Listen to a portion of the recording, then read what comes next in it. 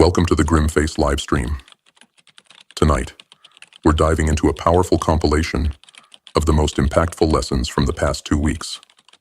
A collection designed for deep, focused listening, or for having on in the background as you push forward and execute your plans. To our returning viewers, we thank you from the core of our being. This movement has already changed the lives of thousands, helping them regain their bearings in these trying times.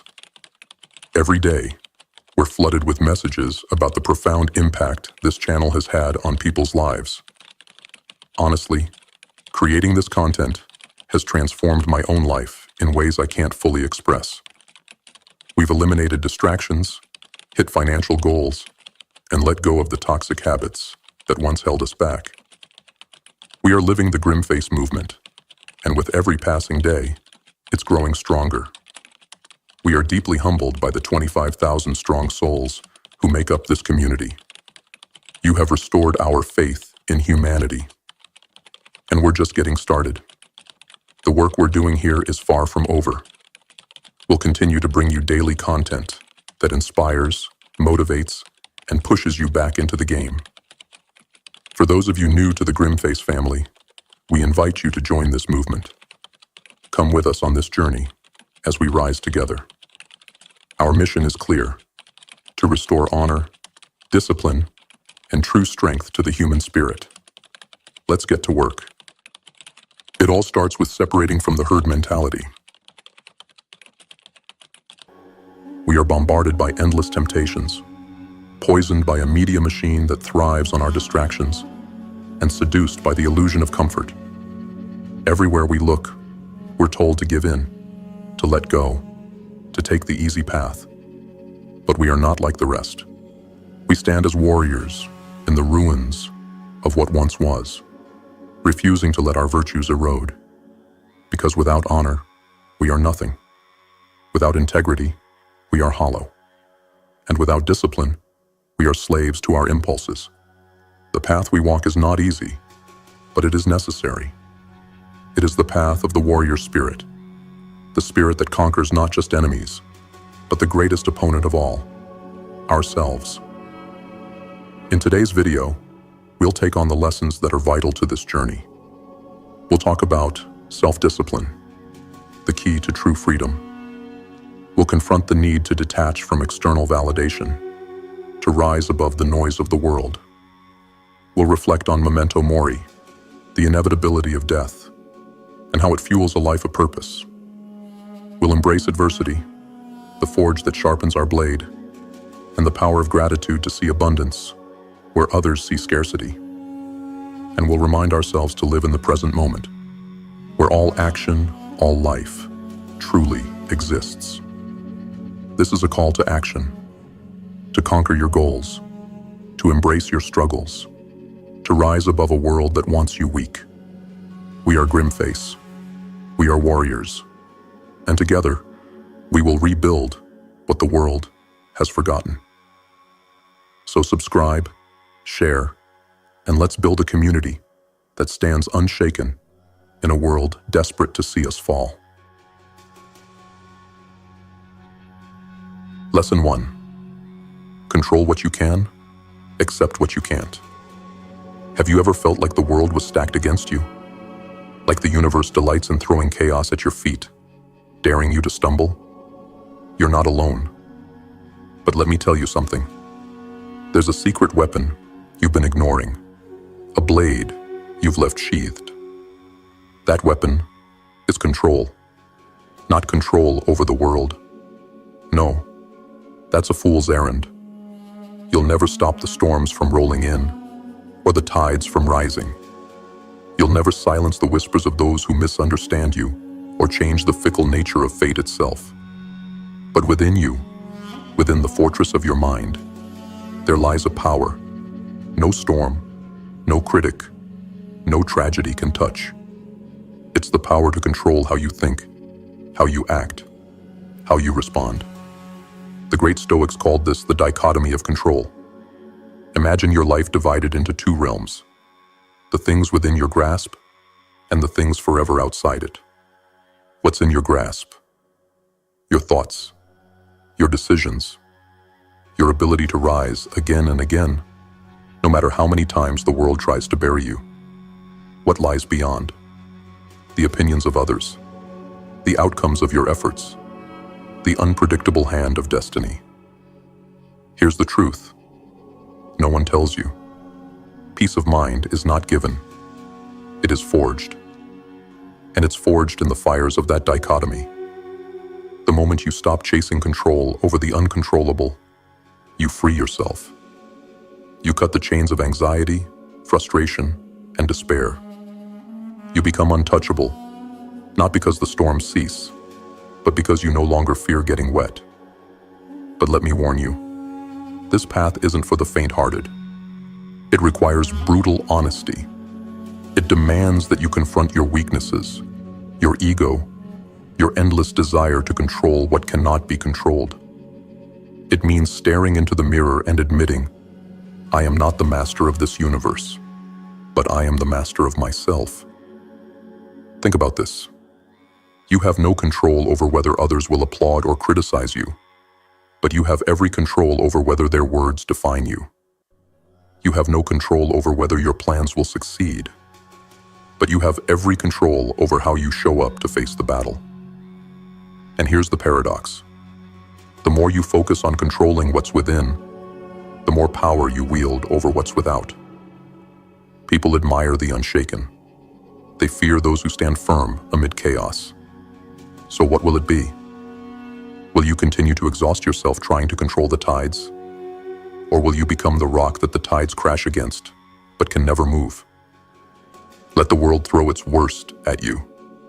Let it rage and twist and burn. Your task is not to fight it, but to transcend it.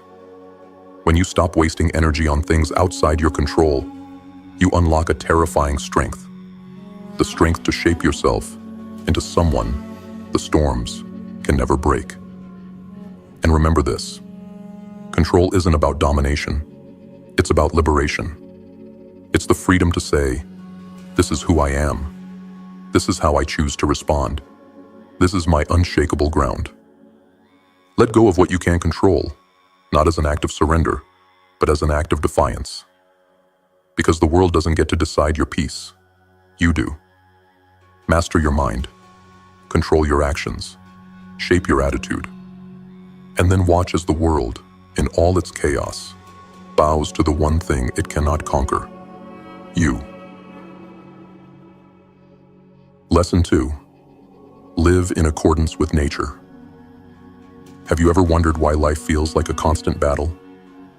Why every step forward seems to be met with resistance, chaos, or pain? It's because you've been fighting the wrong war. You've been wrestling with something unyielding, something eternal, the very nature of life itself. But let me ask you this. What if the chaos wasn't your enemy? What if it was your greatest teacher? The Stoics understood a truth most people are too afraid to confront. Life does not owe you comfort. It does not promise fairness or predictability. Nature, in all its infinite complexity, operates on its own terms, not yours. To live is to face storms, to stumble on rocky paths, to be thrown into fires you never asked for. But within this chaos lies order, an order you must learn to see, embrace, and align yourself with. To live in accordance with nature is not to shrink away from life's trials.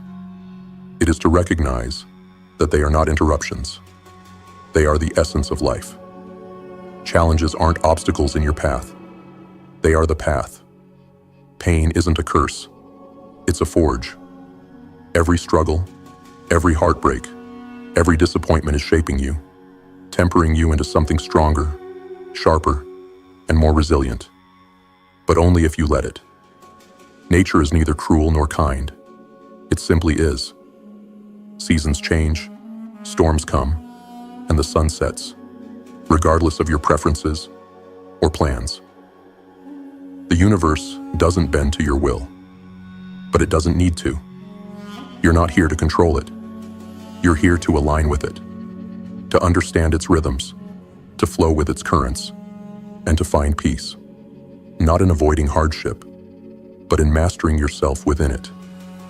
Ask yourself this: what does it mean to live virtuously, to live in harmony with reason and the universe? It means to stop fighting the inevitable and start embracing the truth. It means rejecting the lie that life should be easy or fair. Instead, it's about finding strength in your ability to endure, to adapt, to thrive in the face of whatever comes your way. Living in accordance with nature doesn't mean passively accepting your fate. It means actively choosing how you respond to it. It means realizing that while you cannot control the storms, you can control how you navigate through them. Do you crumble? Do you rage against the wind? Or do you stand tall, unshaken, knowing that storms are simply part of the great order?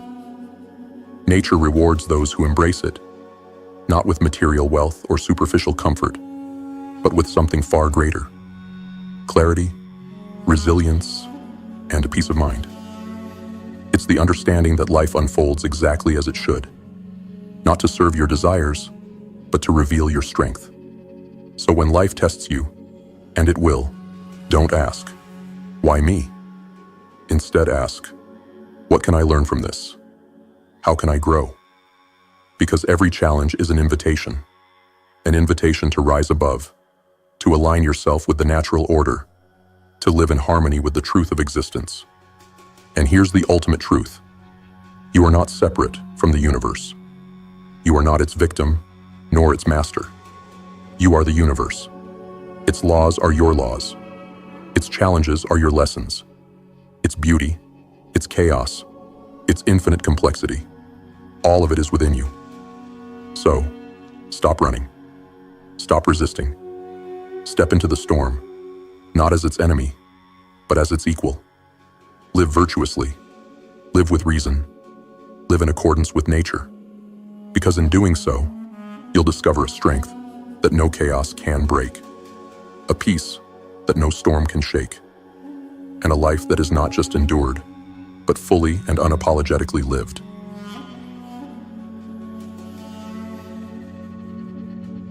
Lesson 3. Practice virtue above all else. We live in a world obsessed with illusions. Illusions of wealth, of pleasure, of power.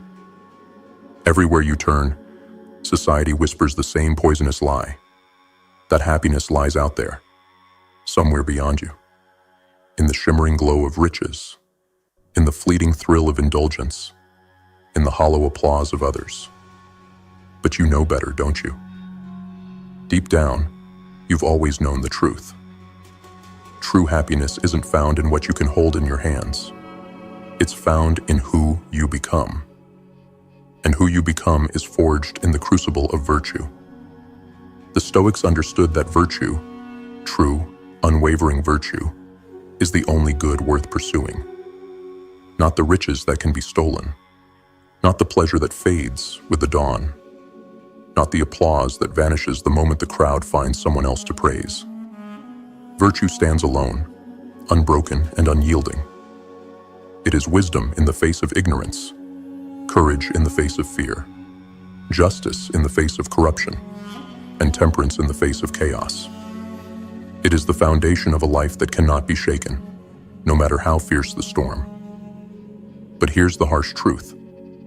Virtue is not easy. It's not glamorous. It's not something you'll be rewarded for by the fickle world around you. Virtue demands everything of you. It demands that you rise above your base desires, that you reject the comforting lies of society, that you hold yourself to a standard most will never even attempt to reach.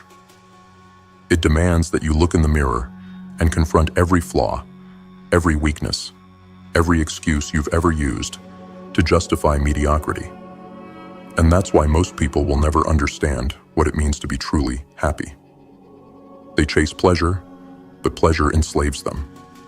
They chase wealth, but wealth corrupts them. They chase power, but power devours them. They build their lives on foundations of sand. And when the waves come, as they always do, everything crumbles. But you have the chance to be different. to build your life on the unshakable foundation of virtue, to live with wisdom, choosing your path not out of ignorance or impulse, but with clarity and understanding, to live with courage, facing your fears, and standing firm in the face of adversity, to live with justice, doing what is right, not because it is easy, but because it is necessary, and to live with temperance, mastering yourself and refusing to be ruled by the chaos of your emotions or the temptations of the world. This is not the path of the weak. It is not the path of the faint-hearted. It is the path of those who are willing to sacrifice comfort for greatness, to abandon the fleeting for the eternal, to endure suffering, knowing that true strength is born in struggle. The world will try to tempt you away from this path. It will dangle its trinkets in front of you, whispering promises of ease and pleasure. It will mock you for choosing virtue over vice, discipline over indulgence, truth over lies. Let it. Let the world play its games while you rise above it, untouchable, unshaken, unstoppable. Because here's the secret. Virtue is not just the path to happiness. It is happiness. The joy of knowing you've lived a life of integrity. The peace of knowing you've done what is right, even when no one was watching. The strength of knowing you are unbreakable, because you've built your life on the only foundation that cannot be destroyed. So ask yourself, what kind of life will you choose? Will you chase the illusions that enslave so many?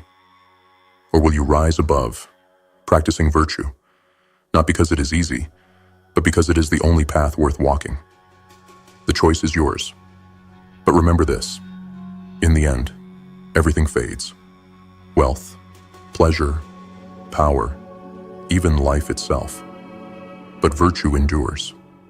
Virtue is eternal, and those who live by it will leave this world, not empty-handed, but with a legacy carved in the hearts of those they touched, and a soul unshaken by the trials of existence. Practice virtue above all else. Live wisely. Live courageously. Live justly. Live temperately. And in doing so, live a life that even death cannot diminish. Lesson 4. Focus on rational thought. In the depths of chaos, where emotions run wild and desires whisper false promises, there is a single weapon that separates the strong from the weak, the masters from the enslaved. It is not brute strength, nor blind ambition. It is something far more powerful, far more enduring, rational thought. Think about this. What defines you as a human being? Is it your ability to feel, to want, to fear? Number. These things, as overwhelming as they may seem, are shared with animals, driven by instinct and impulse. What truly defines you, what sets you apart, is your capacity to think, to rise above the storms of emotion and see clearly, logically, truthfully. Rationality is your greatest gift, and yet, so few dare to wield it. Most people are prisoners of their own emotions, trapped in cycles of anger, fear, lust, and despair. They let fleeting feelings dictate their actions, their choices, their very lives. They are puppets, dancing to the strings of desire and impulse, blind to the fact that they hold the scissors to cut those strings at any moment. But you have a choice. You can take control. To focus on rational thought is to train your mind to become a fortress, impenetrable to the fleeting whims of emotion, unshaken by the chaos of the outside world. It is to sharpen your reason like a blade, cutting through the noise of irrationality, of fear, of weakness. It is to see things as they truly are, not as you wish them to be. Rationality does not deny emotion. It does not pretend that anger, sadness, or desire do not exist. Instead, it places them in their proper place, under your control, not the other way around. It allows you to feel without being ruled, to want without being consumed, to fear without being paralyzed. Rational thought is not the absence of emotion, it is mastery over it. But, let me warn you, this path is not easy. The world will tempt you with quick fixes, with fleeting pleasures, with the seductive lie that it's easier to act on instinct than to think. And yes, it is easier. But ease is the enemy of strength. Comfort is the enemy of growth. If you want to rise above, if you want to truly live, you must be willing to fight against the pull of irrationality, to fight against the parts of yourself that would rather give in than rise up. Start now. Start by questioning everything. Question your fears. Are they real, or are they shadows cast by your mind? Question your desires. Are they leading you toward your goals, or are they distractions pulling you off course? Question your anger, your jealousy, your despair. Do they serve you, or are they chains holding you back? Rationality is a muscle. The more you use it, the stronger it becomes. Train your mind relentlessly. Study your emotions, dissect them, understand them. Learn to pause before you act, to think before you speak, to weigh your choices not against what feels good in the moment, but against what will lead you to your higher self. The world is full of chaos, of unpredictability, of forces beyond your control. But your mind is yours. It is the one thing no one can take from you, the one thing you must master if you ever hope to master your life. So, let the storms rage. Let the noise rise. While the masses are swept away by their emotions, their desires, their impulses, you will stand firm. You will think clearly. You will act decisively. You will be unshaken, not because the world is kind to you, but because you have made yourself unbreakable. This is the power of rational thought. This is the gift of reason. Use it. Wield it. And watch as the world, chaotic and irrational as it may be, bends to the will of the one who can see it clearly. Focus on rational thought, not because it is easy, but because it is necessary. Not because it is comfortable, but because it is powerful. Train your mind, master your emotions, and take control of the life that is rightfully yours. The world may tempt you with chaos, but your mind will always be your sanctuary, your fortress, your weapon. Use it and become unstoppable. Lesson 5. Practice negative visualization. Close your eyes and imagine this. Everything you hold dear, your possessions, your health, your loved ones, gone in an instant. Imagine the worst-case scenario, the kind of loss that sends most people spiraling into despair. Now ask yourself, would you crumble or would you stand? The world fears this kind of thinking. It clings to the illusion that tomorrow will always come, that fortunes will always remain, that the things we cherish will last forever. But the truth is far darker and far more liberating. Everything you have, everything you love, is temporary. Life is impermanence. And it is in acknowledging this impermanence that you unlock a strength most people will never know. The Stoics called this negative visualization, the practice of confronting the worst before it happens.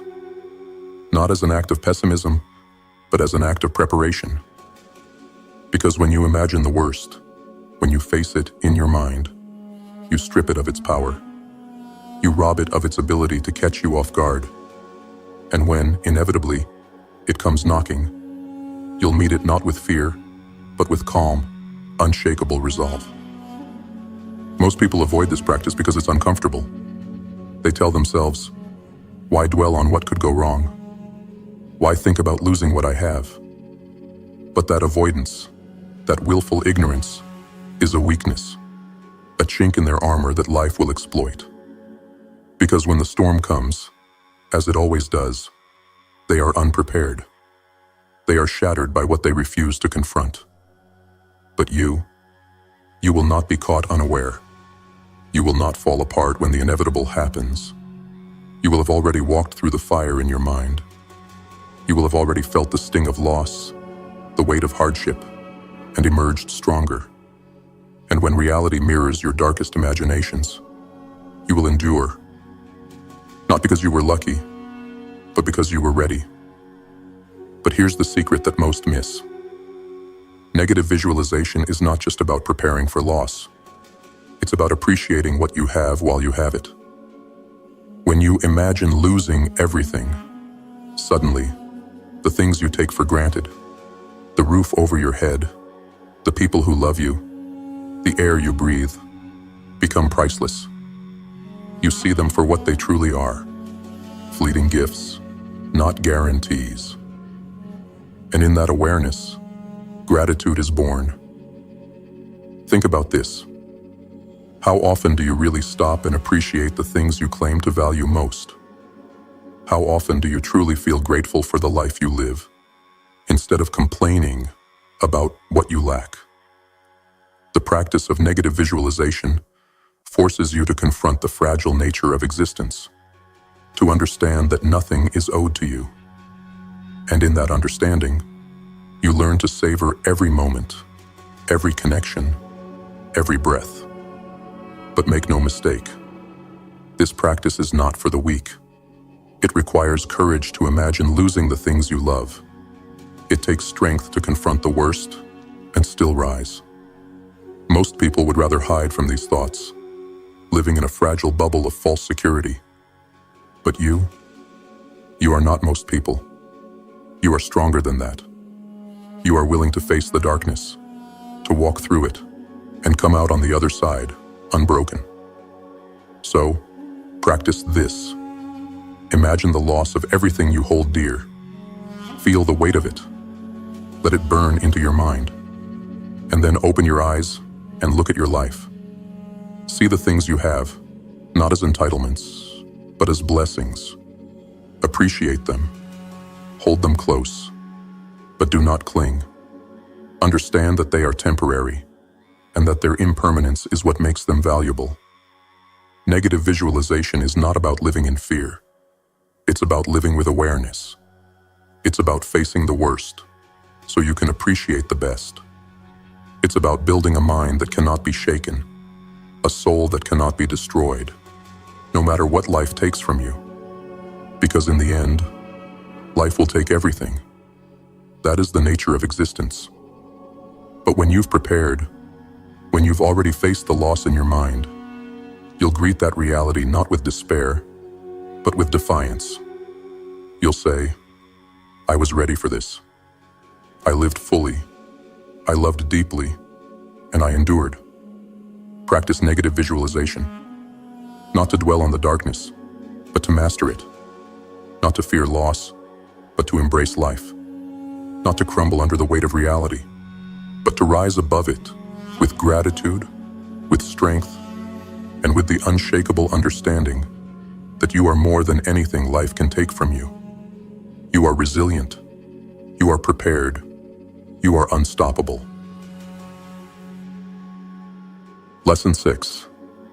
Embrace adversity.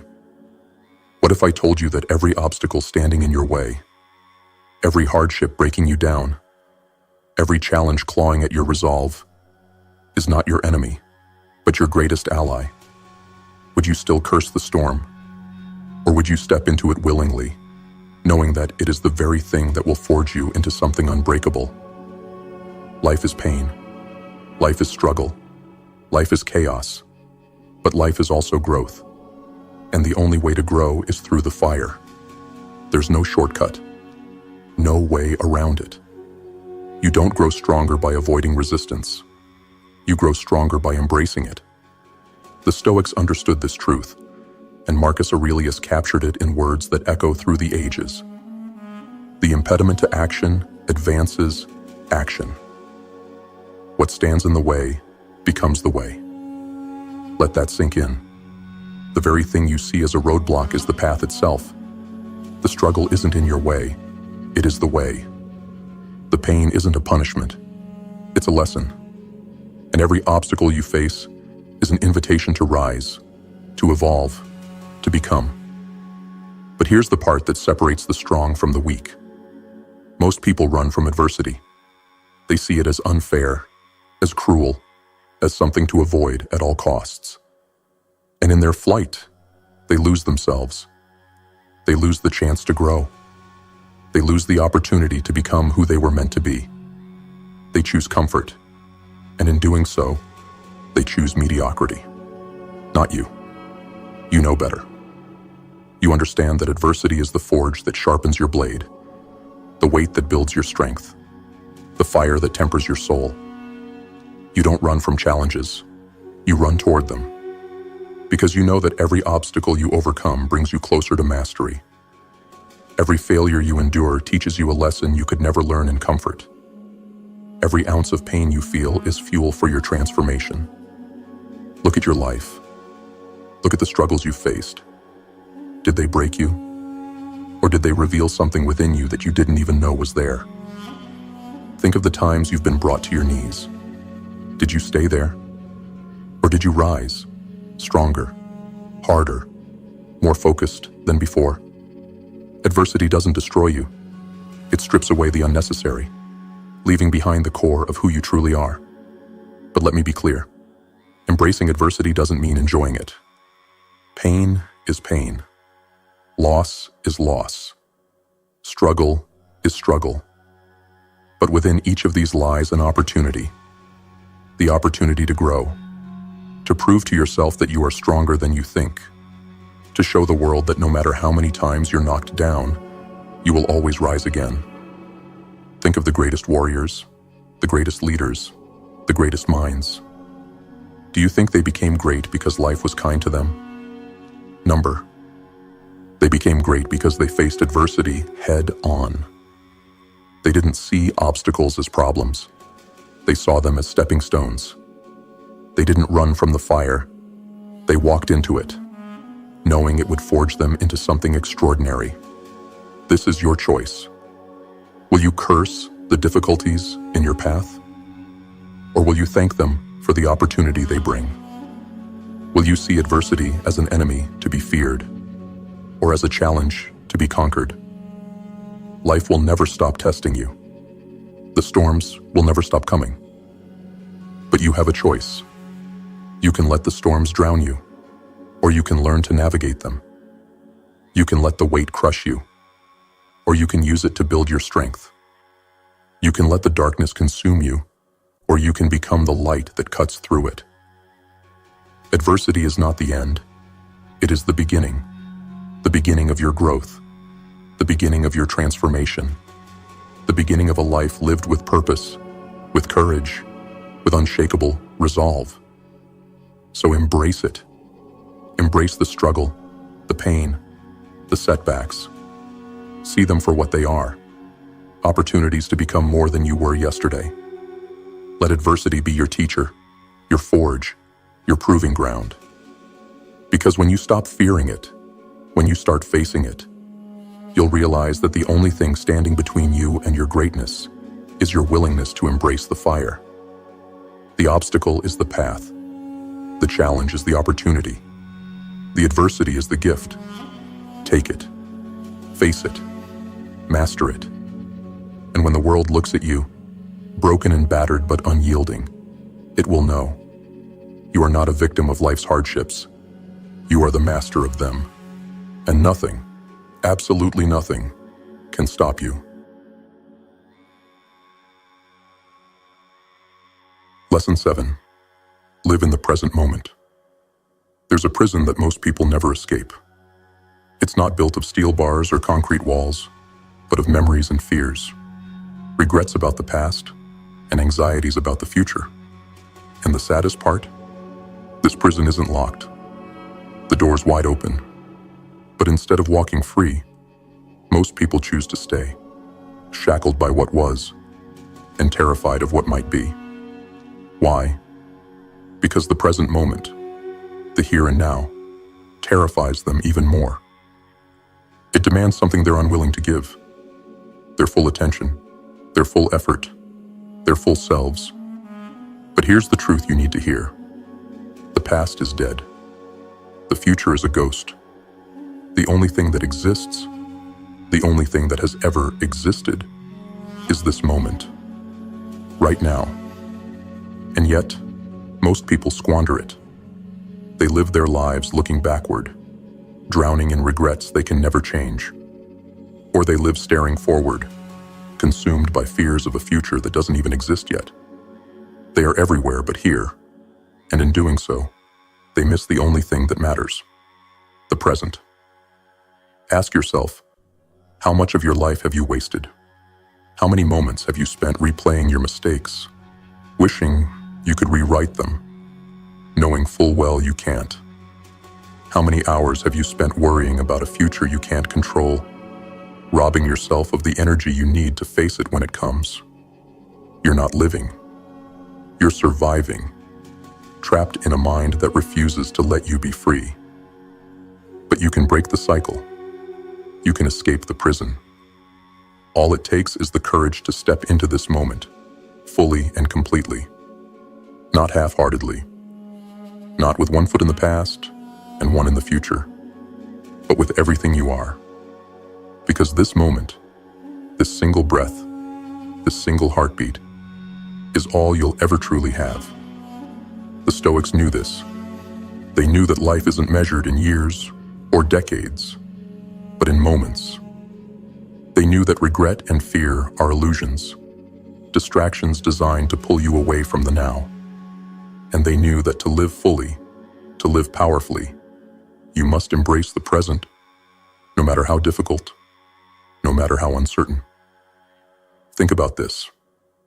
How many opportunities have you missed because you were too busy dwelling on the past or fearing the future? How many times have you held back, hesitated, because your mind was somewhere else? Every moment you spend trapped in regret or anxiety is a moment you lose forever. And once it's gone, it's gone. No force in the universe can bring it back. But here's the good news. You don't have to live this way. You don't have to be a prisoner of time. You can choose right now to step into the present and take control of your life. You can choose to focus not on what was or what might be, but on what is. Because the present is where action happens. It's where decisions are made. It's where life is lived. So stop wasting time wishing you could change the past. Stop wasting energy worrying about the future. Focus on what you can do, right here, right now. Ask yourself, what can I control in this moment? What action can I take? What choice can I make that will bring me closer to the person I want to become?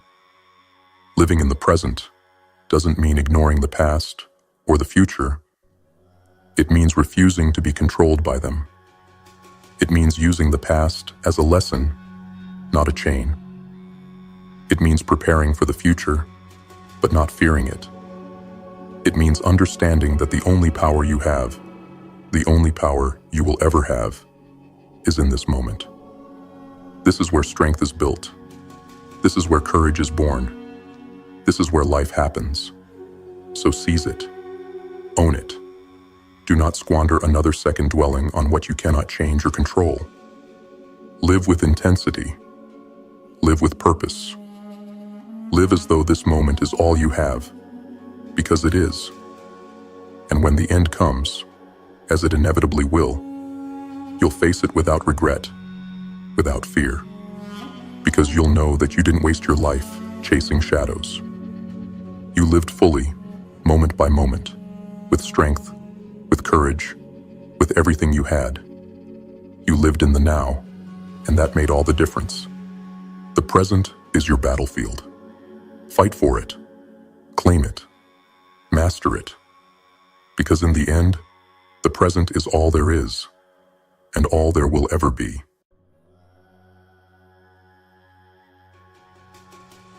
Lesson 8. Memento mori. Remember you will die. Look around you. This world, this life you're living, feels endless, doesn't it? Days blend into weeks, weeks into years, and you move through it all as if you'll live forever. But let me remind you of a truth you spend your life trying to ignore. You will die. Not someday far in the future. Not in some vague, distant moment that doesn't feel real. No, your death is coming. It's closer than you think. With every breath you take, with every second that slips through your fingers, it creeps closer. The clock has been ticking since the moment you were born, and it won't stop for you. It won't pause because you're scared, because you're too busy, or because you have plans. Death doesn't care. It is inevitable. It is absolute. This truth terrifies most people. They run from it, burying themselves in distractions, in trivial pursuits, in the noise of a world designed to make them forget. They cling to petty complaints, to fleeting pleasures, to hollow ambitions, pretending that tomorrow is guaranteed. But it isn't. Your tomorrow is not promised. Your days are numbered, and you don't even know the number. But here's the secret that the brave few understand. Death is not your enemy. It's your greatest teacher, your most powerful motivator. It strips away the illusions, the excuses, the lies you tell yourself to justify wasting your life. When you truly embrace the fact that you will die, you begin to live. Ask yourself this: if today was your last day, would you be proud of how you've lived? Would you be satisfied with the choices you've made, the time you've spent, the person you've become? Or would you be filled with regret for all the moments you let slip away, for all the dreams you abandoned, for all the chances you were too afraid to take? Memento mori. Remember, you will die. This is not a morbid thought. It's a call to arms. It's a reminder that your time is finite, that every breath, every heartbeat, every moment is precious. Life is not measured by the years you live, but by the meaning you bring to those years. And meaning doesn't come from wasting time on petty grievances, chasing material wealth, or seeking the approval of others. Meaning comes from living with purpose, from embracing each moment as if it were your last, from daring to be authentic, no matter the cost. Death does not wait. It doesn't care if you're ready. It doesn't care if you've accomplished your goals or made peace with your past. When it comes, it comes. And when it does, all that will matter is how you've lived. Did you love deeply? Did you fight for what mattered? Did you face your fears, or did you let them rule you? Did you waste your life chasing shadows? Or did you create something real, something lasting, something that will echo even after you're gone? The awareness of death is not meant to paralyze you. It's meant to set you free. Free from the fear of failure, because failure means nothing in the face of mortality. Free from the fear of judgment, because the opinions of others are fleeting and meaningless. Free from the chains of procrastination, because time is a gift you can never get back. So stop waiting. Stop waiting for the perfect moment, the perfect opportunity, the perfect time to start living. That moment is now, right now. This breath, this heartbeat, this second, this is all you truly have. Use it. Seize it. Fill it with something meaningful, something real. Live boldly. Love fiercely. Work tirelessly for the things that matter. Chase your dreams, not because you'll live forever, but because you won't. Don't waste another second on trivial pursuits, on meaningless distractions, on complaints about a life you refuse to take control of. When your time comes, and it will, let death find you alive. Let it find you fighting, striving, creating, living a life that mattered. Let it find you without regret, without fear, without unfinished business. Let it find you as someone who understood that the inevitability of death is not a curse, but a gift, a reminder to live fully, to love deeply, to embrace the fleeting beauty of existence. Memento mori. Remember, you will die, And because of that, remember to truly live. Lesson 9. Detach from external validation. Let me ask you something. Who are you living for? Is it for yourself or for the fleeting approval of others? Be honest. Because for most people, their worth, their identity, their very sense of existence is chained to one thing: external validation. They live for the applause, the likes, the empty compliments. They bend themselves into shapes they don't even recognize, just to gain a nod of approval from people who wouldn't flinch if they disappeared tomorrow. They chase status, possessions, and recognition, hoping that these things will fill the void inside them. But they never do. Because here's the truth: you will never find yourself in someone else's reflection. The Stoics understood this. They knew that true self-worth comes from within, not from titles or trophies, not from the approval of a crowd that forgets you the moment you stop performing, and not from possessions that rot and decay as easily as you do. Real strength, real peace, comes from detaching yourself from all of it, from severing the chains that bind you to the shallow, fleeting judgments of the world. Think about it. How much of your energy do you waste trying to impress people who don't matter? How many of your decisions are driven not by your own values, but by the fear of being judged or the desperate need to be liked? How much of your life have you spent wearing masks, playing roles, pretending to be someone you're not, just to hear a few hollow words of approval? You don't need it. You never did. The opinions of others are fickle, temporary, meaningless. They shift like the wind, and if you let them dictate your worth, you'll spend your life chasing shadows. The more you chase, the emptier you'll feel. And one day, you'll look back and realize that you gave away your power, your freedom, your life, all for the sake of people who are too busy chasing their own validation to even notice. But there's another way. A harder way, yes, but a freer one. Detach. Step back from the noise, the applause, the judgment. Stop looking outward for your worth and start looking inward. What do you value? What do you stand for? What kind of life do you want to build?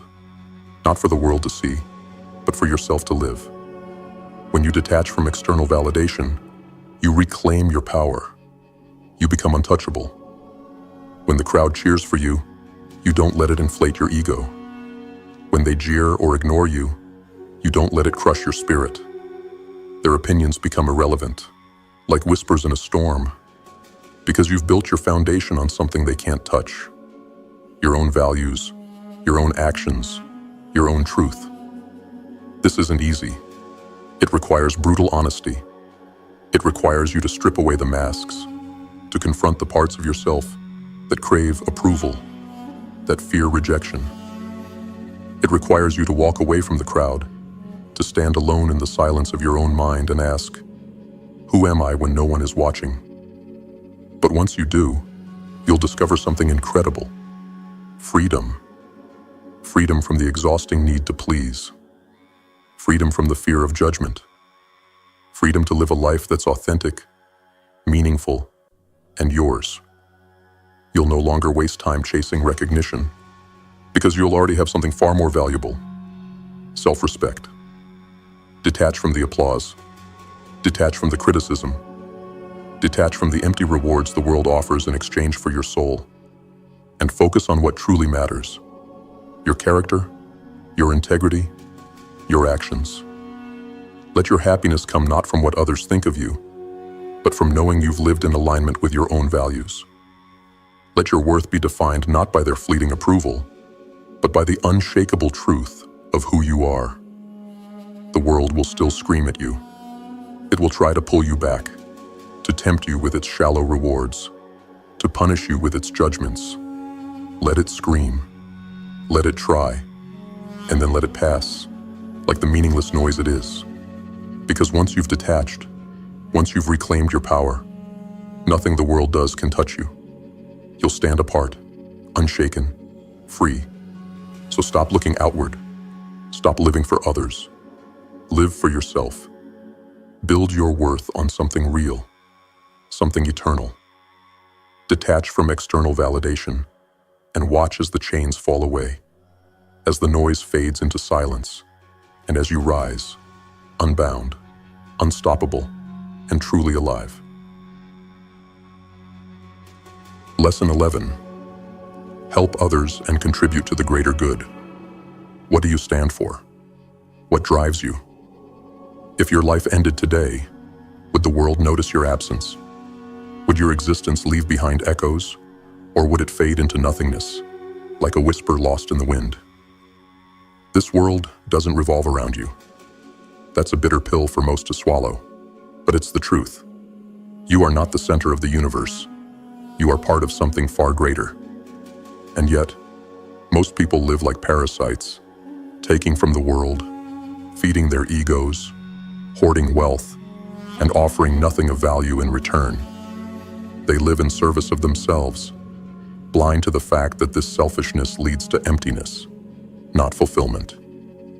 But you can be different. You must be different.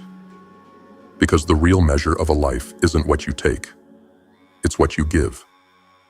It's not about how much you accumulate, how many trophies you collect, or how loudly people cheer your name. It's about the impact you leave behind. It's about the lives you touch, the pain you ease, the light you bring into a world that desperately needs it. The Stoics understood this. They knew that true fulfillment isn't found in isolation or selfish ambition, but in service to others. They knew that humanity is a web, interconnected and interdependent. When you uplift others, you uplift yourself. When you contribute to the greater good, you align with something eternal, something far greater than yourself. But let me make one thing clear. Helping others isn't about glory. It's not about recognition or applause. If you're seeking praise, you've already lost. Service is not glamorous. It's often thankless, unnoticed, and misunderstood. You don't help others to feed your ego. You help because it's the right thing to do. Because it's what gives your life meaning. Because it's what makes you human. This isn't about being a savior. You're not here to fix the world single-handedly. The world doesn't need a hero. It needs people willing to do the work, no matter how small, no matter how uncelebrated. It needs people who see the suffering, the injustice, the brokenness, and say, "Not on my watch." But make no mistake, helping others isn't easy. It demands sacrifice. It demands that you set aside your pride, your comfort, your selfish desires. It demands that you confront the darkness in the world and within yourself. Because helping others isn't just about easing their burdens. It's about showing them what it means to live virtuously. It's about embodying the strength, the courage, the wisdom they need to see. It's about being an example of what's possible, even when the odds are stacked against you. Think of the impact you could have. One act of kindness, one moment of courage, one choice to serve, instead of take. That's all it takes to change someone's life. And when you change one life, you create ripples that extend far beyond what you can see. The person you help today might go on to help someone else tomorrow. And so the cycle continues, building something far greater than you could ever accomplish alone. This is the paradox of service. In giving, you receive. In helping others, you find yourself. In contributing to the greater good, you discover the kind of fulfillment that wealth, fame, and power can never provide.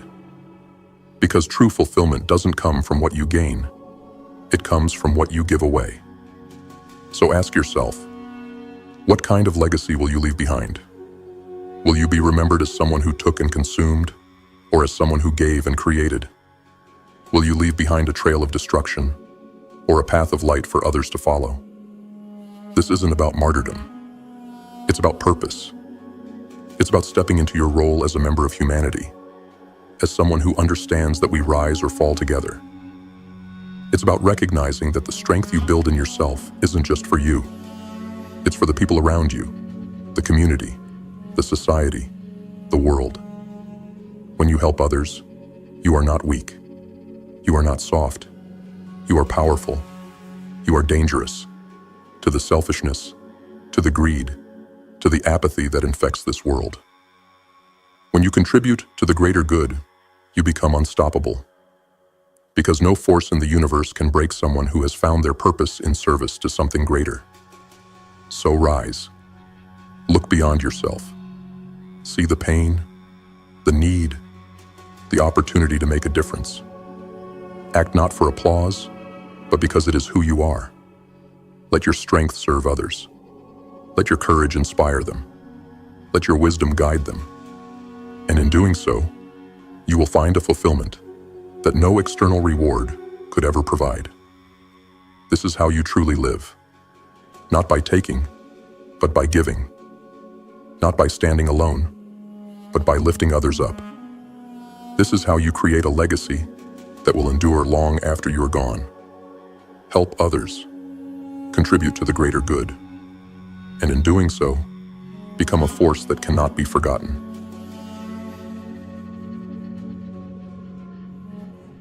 Lesson 12.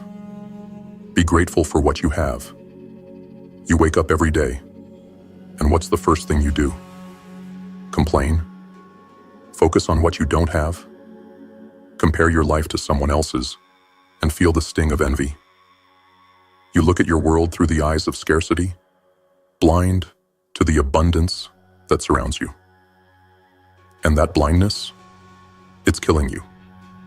Slowly, insidiously, it's robbing you of the peace and power that could be yours. Let me remind you of a truth you've forgotten. You already have more than most people will ever dream of.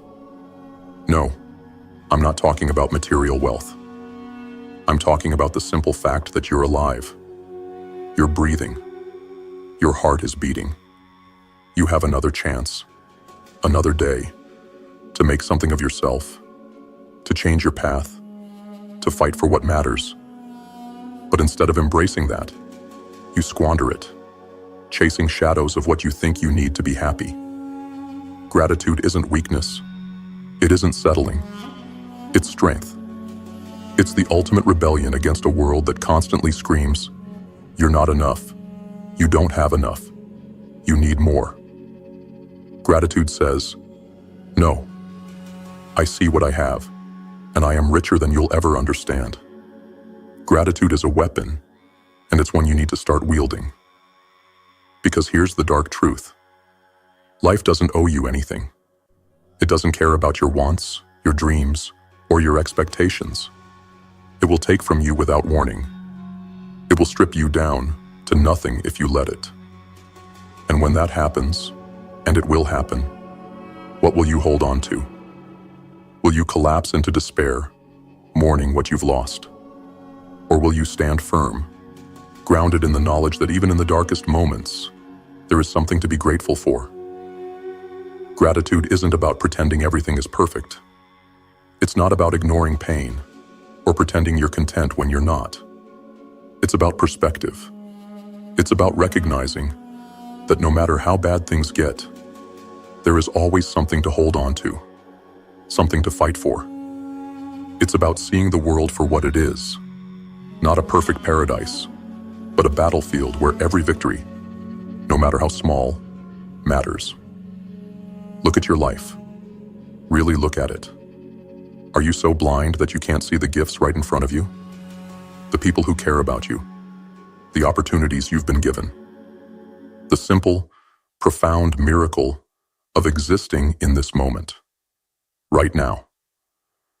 These things are not guaranteed. They can be taken from you in an instant, and when they're gone, you'll wish you'd cherished them while you had the chance. Gratitude is not passive. It's not sitting back and saying, "This is enough." It's the fuel that drives you to make the most of what you have. It's the fire that pushes you to fight harder, to climb higher, to never stop growing. Because when you recognize the blessings in your life, you stop wasting time chasing things that don't matter. You stop feeding the lie that happiness lies somewhere outside yourself, in things you don't yet have. Abundance isn't about what you own. It's about how you perceive your life. Two people can stand in the same storm. One sees only the rain, the mud, the chaos. The other sees the opportunity to grow stronger, to find shelter, to appreciate the calm that will inevitably follow. Which one will you be? Stop waiting for the world to give you more. Stop wasting your energy wishing for things you don't have. Look at what's in your hands right now. Look at what you've survived, what you've built, what you've been given. Be grateful for it. Not because it's perfect, but because it's yours. And here's the secret. Gratitude doesn't just change how you see your life. It changes how you live it. When you're grateful, you stop wasting energy on bitterness, on envy, on regret. You focus on what matters. You fight for what matters. You build a life that, no matter how imperfect, is yours. And that is a life worth living. So stop complaining. Stop comparing. Stop taking your blessings for granted. Be grateful, not in some shallow performative way, but in a raw, visceral way that lights a fire in your soul. Gratitude is power. Gratitude is resilience. Gratitude is freedom. Look at your life and see it for what it is. A gift, a battle, a fleeting moment in time that you'll never get back. Don't waste it wishing for more. Don't waste it blind to what you already have. Be grateful. Fight harder. Live fully. Because abundance isn't out there. It's already within you. We are now booting up the next video explaining the Warrior's Code. Lesson 1. Perception. See clearly and objectively. Perception. It is the lens through which we see the world, the filter that shapes our reality. But what if that lens is cracked, distorted by fear, anger, or desperation? What if the reality you see is nothing more than an illusion, a twisted reflection of your emotions? The truth is this: perception is power. The way you interpret your challenges defines your response to them, and your response shapes your destiny. If you see your obstacles as immovable walls, then you have already accepted defeat. But if you dare to see them as opportunities, as the universe sharpening your blade, then those obstacles transform into stepping stones, each one taking you closer to the life you crave. But here's the catch. This transformation requires brutal honesty. You must train yourself to see events as they truly are, not as your fears paint them, not as your desires twist them, but as they are. Objectivity is your weapon, your shield against the chaos of emotion.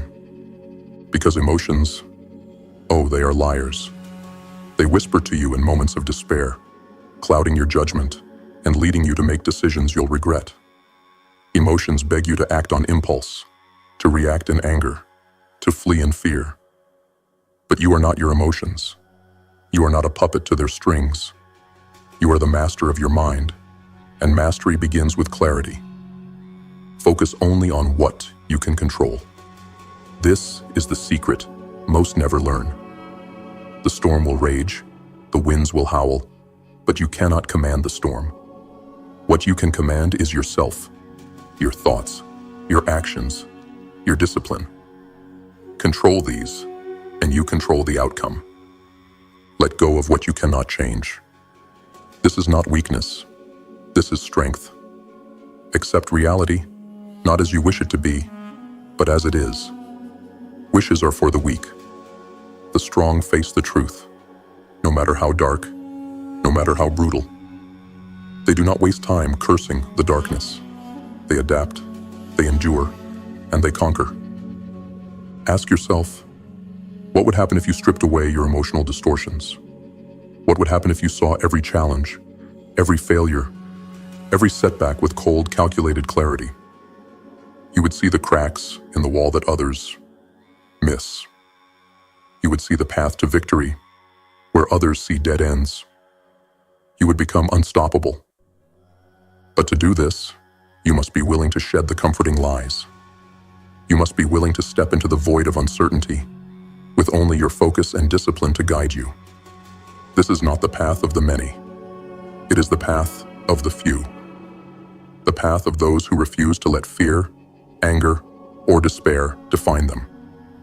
So, train your mind, sharpen your perception, strip away the illusions, and when you stand in the face of the storm, when the world throws chaos at your feet, you will not flinch, you will not falter, you will see clearly, you will act decisively, and you will rise.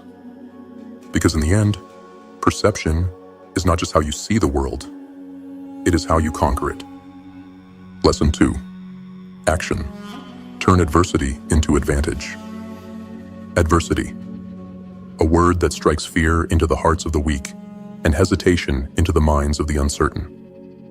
But let me tell you a secret. Adversity is nothing more than a challenge wrapped in shadows. And if you're bold enough to step into that darkness, to confront it, you will find something extraordinary waiting for you. Opportunity.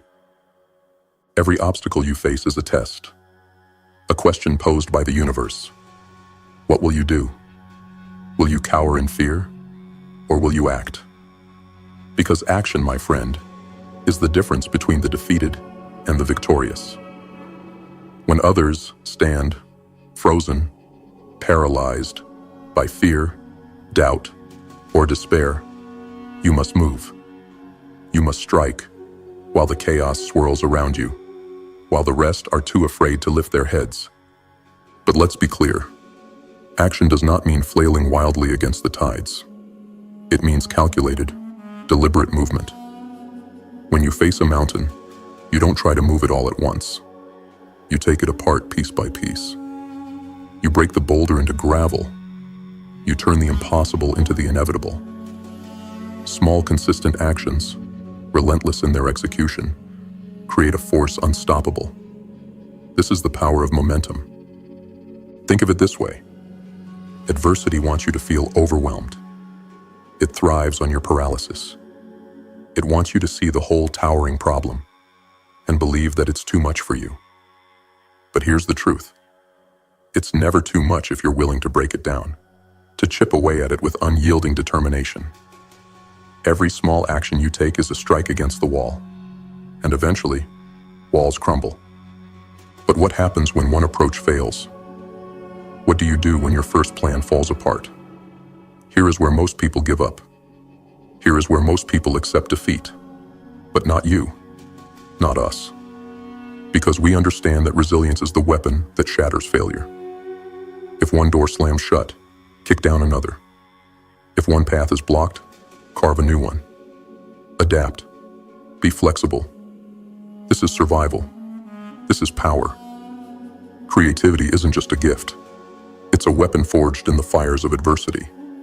Wield it without hesitation. You see, adversity wants you to believe it's unbeatable. It wants to make you think you have no choices. But you always have a choice. You can choose to act. You can choose to fight. And in that choice lies your freedom, your strength, your victory. The weak succumb to the pressure, but the strong use that pressure to forge themselves into something unbreakable. So the next time adversity stands in your path, don't flinch. Don't hesitate. Take action. Strike first. Strike hard. Break the problem into manageable pieces and attack it with ruthless precision. Adapt when necessary. Be creative, be resilient, and above all, refuse to quit. Because every obstacle is an opportunity. Every setback is a chance to grow stronger. Every failure is a lesson in disguise. The question is not whether you'll face adversity, it's whether you'll rise to meet it.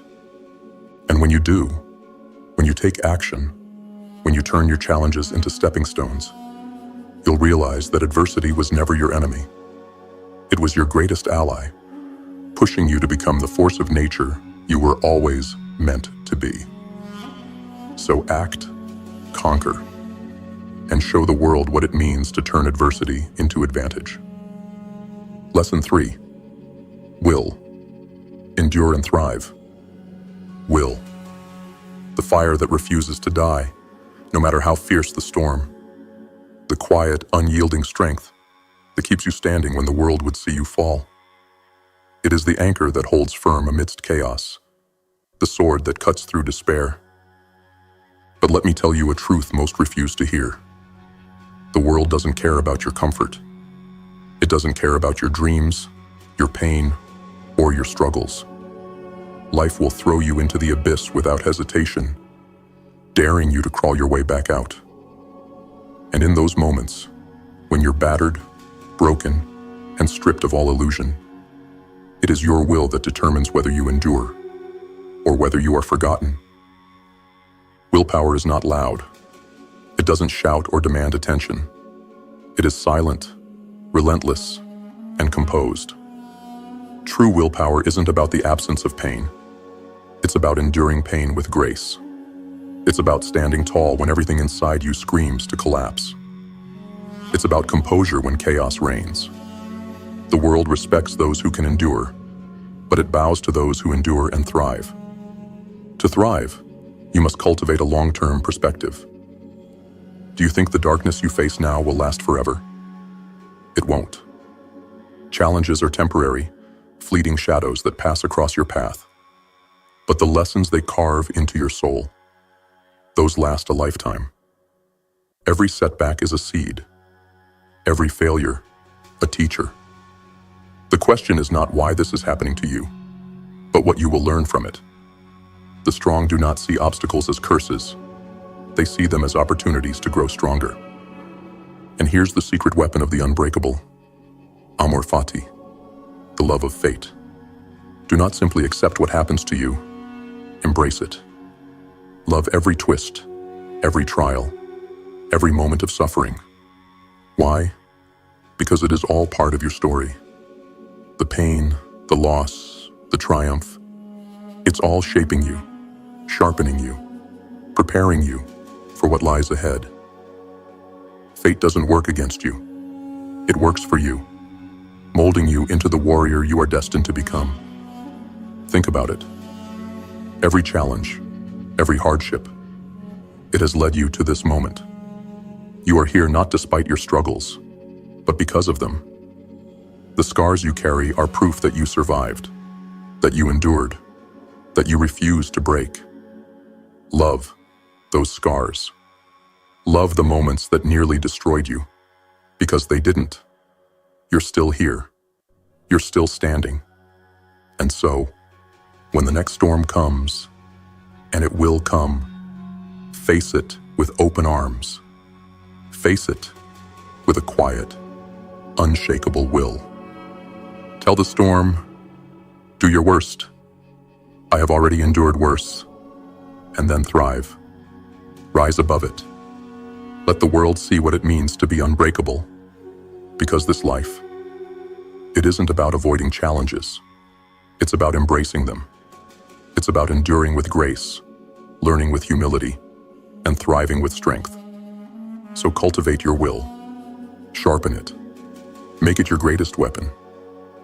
And when you look back on the trials you've faced, when you see the mountains you've climbed, you'll realize that the world's attempts to crush you only made you stronger. Fate wasn't your enemy. It was your forge. And you? You are the blade that was forged in fire. You are will incarnate. So endure, thrive, and show the world that nothing can break you. Lesson 4. Turn trials into triumph. Trials. They're the moments that define us. They arrive uninvited, unwanted, and unapologetic, testing every fiber of our being. They whisper in your ear, you are not strong enough. You are not worthy. You will fail. And for most, that whisper becomes their truth. But not for you. Not for us. Because we know a deeper truth. a truth forged in the fires of adversity. Every trial hides a triumph, but only for those brave enough to uncover it. Look at the obstacles in your path. They feel immovable, don't they? Like towering walls designed to keep you trapped, broken, defeated. But what if I told you that those very walls aren't barriers at all? What if I told you they are stepping stones, waiting for you to climb them? The things that seem to block your path are the path. The trials you face are not distractions from life. They are life itself. And the way you rise to meet them will determine the person you become. Most people spend their lives running from struggle, avoiding discomfort, seeking safety. But safety is a cage. Comfort is a slow death. Growth, real, raw, powerful growth, lives in the struggle. It lives in the dark, in the pain, in the moments that test your will to survive. And if you're willing to face those moments head on, you will discover that every challenge carries a hidden opportunity, a chance to transform yourself into something greater. But transformation does not come easily. It demands a shift in mindset. You must stop seeing obstacles as enemies and start seeing them as allies. They are not here to destroy you. They are here to forge you. Every setback is fuel for your fire. Every failure is a lesson. Every struggle builds strength, courage, and wisdom. These are the tools you need to conquer the life you desire, but you will only find them in the depths of adversity. Think about it. How do you build strength? By lifting more weight than you think you can bear. How do you build courage? By facing fears that make you tremble. How do you gain wisdom? By enduring mistakes, pain, and hard-fought victories. The trials in your life are not random acts of cruelty. They are deliberate. They are here to sharpen you, to prepare you, to mold you into the person you are destined to be. But destiny doesn't wait for the weak. It doesn't hand itself over to the timid. It bows only to those who are willing to fight for it. So fight. Take the trials that life throws at you and use them as fuel. Burn brighter. Push harder. Transform every obstacle into a stepping stone, every failure into a lesson, and every setback into a comeback.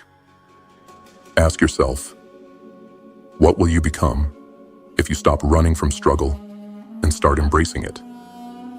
What kind of unstoppable force could you be if you leaned into the pain instead of avoiding it? The truth is, you'll never know unless you try, unless you stand in the fire and let it forge you. So, the next time life throws a trial in your path, don't curse it. Don't run from it. Look it in the eye and say, thank you. Thank it for the opportunity to grow stronger, to become wiser, to rise higher, and then conquer it. Because triumph doesn't come to those who avoid trials. It comes to those who face them, who endure them, who transform them into stepping stones to greatness. Turn your trials into triumphs, and show the world what it means to be unbreakable, unstoppable, and undeniable. This is your path. Walk it. Conquer it. Own it. Lesson 5. Control your response. The world is chaos. No matter how much you prepare, how much you plan, there will always be events beyond your control. The storm will come. The fire will burn. The unexpected will strike when you least expect it, tearing through your life like a thief in the night. But here's the truth that most people refuse to accept. You don't control the storm. You don't control the chaos. But you can always control your response. This is where your power lies. Not in controlling the uncontrollable, but in mastering yourself. In a world full of uncertainty, this is your unshakable foundation. How you respond is what defines you. When chaos reigns, most people crumble. They panic. They lash out. They let their emotions run wild, turning small fires into infernos. But not you. Not us. Because we understand something they don't. Emotional stability is a weapon. In the face of pressure, of uncertainty, of disaster, it is the calm mind that emerges victorious. The one who keeps their composure when the rest are falling apart is the one who seizes the advantage. Staying calm under pressure is not weakness. It is control. It is power. It is clarity. When others are blinded by fear, you see clearly. When others are paralyzed by doubt, you act decisively. Emotional stability doesn't just allow for better decision-making. It forces the world to work in your favor. Because while the masses are busy reacting, you are already calculating, adapting, and taking action. But mastering your reactions is no easy task. It requires discipline. It requires self-awareness. It requires you to step outside the chaos of the moment and ask yourself one simple, brutal question. What matters right now? Not your anger, not your fear, not your frustration. What matters is the next move, the next step, the next decision that will take you closer to victory. Understand this. Life will test you. It will throw obstacles in your path, and watch how you respond. It will strike you down just to see if you have the strength to rise again. And when it does, you have two choices. You can lose yourself to anger, to despair, to the chaos of the moment. Or you can take control. You can stand tall in the storm and say, "You will not break me." Every obstacle is an opportunity in disguise. But only those who can master their reactions will see it. Only those who can stay calm in the fire, who can think clearly when the world is crumbling, will find the hidden advantage and turn the tide in their favor. This is your challenge, to be the one who doesn't flinch, who doesn't falter, who doesn't lose their head when everyone else does. The next time life comes at you with its chaos, its storms, its trials, remember this. The external world may be out of your control, but your response is yours alone. It is your weapon, your shield, your path to power. Master it, and there is nothing that life can throw at you that you cannot overcome. Stay calm, stay composed, and let the world see what it means to be unshakable, unstoppable, untouchable. Control your response, and you control your destiny. This is your power. Wield it, own it, dominate with it. Lesson 6, discipline and routine. Discipline, a word that sends shivers down the spine of the weak, the complacent, the uncommitted. But for those who dare to rise above mediocrity, for those who crave greatness, discipline is not a burden. It is a weapon. It is the unrelenting force that keeps you moving forward when motivation fails, when the odds are stacked against you, and when the world wants to see you fall. You see, the secret to conquering life is not found in fleeting bursts of inspiration or moments of passion. No, the secret is in the grind, in the mundane, repetitive, often thankless routines you commit to every single day. Success is not glamorous. It is forged in the small, unremarkable moments when you choose discipline over distraction, focus over chaos, and action over excuses. Routine is your battlefield. Every habit you build, every ritual you follow, is a weapon in your arsenal. The world will throw challenges at you, hoping to catch you off guard. But if you have forged a routine, if you have trained yourself to face discomfort every day, then you are always ready. You become the calm in the storm, the unshakable force that cannot be rattled. Discipline is not just about getting things done. It's about who you become in the process. Every time you wake up early when you'd rather sleep in, every time you push through a workout when your body screams to quit, every time you stay focused, when distractions beg for your attention, you are building something far greater than the task at hand. You are building mental toughness. You are building fortitude. You are building yourself. But here's the harsh truth. Discipline is painful. It demands sacrifice. It asks you to give up comfort, to reject instant gratification, to do what most people won't. That's why most people fail. They let their emotions rule them. They give in to laziness, to excuses, to the seductive lie that there's always tomorrow. But not you. You don't have time for tomorrow. You don't have time for weakness. Because every day you waste is a day you'll never get back. Start small. Discipline isn't built in grand gestures. It's built in the tiny, deliberate choices you make every day. Choose self-control when no one is watching. Choose effort when no one is applauding. Choose discomfort over ease, struggle over stagnation, grit over giving up. These small victories, these moments of self-mastery, compound over time. They turn you into a force to be reckoned with. Someone who doesn't just survive the challenges of life, but dominates them. Ask yourself, who will you become if you master your habits, if you conquer your routines? Who will you be if every small act of discipline you practice today transforms into unshakable strength tomorrow? The answer is simple. You will become unstoppable. You will become the person who looks at challenges and laughs, who sees obstacles as stepping stones, who stands unflinching while the rest crumble under pressure. So, cultivate your discipline, forge your routine, train yourself to endure discomfort, to embrace the grind, to do the hard things when no one else will. Because discipline isn't just a tool, it's your edge.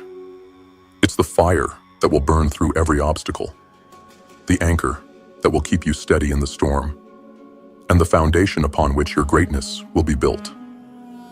Rise every morning with purpose, face every day with discipline, and let the world see what it means to be unyielding, unbreakable, and unstoppable. This is your time. This is your grind. And through discipline, this is how you take what is yours. Lesson 7. Discipline and routine. Discipline. A word that sends shivers down the spine of the weak, the complacent, the uncommitted. But for those who dare to rise above mediocrity, for those who crave greatness, discipline is not a burden. It is a weapon. It is the unrelenting force that keeps you moving forward when motivation fails, when the odds are stacked against you, and when the world wants to see you fall. You see, the secret to conquering life is not found in fleeting bursts of inspiration or moments of passion. No, the secret is in the grind. In the mundane, repetitive, often thankless routines you commit to every single day. Success is not glamorous. It is forged in the small, unremarkable moments when you choose discipline over distraction, focus over chaos, and action over excuses. Routine is your battlefield. Every habit you build, every ritual you follow, is a weapon in your arsenal. The world will throw challenges at you, hoping to catch you off guard. But if you have forged a routine, if you have trained yourself to face discomfort every day, then you are always ready. You become the calm in the storm, the unshakable force that cannot be rattled. Discipline is not just about getting things done. It's about who you become in the process. Every time you wake up early when you'd rather sleep in, every time you push through a workout when your body screams to quit, every time you stay focused when distractions beg for your attention, you are building something far greater than the task at hand. You are building mental toughness. You are building fortitude. You are building yourself. But here's the harsh truth. Discipline is painful. It demands sacrifice. It asks you to give up comfort, to reject instant gratification, to do what most people won't. That's why most people fail. They let their emotions rule them. They give in to laziness, to excuses, to the seductive lie that there's always tomorrow. But not you. You don't have time for tomorrow. You don't have time for weakness. Because every day you waste is a day you'll never get back. Start small. Discipline isn't built in grand gestures. It's built in the tiny, deliberate choices you make every day. Choose self-control when no one is watching. Choose effort when no one is applauding. Choose discomfort over ease, struggle over stagnation, grit over giving up. These small victories, these moments of self-mastery, compound over time. They turn you into a force to be reckoned with. Someone who doesn't just survive the challenges of life, but dominates them. Ask yourself, who will you become if you master your habits, if you conquer your routines? Who will you be if every small act of discipline you practice today transforms into unshakable strength tomorrow? The answer is simple. You will become unstoppable. You will become the person who looks at challenges and laughs, who sees obstacles as stepping stones, who stands unflinching while the rest crumble under pressure. So, cultivate your discipline. Forge your routine. Train yourself to endure discomfort, to embrace the grind, to do the hard things when no one else will. Because discipline isn't just a tool, it's your edge. It's the fire that will burn through every obstacle, the anchor that will keep you steady in the storm, and the foundation upon which your greatness will be built. Rise every morning with purpose. Face every day with discipline. And let the world see what it means to be unyielding, unbreakable, and unstoppable. This is your time. This is your grind. And through discipline, this is how you take what is yours. Lesson 8. Focus on process, not outcome. We live in a world obsessed with results. People want success, power, and wealth. Now. They salivate over the end goal, blinded by their hunger for the outcome.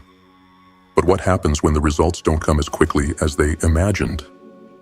What happens when the reward they feel entitled to remains just out of reach? They crumble. They quit. They call the process unfair and walk away, leaving their dreams to rot. But you are not like them. You don't chase shiny outcomes. You don't beg the world for rewards. You understand the truth they refuse to see. The outcome is irrelevant. The process is everything. Results are not guaranteed. You cannot control them, no matter how hard you try. What you can control is the work, the grind, the effort you put into every moment, every task, every decision. That is your power. That is where greatness is forged. Not in the results, but in the process. The process is your battlefield. It's the quiet, unglamorous fight you face every day when no one is watching. It's the sweat, the discipline, the relentless pursuit of excellence in every small, seemingly insignificant moment. The outcome? That's just a byproduct of the process. It's the shadow cast by the work you do. And if you stay committed to the process, if you pour everything you have into it, the results will come. Maybe not today, maybe not tomorrow, but they will come, and they will be worth it. Detach yourself from the results. Let go of entitlement. The world owes you nothing. No amount of wishing, hoping, or expecting will bring success to your doorstep. Only the process, the relentless grind, has the power to do that. Embrace the process with everything you have. Make it your obsession. Fall in love with the grind, the struggle, the repetition. Because that is where transformation happens. That is where you become unstoppable. When you stop focusing on the outcome, something incredible happens. You free yourself. You stop being a slave to your expectations and start mastering the present moment. You channel your energy into the only thing you can control, giving your best, right here, right now. And that, my friend, is where true power lies, in the ability to give everything you have, regardless of the results. Ask yourself, what would happen if you poured your soul into the process and let go of the need for immediate gratification? What would happen if you stopped chasing rewards and started chasing excellence in every step you take? You would become dangerous, unrelenting, a force no obstacle could withstand. Because when you focus on the process, you become immune to failure. The outcome no longer matters, only your effort does. The world doesn't respect those who wait for results. It bows to those who stay committed to the grind, who persevere in the face of uncertainty, who trust the process even when the rewards seem distant. So, let go of your need for validation. Let go of your expectations, and trust the process. Stay present, stay focused, and know that every ounce of effort you give is carving the path to your success. Because in the end, it's not the outcome that defines you. It's the work. It's the grit, the persistence, the refusal to quit when the results don't come. That's what makes you unbreakable. That's what makes you unstoppable. Focus on the process, commit to the grind, and let the world watch as you turn relentless effort into undeniable success. The outcome is just the shadow. You are the fire. Burn brighter, burn longer, and let nothing stand in your way. Lesson 9. Transform setbacks into strength. Setbacks. The cruel hand of fate that knocks you down, strips you of your illusions, and leaves you gasping for air. They will come for you, just as they've come for everyone who's dared to dream, dared to fight, dared to rise above mediocrity. The difference between the defeated and the triumphant is simple. The defeated see setbacks as the end, while the triumphant see them for what they truly are, opportunities to become stronger. You see, most people fear failure. They cower before it, avoid it, treat it as if it's a curse. But failure isn't the opposite of success. It's the foundation of it. You don't succeed in spite of your failures. You succeed because of them. Every setback you face is a lesson, a teacher, a forge where your character is tempered and your strength is built. The question is not whether you will fail. You will. You will fall. You will stumble. You will be betrayed, beaten down, and tested to the limits of your endurance. The real question is this: what will you do when it happens? Will you let the weight of failure crush you?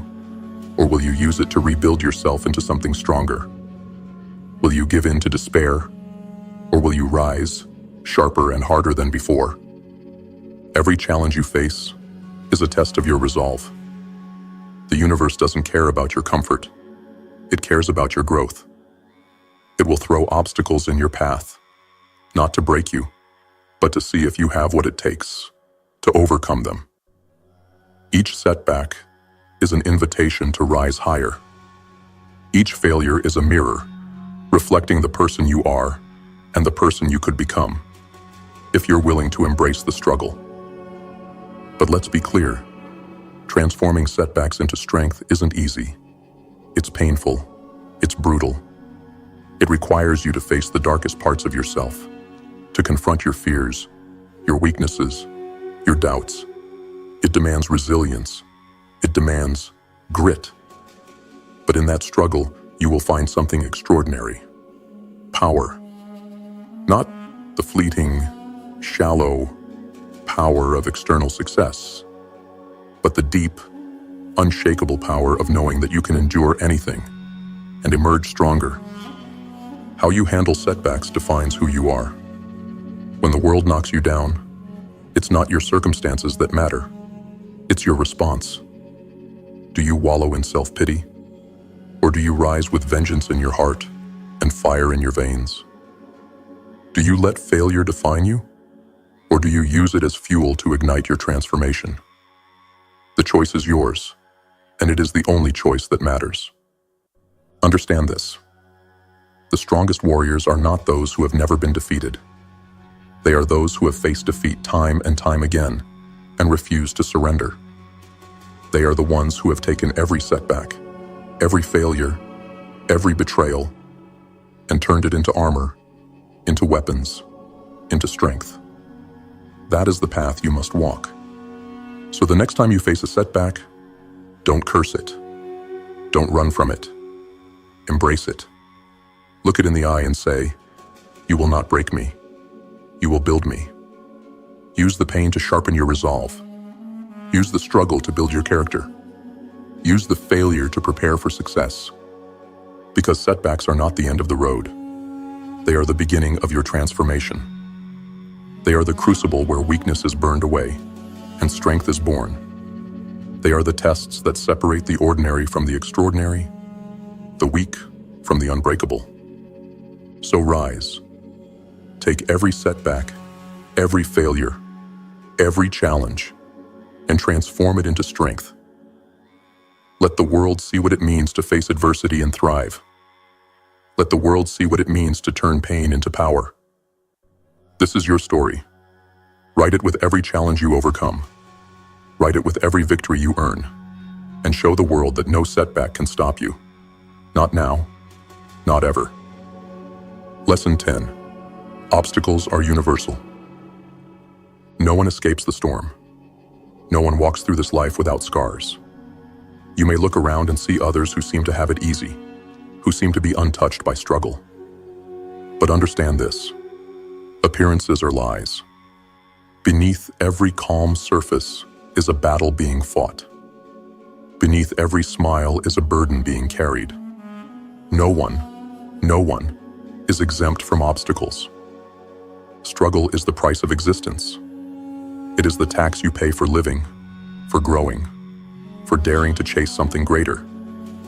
The sooner you accept this truth, the sooner you stop feeling like the universe is targeting you.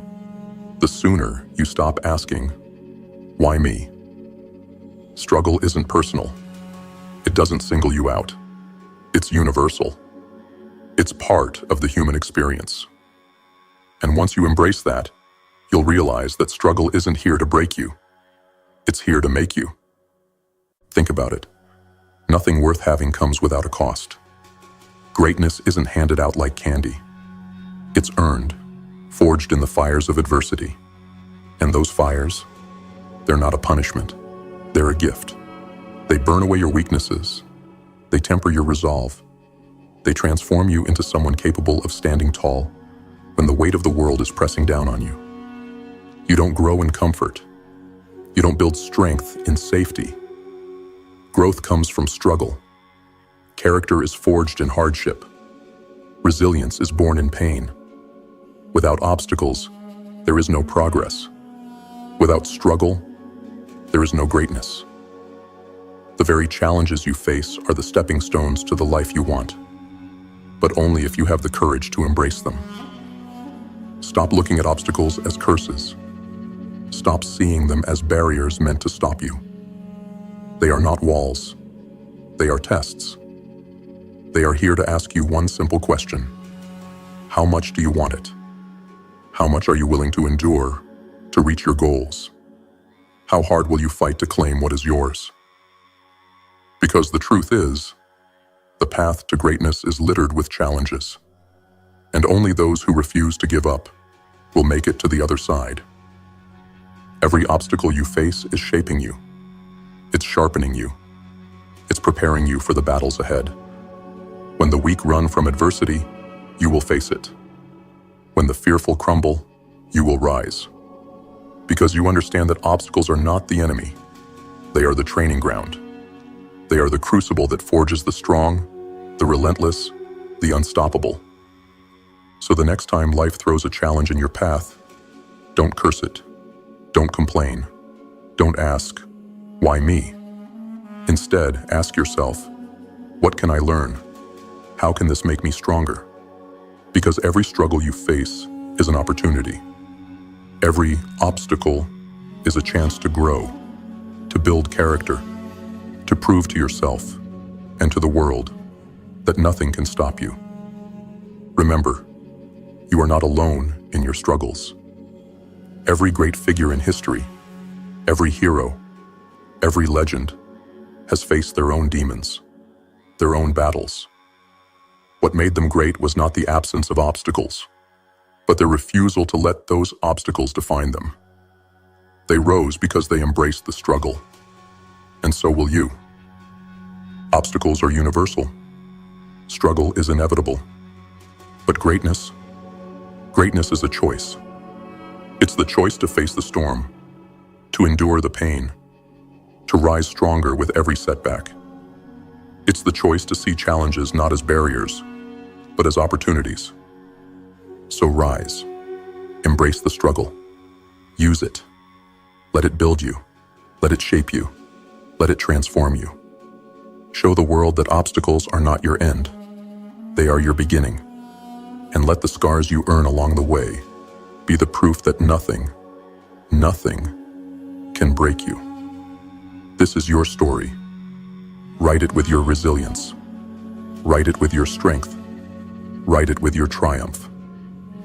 Lesson 11. Keep moving forward.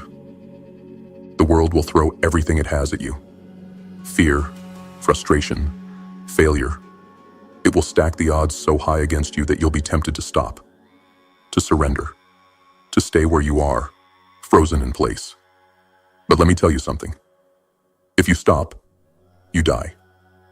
Not physically, no, but the part of you that dreams, the part of you that craves more, the part of you that dares to be great, that part will die. So keep moving forward. Crawl if you must, but move. Progress, no matter how small, is still progress. Each step, no matter how painful, takes you closer to the life you were meant to live. Standing still is not an option. Fear will whisper that you're not strong enough. Frustration will scream that it's not worth it. But fear and frustration are liars. They are tests, meant to see if you have the courage to push through. Show them you do. Life is not a straight path. The road will twist and turn. It will be blocked by obstacles so massive, they seem impossible to overcome. But here's the truth. No obstacle is truly immovable. If you can't go over it, go around it. If you can't go around it, break through it. And if you can't break through it, find another path entirely. Persistence and creativity are your weapons. Use them without hesitation. Do you think the greats achieved their success by walking an easy road? No. They faced walls taller than anything you can imagine. But they didn't stop. They didn't stand there, lamenting their fate, cursing their bad luck. They moved. They adapted. They found a way. And that's what you must do. Your journey will not be perfect. You will stumble. You will fall. You will face moments where the darkness feels endless, but that's when you must move the most. Because every step, no matter how small, pushes you closer to the light. And as long as you're moving, you're winning. As long as you're moving, the darkness cannot consume you. Let me ask you this. What will happen if you stop? What will happen if you let fear or frustration paralyze you? You already know the answer. You will stay exactly where you are. Trapped in mediocrity, chained by regret, haunted by the life you could have had if only you had kept moving. Don't let that be your story. Refuse to stop. Refuse to quit. Keep moving forward, not because it's easy, but because it's necessary. Keep moving forward, not because the path is clear, but because the destination is worth it. Even when progress is slow, even when every step feels like a battle, keep moving. Because every inch forward is an inch closer to your victory. Every step is proof that you are stronger than what stands in your way. You will face challenges. You will face setbacks. But you will also find solutions. You will find strength, and you will find that there is nothing more powerful than a person who refuses to stop. Persistence is the key to success. Creativity is the tool to overcome.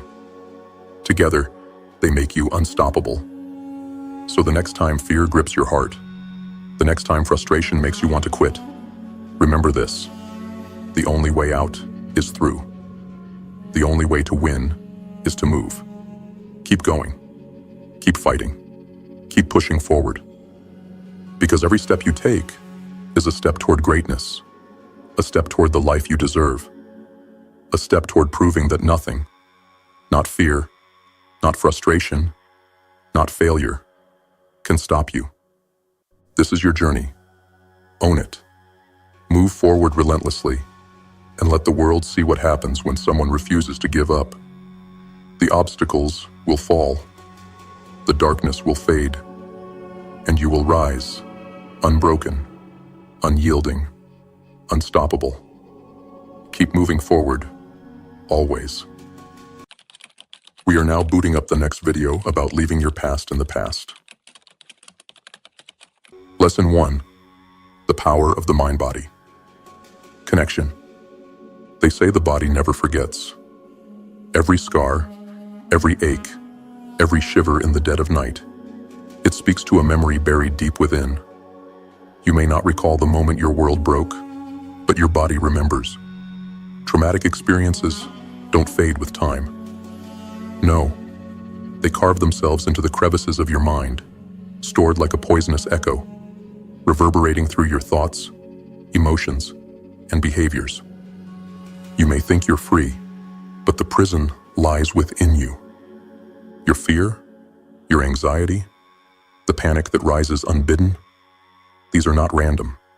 They are the chains of unprocessed memories, locked away, yet steering your every move. A touch, a sound, a smell. These things trigger reactions so visceral, so overwhelming, that you wonder if you're losing control. But the truth is harsher. You were never in control to begin with. Your mind holds the trauma, but your body carries the burden. The tension in your shoulders, the weight on your chest, the pit in your stomach. These are not just symptoms. They are messages. Messages from the past, screaming to be heard. And yet, most of us ignore them. We silence the cries with distractions, numb the pain with substances, or pretend it doesn't exist. But the body is relentless. It will not be ignored. What you refuse to face, it will force you to confront, again and again, until you decide to listen. Healing is not an easy path. It is not about forgetting or pretending the past didn't happen.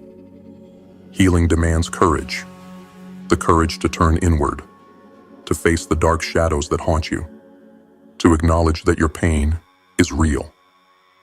Healing is not just a mental journey, it is a physical battle.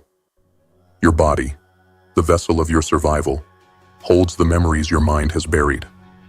To heal, you must reconnect the two. The mind and body are not separate entities. They are a singular force, a partnership forged in survival. You cannot heal the mind without tending to the body. You cannot release the body's pain without addressing the mind's torment. This is the truth most ignore. Healing is integration. It is the merging of thought and sensation, of memory and movement. You must learn to sit with the discomfort. Feel the tension, the ache, the heaviness that has become so familiar. These sensations are not your enemy. They are your guide. They will lead you to the places that need healing. The places that need your attention, your compassion, your strength. When you face the trauma stored in your body, when you let it rise to the surface, it will feel unbearable. It will feel like drowning. But in that storm lies your freedom. On the other side of the pain lies the life you were meant to live. A life where your past no longer controls you. You have been at war with yourself long enough. The battlefield is your body, your mind, your soul. But this is not a war you win through resistance. This is a war you win through surrender. Surrender to the process, to the pain, to the truth. Only then will you reclaim your power. The body remembers? Yes. But it can also release. It can heal. The mind holds the scars, but it can also create. It can grow. You are not broken. You are not beyond saving. You are a masterpiece in the making, forged in fire, tempered by pain, and stronger than you can imagine. The power of the mind-body connection is the power to transform, to rise from the ashes of your trauma, to reclaim your life. So ask yourself, are you ready to face what you've been running from? Are you ready to heal? Because your body is waiting, your mind is waiting, and the life you've been longing for is waiting. The only question is, will you step into the fire and find the strength to rise? The choice is yours. It always has been. Lesson 2. Trauma shapes your perception of the world. Trauma doesn't just mark you, it warps you. It sinks its claws into your mind and twists the lens through which you view the world. Every encounter, every decision, every thought becomes filtered through the shadow of what you've endured. You begin to live in a world that is not the world. It's your world, shaped by fear, mistrust, and pain. You think you're protecting yourself, don't you? You build walls so high, no one can climb them. You harden yourself, believing that if you feel nothing, nothing can hurt you. But the truth is, trauma doesn't shield you. It controls you. It whispers lies into your ear. You're not safe.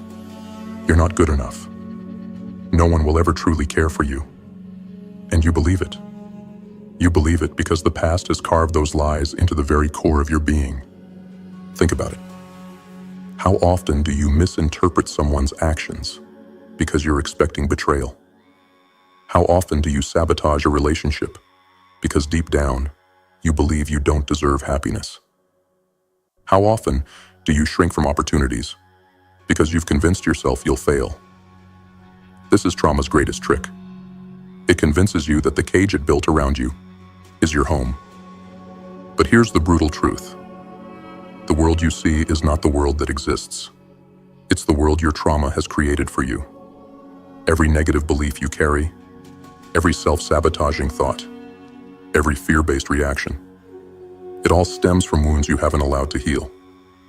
You're living in the shadow of your past, and until you confront it, you will never step into the light. Now, here's the hard part. Changing your perspective isn't easy. It's not about simply letting go or moving on. It's about looking your trauma in the eye and saying, you don't own me anymore. It's about questioning every belief you've built around your pain and tearing down the lies, one by one. It's about recognizing that the world isn't out to get you, that not everyone will hurt you, and that you are not defined by what has happened to you. But make no mistake, this process will be messy. It will be painful. Because healing requires you to revisit the very moments you've been running from. It requires you to sit with your anger, your sadness, your fear, and acknowledge that it is real, that it happened, that it shaped you. But here's the thing. Just because trauma shaped you doesn't mean it has to define you. You have the power to rewrite your story, to stop seeing yourself as a victim and start seeing yourself as a survivor, to stop interpreting every setback as proof of your unworthiness and start seeing it as a challenge to grow. Your past may have written the first few chapters, but the rest of the book is yours to write. Imagine the freedom of stepping out of your trauma's shadow. Imagine looking at the world and seeing possibility instead of threat. Imagine interacting with others from a place of trust instead of suspicion. This is what awaits you on the other side of healing.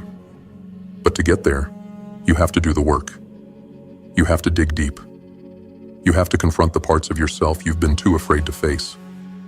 Trauma shapes your perception, yes, but it doesn't have to own it. You can change the lens through which you see the world. You can reclaim your mind, your emotions, your life. But you have to decide. Will you continue living in the prison your past built for you? Or will you break free and step into the world as it truly is, full of possibility, connection, and hope? The choice is yours. It's always been yours. So, rise up, face your pain, tear down the lies, reclaim your life. And remember this, you are not your trauma. You are the fire that will burn through it and emerge stronger, brighter, and more unstoppable than ever before. The world is waiting. Are you ready to see it for what it truly is? Lesson 3. Unprocessed memories. Create emotional triggers. You're walking through life, thinking you're in control. You tell yourself, I've moved on. The past is behind me. But then it happens. A sound, a smell, a fleeting moment. And suddenly, you're not here anymore. You're back there, back in the pain, back in the fear, back in the chaos you swore you'd buried. Your body tenses, your heart races, and your mind spins in circles, grasping for a way out of the invisible storm. This is the power of unprocessed memories. They don't sit quietly in the past, fading with time. No, they lurk in the shadows of your mind, waiting for the perfect moment to strike. And when they do, they hit hard.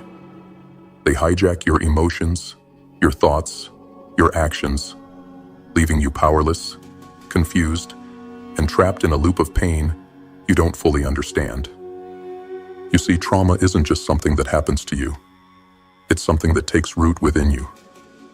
When you experience something so overwhelming, so painful, your mind doesn't know what to do with it.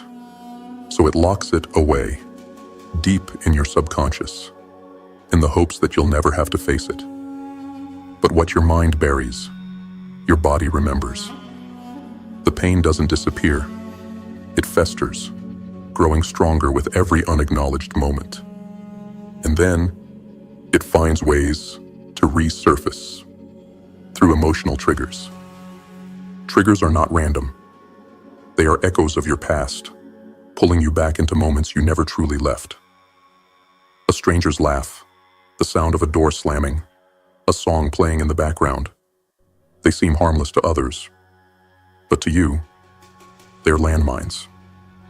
You step on one, and suddenly, you're no longer standing in the present. You're drowning in a memory, reliving the emotions you never processed, feeling the pain as if it were happening all over again. But here's the truth no one likes to admit. You can't outrun your triggers. You can't numb them with distractions or bury them with busyness. They will always find you. They will always pull you back into the past until you decide to face them. Because the only way out is through. To break free, you have to turn toward the very thing you've been avoiding. You have to confront the memories you've locked away and feel the emotions you've suppressed for so long. This is not a gentle process. It's brutal. It's raw. It's messy. But it's also necessary.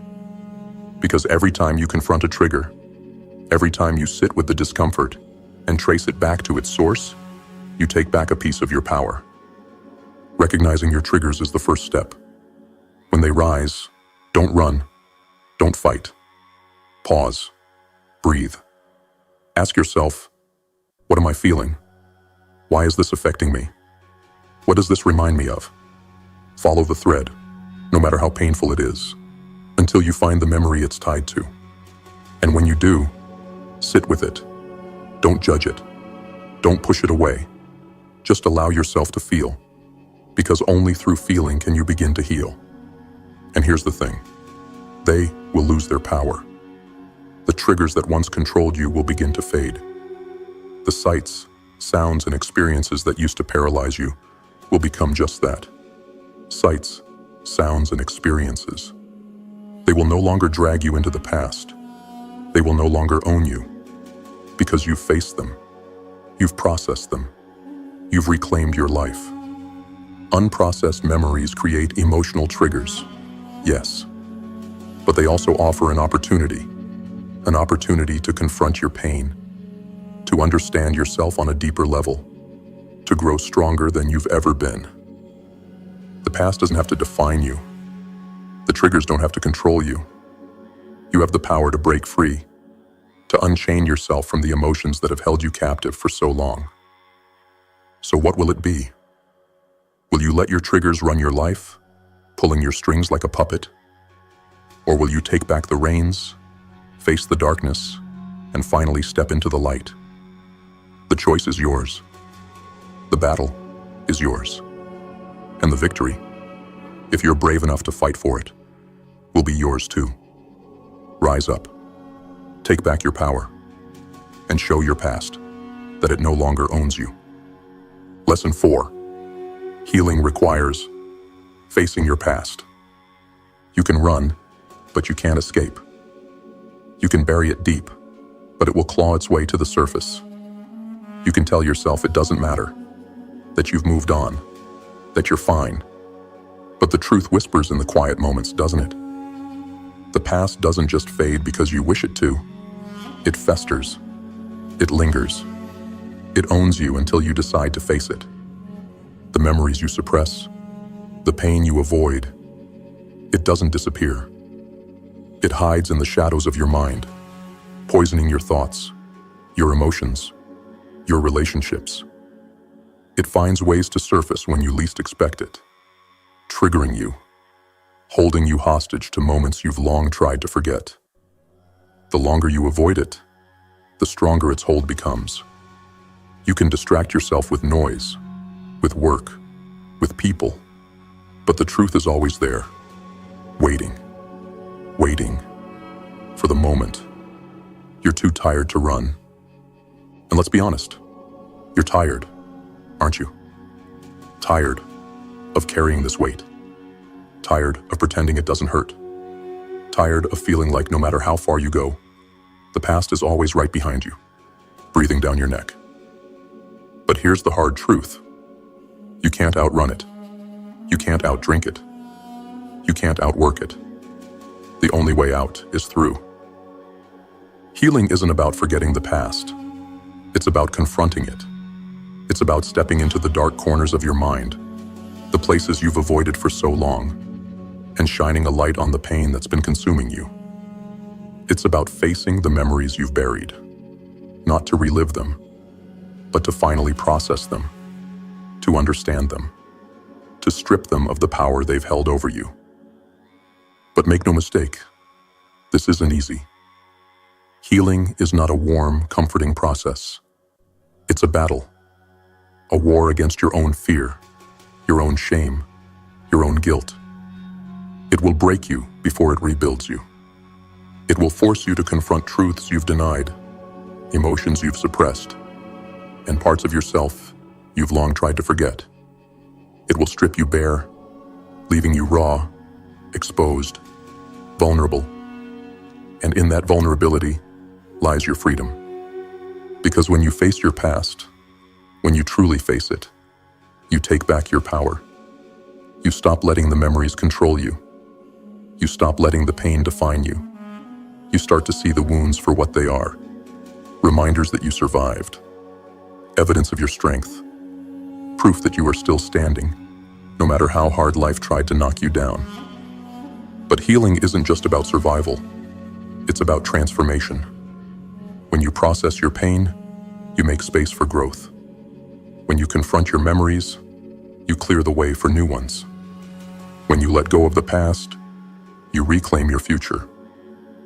This is the work of healing. Not to forget, but to let go. Not to erase, but to integrate. Not to pretend it didn't happen, but to decide it will no longer control you. So, are you ready to face it?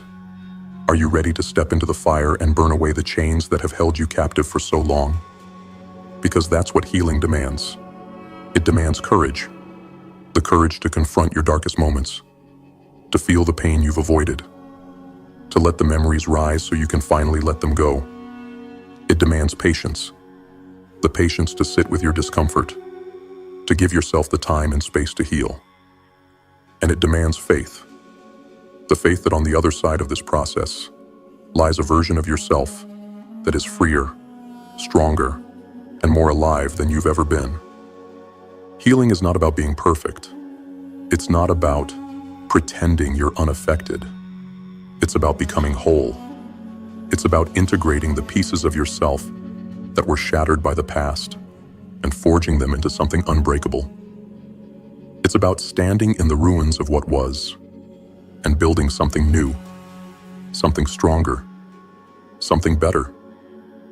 You have the power to face your past. You have the strength to process your pain. You have the courage to let go of what no longer serves you. The question is, will you choose to face it? Or will you continue running, knowing that the longer you run, the harder it will be to escape? The choice is yours. The battle is yours. And the victory, it will be yours too, if you're brave enough to fight for it. So rise, face the pain, confront the memories, reclaim your life. Because healing isn't a gift you're given. It's a war you win. And you were born to win. Lesson 5. Resilience and growth are possible. They told you to move on. They told you to let it go. But how can you? How do you just let go of the weight that has chained you to the ground for years? How do you move on when the echoes of your pain still haunt your mind, your body, your very soul? People tell you to heal as if it's simple, as if it's just a choice you make. But what they don't tell you is this: healing isn't pretty. It's a war, a battle fought in the depths of your being, where every scar, every wound, every shattered piece of your past must be confronted. But here's the truth no one can deny. Resilience is born in that battle. Growth is forged in the fire of your pain. The same trauma that broke you, that shattered you into 1,000 pieces, is the very thing that can make you stronger, if you let it. The question is, are you willing to face the flames? Are you ready to rise from the ashes of everything that tried to destroy you? Understand this: you are not the person you were before the pain. And that's a good thing. The trauma, the suffering, the betrayal, it changed you. It took something from you, yes, but it also left you with something: the raw materials of resilience. And resilience doesn't mean you forget what happened. It doesn't mean you erase the memories or pretend the pain wasn't real. No, resilience means you take that pain and transform it. You process it, release it, and let it fuel your growth. But here's the hard part: you can't grow if you're still clinging to the weight of your trauma. That weight may feel familiar, even comfortable in its own twisted way. It's shaped your identity for so long, hasn't it? The anger, the fear, the mistrust, they've been your armor. But armor becomes a prison when you refuse to take it off. If you want to reclaim your sense of self, you must shed that weight. You must face the pain, process it, and let it go. Not to forget, but to make room for something greater: your growth. The process will be messy. It will be painful. It will strip you down to your core and force you to look at the raw, unfiltered truth of who you are and what you've endured. But when you come out on the other side, and you will come out, you'll be unrecognizable.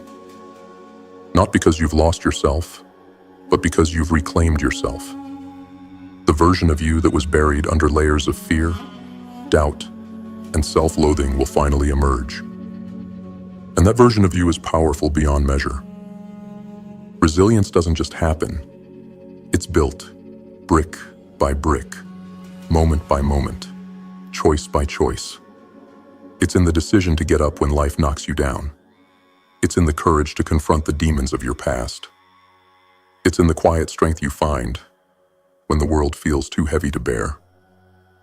And as you build that resilience, you'll find that the things that once broke you no longer hold power over you. The triggers that once sent you spiraling will lose their grip. The fear that once ruled your life will dissolve. And then, something extraordinary will happen. You will grow. Not just emotionally, but in every way that matters. Your relationships will transform as you learn to connect from a place of strength rather than fear. Your perspective will shift as you realize that the world is not your enemy. It's your canvas, and your life will open up in ways you never thought possible.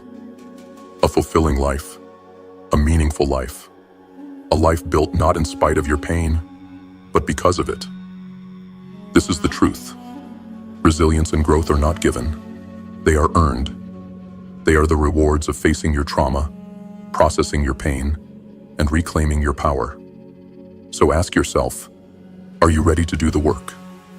Are you ready to break free from the chains of your past and step into the person you were always meant to be? Because that person is waiting for you. They've been waiting all along. Stronger, wiser, unshakable. You've been through hell, yes, but you're still here. And as long as you're here, the story isn't over. Resilience is possible. Growth is possible. A new life is possible. But you must fight for it. You must demand it. And you must believe, with every fiber of your being, that you are worth it. The choice is yours. The battle is yours. And the victory, it belongs to you, if you're willing to rise. So rise. Face the pain. Build your resilience. And show the world, and yourself, that you are so much more than what tried to break you. You are unbreakable. You are unstoppable. You are ready. Lesson 6. Self-awareness is key. Look in the mirror. Who do you see? Is it truly you? Or is it a reflection of your past? The fears, the failures, the scars you've carried for so long that you've forgotten what it means to be free. Most people walk through life blind to the truth of who they are. They live on autopilot, shackled by beliefs they never chose, guided by patterns they never questioned. And so, they remain trapped, prisoners of their own minds. But not you. Not anymore. You've been called to face the truth, to see yourself as you truly are, to uncover the dark roots of your thoughts, beliefs, and behaviors. Because here's the cold, hard reality. Everything you think, everything you feel, everything you do, it has a source. And more often than not, that source lies buried in your past. The wounds you've ignored, the pain you've suppressed, the lies you've told yourself to survive. They're all there, shaping your every decision, dictating your every move. You think your anger is just anger? Your fear just fear? Your self-doubt just a fact of life? No. They are echoes of the past, shadows cast by moments you've refused to face. Until you understand where they come from, they will control you. Until you pull them into the light, they will hold you hostage. Self-awareness is the weapon you've been searching for. It's the blade that cuts through the illusions, the lies, the excuses. It's the mirror that shows you the raw, unfiltered truth of who you are and why you are the way you are. But make no mistake, this path is not for the faint of heart. To be self-aware is to confront your own darkness, to admit that some of the pain you feel is pain you've chosen to carry, to acknowledge that some of the chaos in your life is chaos you've created. This is not about blame. It's about power. Because once you see the truth, once you understand how your past has shaped your present, you gain something extraordinary, the power to change it. You are not your past. You are not your trauma. You are not the mistakes you've made or the beliefs you've inherited.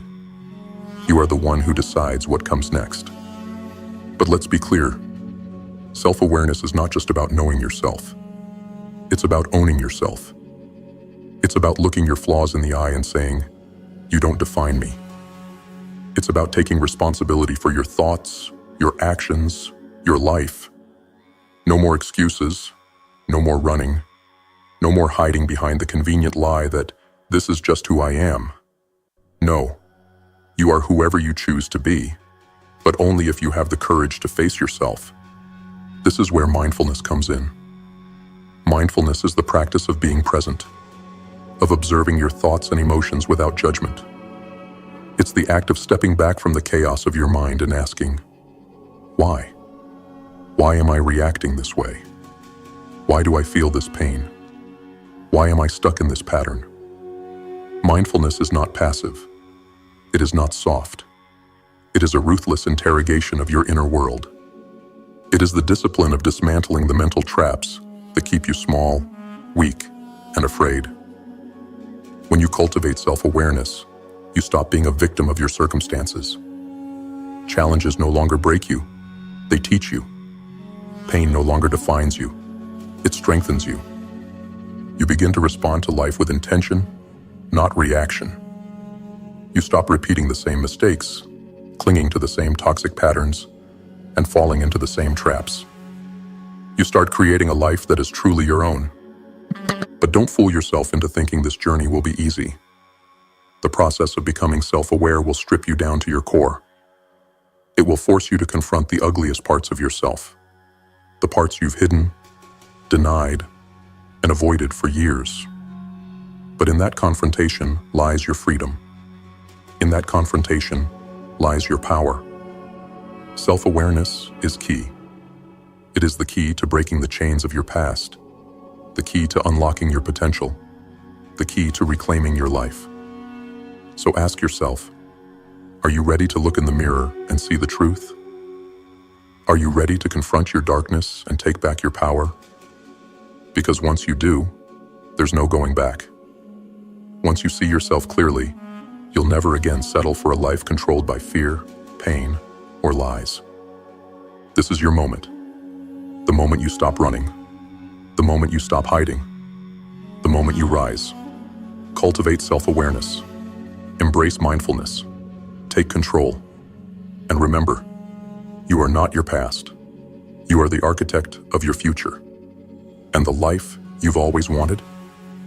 It begins the moment you decide to claim it. Lesson 7. You are not defined by your past. You've been told a lie so insidious that it has wrapped itself around your identity, whispering to you in the dead of night, chaining you to a version of yourself that no longer exists. The lie is this: you are your past. That lie is a prison. It convinces you that the pain you've endured, the mistakes you've made, the traumas you've carried, that they define you. It tells you that you are broken, unworthy, incapable of becoming more than the shadows that haunt you. And maybe, for a time, you believed it. Maybe you still do. But here's the truth no one wants to say. Your past happened. Yes. The scars are real. The wounds are deep. But they do not define you unless you let them. Trauma is not your identity. It is a chapter in your story, not the whole book. The person you were when the pain struck is not the person you are now, and it's certainly not the person you are destined to become. Look at yourself. Look at the strength it took to survive what you went through. Look at the resilience in your veins, the fire in your soul, the unyielding will that has kept you moving forward, even when everything in you wanted to give up. That strength, that fire, that is who you are. Not your trauma, not your failures, not your mistakes. But let's not sugarcoat this. Moving beyond your past will not happen by chance. It won't happen simply because you wish it so. No, rewriting your narrative is a war against the voices in your head that tell you you're not good enough. A war against the memories that threaten to pull you back into the darkness. A war against the version of yourself that clings to the pain because it's the only thing that feels familiar. To move beyond your past, you must confront it. You must stand face to face with the moments that broke you and say, "You do not own me anymore." You must strip away the layers of shame, guilt, and fear that have buried your true self. And you must do it over and over again until the weight of your past no longer defines the shape of your future. This is not about forgetting. You don't erase your trauma. You don't pretend it didn't happen. You own it. You take it in your hands, you look it in the eye, and you say, "You were part of my story, but you are not the end of it." You take the pain, the lessons, the strength you've gained, and you forge something new. Because here's the thing about the past. It only has the power you give it. The chains that bind you are made of your own fear, your own doubt, your own unwillingness to let go. But the moment you decide, truly decide, that you are more than what happened to you, those chains will break. You have the power to rewrite your narrative, to take the pen from the hands of your past and write a story that is yours, and yours alone.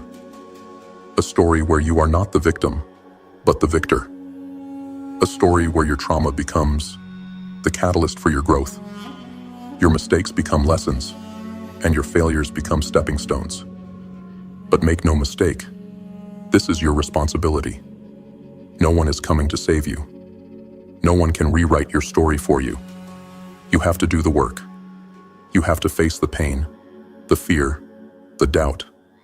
You have to fight for the life you deserve. And when you do, you'll realize something extraordinary. You were never broken. The pieces of you that were scattered by the storm, they were waiting for you to pick them up and build something stronger, something unbreakable. You are not defined by your past. You are defined by what you choose to do with it. Will you let it control you, confine you, define you? Or will you rise, take back your power, and become the person you were always meant to be? The choice is yours. It always has been. So, rise. Rewrite your narrative. Prove to yourself and to the world that you are so much more than the shadows that tried to consume you. You are the storm. You are the fire. You are unstoppable. And your story? It's just beginning. Lesson 8. It's never too late to heal. Time. It feels like the enemy, doesn't it? The years pass, the wounds linger, and somewhere along the way, you start to believe it's too late. Too late to heal. Too late to change. Too late to reclaim the life you lost. But that belief, that's the lie that keeps you chained to your pain. And today, we shatter that lie. Because here's the truth. As long as you're breathing, it's not too late. No matter how long it's been, no matter how deep the scars, no matter how heavy the burden, you have the power to heal. You are not broken beyond repair. You are not too far gone. The past does not own you unless you let it. Your brain, the very organ that carried the weight of your trauma, also holds the key to your recovery. Neuroplasticity, that's what they call it. The brain's ability to adapt, to rewire itself, to rebuild. Your mind is not a static machine. It's a living, evolving force. And it has the capacity to create new pathways, to let go of the patterns of pain and fear that have held you hostage. But that process doesn't happen on its own.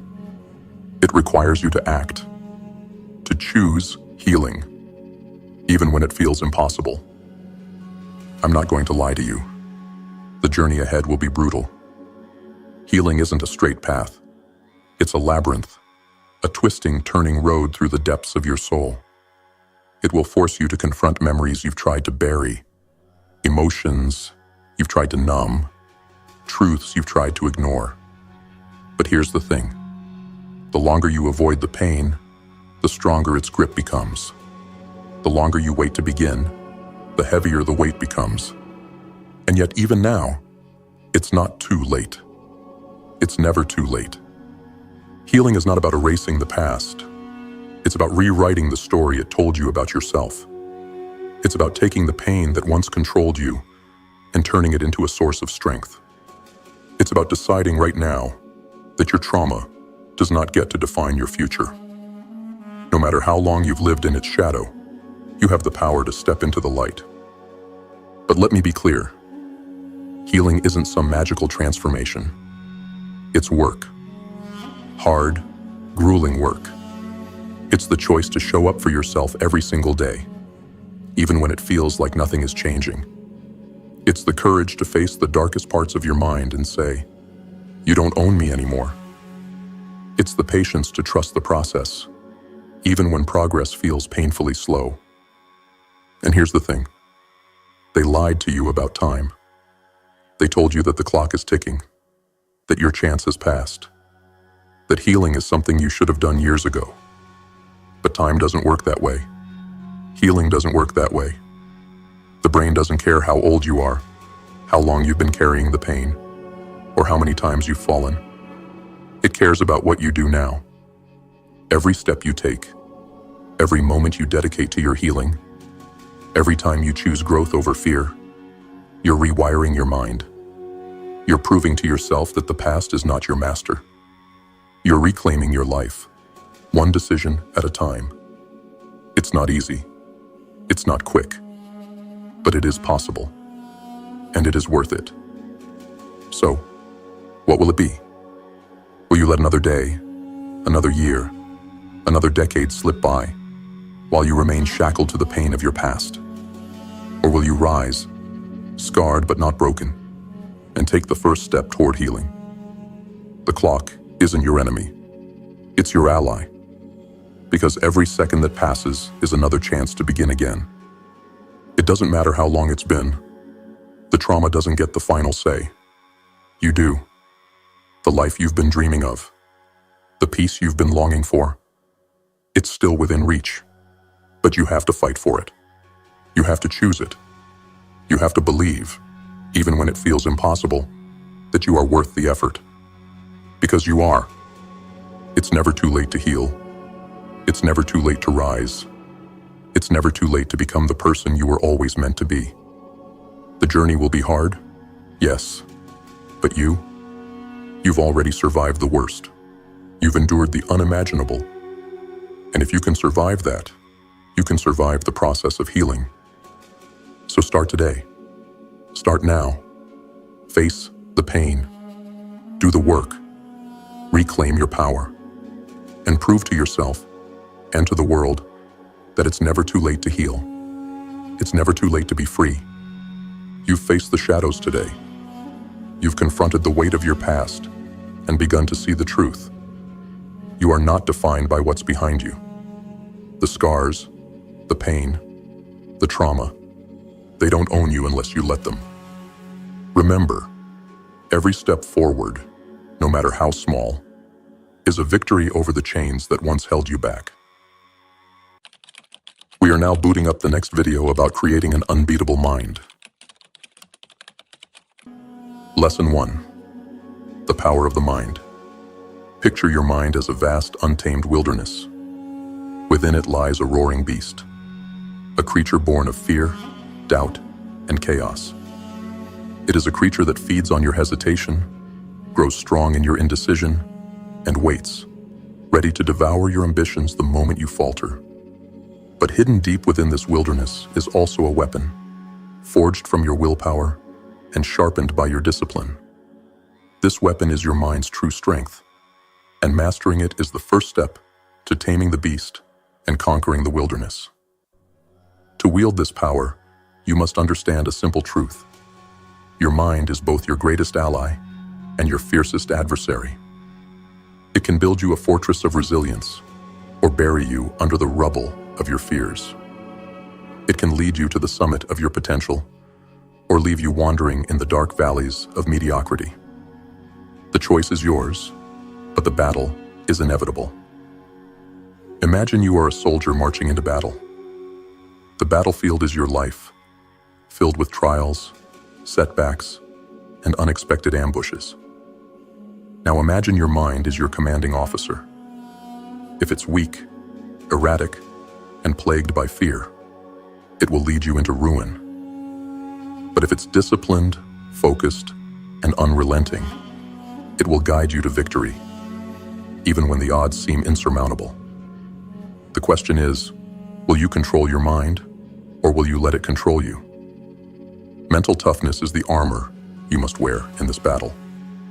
It is forged in the fires of discipline and shaped by your ability to withstand pain without breaking.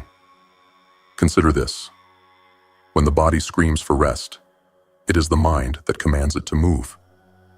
When emotions surge like a storm, it is the mind that must steady the ship.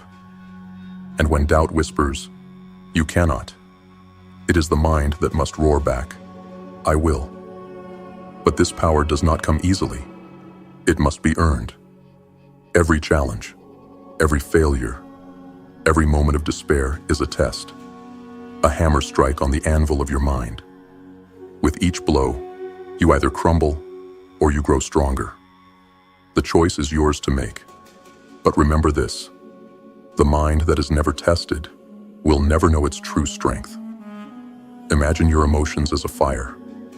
Uncontrolled, they burn everything in their path. Relationships, opportunities, dreams. But if you harness that fire, if you control its intensity, it becomes your forge. It becomes the source of your transformation, the heat that strengthens your resolve and sharpens your focus. Emotional control is not the absence of feeling. It is the mastery of it. It is the ability to turn anger into determination, fear into courage, and failure into fuel. Let me ask you this. How often do you allow your emotions to dictate your decisions? How often do you let doubt chain you, fear blind you, or anger derail you? This is where you must stand firm. This is where you must remind yourself that the mind is the master of all. If you master it, you can bend the world to your will. If you fail, the world will bend you to its will.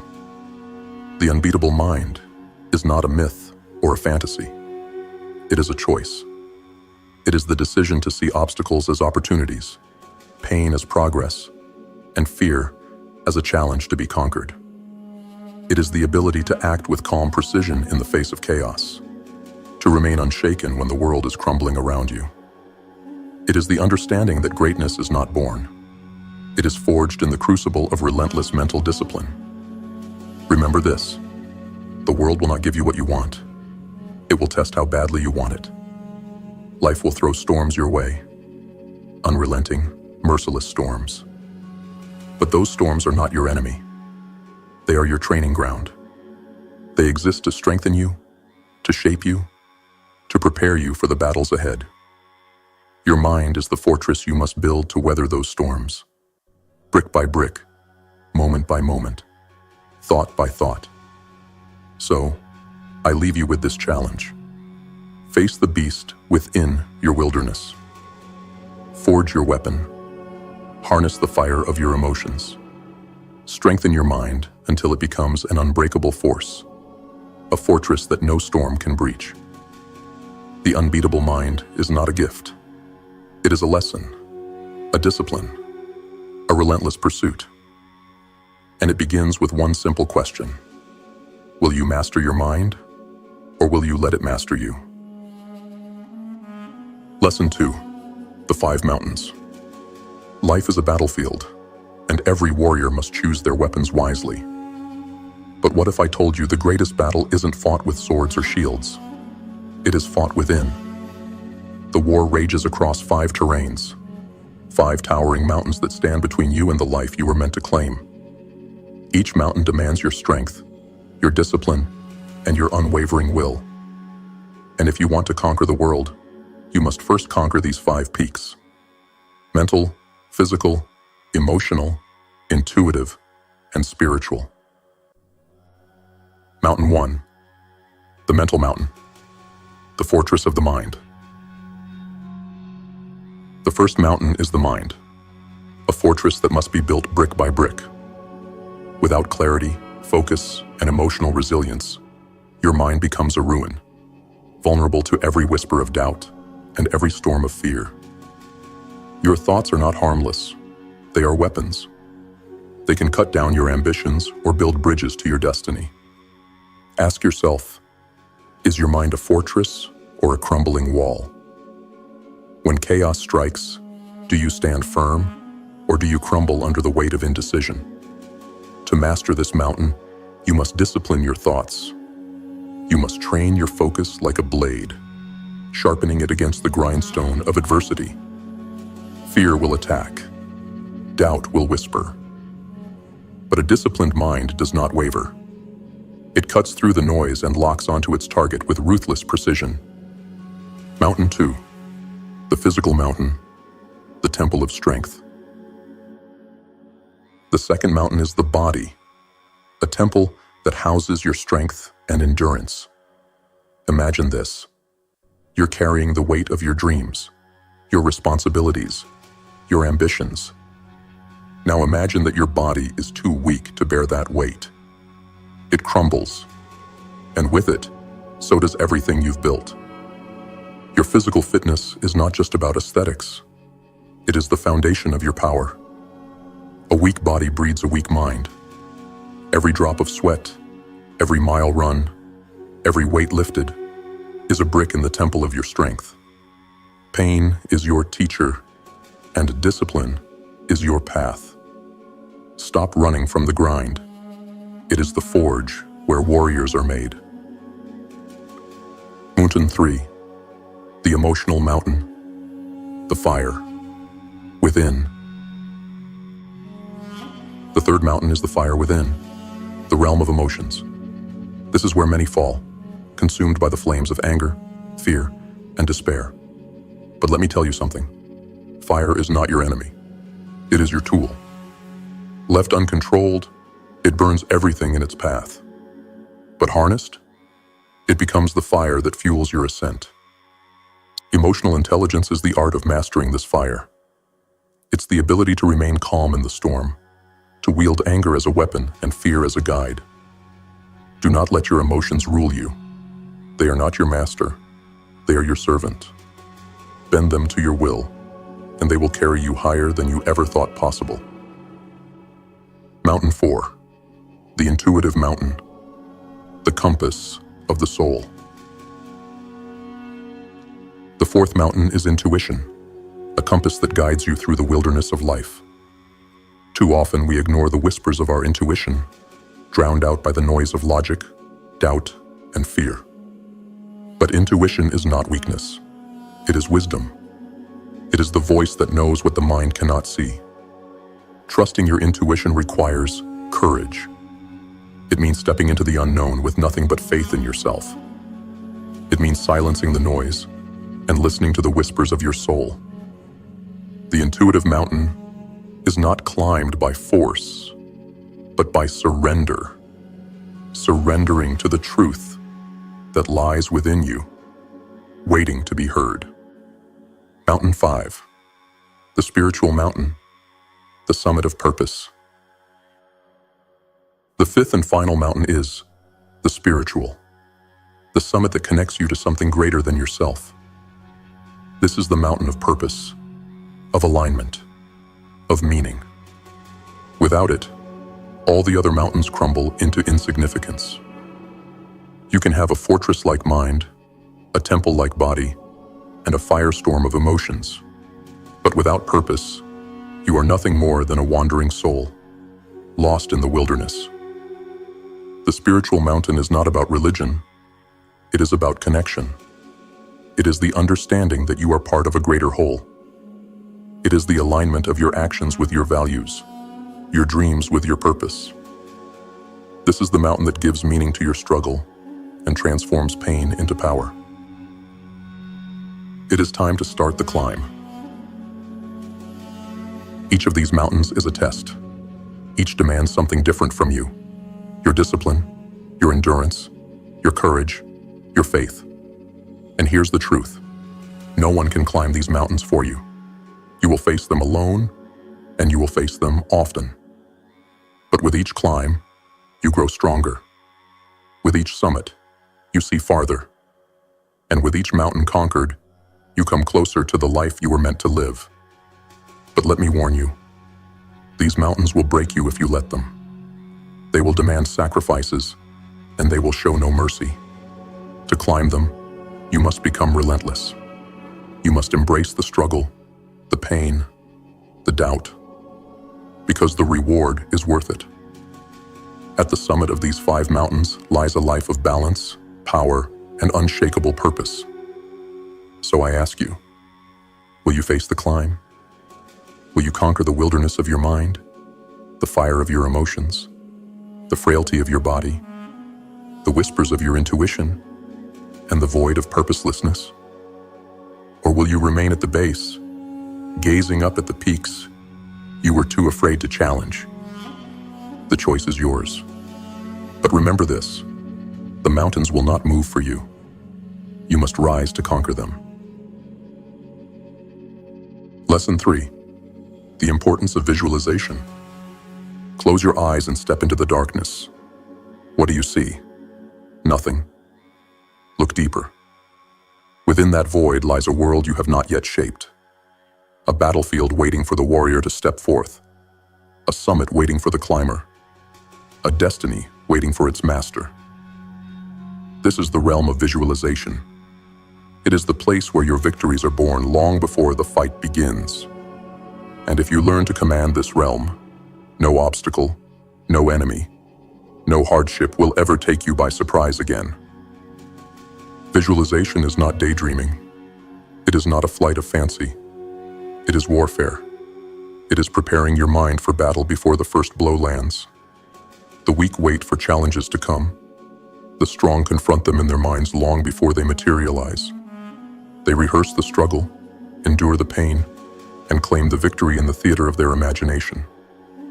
When the moment of truth arrives, they do not falter. Why? Because they've already been there 1,000 times before. Imagine yourself as a general preparing for war. The battlefield is life, and the enemy is adversity. Relentless, unforgiving, merciless. Do you march in blindly, hoping to react to whatever comes your way? Or do you study the terrain, plan your moves, and anticipate the enemy's every strike? Visualization is your strategy. It is your map through the chaos. Without it, you are lost. With it, you are unstoppable. But let me warn you, this is not a comfortable process. To visualize is to confront your fears before they manifest. It is to feel the weight of failure before you even begin. You must see the obstacles, taste the bitterness of defeat, and endure the pressure of the fight, all within the safe confines of your mind. It will hurt. It will test you, but it will also prepare you. Think of visualization as forging a sword. The heat of your imagination shapes it. The hammer of repetition strengthens it, and the grindstone of clarity sharpens it. Every mental image, every scenario you rehearse, is a strike of the hammer, a pass of the blade over the stone. When the moment comes to wield that sword in the real world, it will not fail you. It will cut through your challenges with precision and power. Consider this. The greatest warriors, athletes, and leaders in history did not achieve greatness by chance. They saw the victory in their minds long before it became a reality. They rehearsed the moments of triumph, yes, but they also rehearsed the struggle. They saw the sweat, the pain, the fear, and they overcame it all within their minds before facing it in life. They visualized themselves standing tall, unbroken, and victorious, and then they made it so. But visualization is not just about seeing the victory. It is about feeling it, tasting it, living it. You must immerse yourself in the mental rehearsal. See the sweat on your brow. Hear the roar of the crowd or the silence of solitude. Feel the weight of the challenge pressing down on you. Make it real. Because the mind does not know the difference between imagination and reality. What you rehearse in your mind, your body will execute with precision. Let me ask you this. Do you see the life you want? Do you see yourself conquering the challenges that stand in your way? Or do you wander through the fog of uncertainty, blind to the power you hold within you? Visualization is not a luxury. It is a necessity. Without it, you are like a ship without a compass, adrift in the storms of life. With it, you are a guided missile, locked onto your target, relentless and unyielding. When the storm comes, And it will come. You will not have time to hesitate. You will not have the luxury of figuring things out on the fly. But if you have already faced the storm in your mind, if you have rehearsed your response and felt the sting of the rain, you will not falter. You will rise, prepared and unshaken, because you have already lived this moment 1,000 times before. Visualization is the ultimate act of defiance. It is staring into the abyss of the unknown and saying, I've already seen this. I've already conquered it. It is training your mind to thrive in chaos, to endure the pain, and to emerge victorious no matter what. And it is the realization that the mind you prepare today will be the weapon you wield tomorrow. So I challenge you, step into the darkness. Close your eyes and see the life you want. See the battles you will face. Feel the pain, the fear, the struggle, and overcome them in your mind. Prepare yourself for the storm so that when it comes, it will not break you. Instead, it will reveal the warrior you have become. Remember this: the mind that visualizes victory will create it. The mind that rehearses strength will manifest it. The mind that faces its fears will conquer them. Visualization is not a tool. It is a weapon. And in the hands of a relentless warrior, it can shape the impossible into reality. The question is not whether you can win. The question is, can you see yourself winning? The battle begins in your mind. Start there, and the world will follow. Lesson 5. Mindfulness and meditation. Close your eyes and listen to the noise. The endless chatter in your mind. The whispers of doubt. The roar of fear. The ceaseless echoes of your past failures and future anxieties. They never stop, do they? Like a storm raging within, this internal chaos consumes you, drowning out the voice of your true self. This storm is your prison, and the key to breaking free, it lies in the stillness. It lies in mindfulness. It lies in meditation. Let me tell you a truth most fear to face. You are at war with your own mind. Every day, every hour, every moment, it battles to control you. It throws distractions in your path, poisons your thoughts with negativity, and blinds you to the power you hold within. But what if you could master this chaos? What if you could silence the storm? What if you could take the reins of your mind and wield it as a weapon, instead of letting it wield you as a victim? This is the power of mindfulness. This is the power of meditation. These are not soft practices for those seeking temporary peace. No, these are the tools of warriors, the discipline of those who seek to conquer themselves before they conquer the world. Mindfulness is the blade that cuts through the noise, and meditation is the forge where that blade is sharpened. You must start with the chaos within. Your mind is a battlefield. Every thought, every emotion, every distraction is a soldier fighting for control. The problem is, most people never realize this. They let the noise rule them. They react to every impulse, follow every thought down a rabbit hole, and let fear, doubt, and anger dictate their actions. They are prisoners of their own minds, chained by the chaos they refuse to confront. But here's the truth.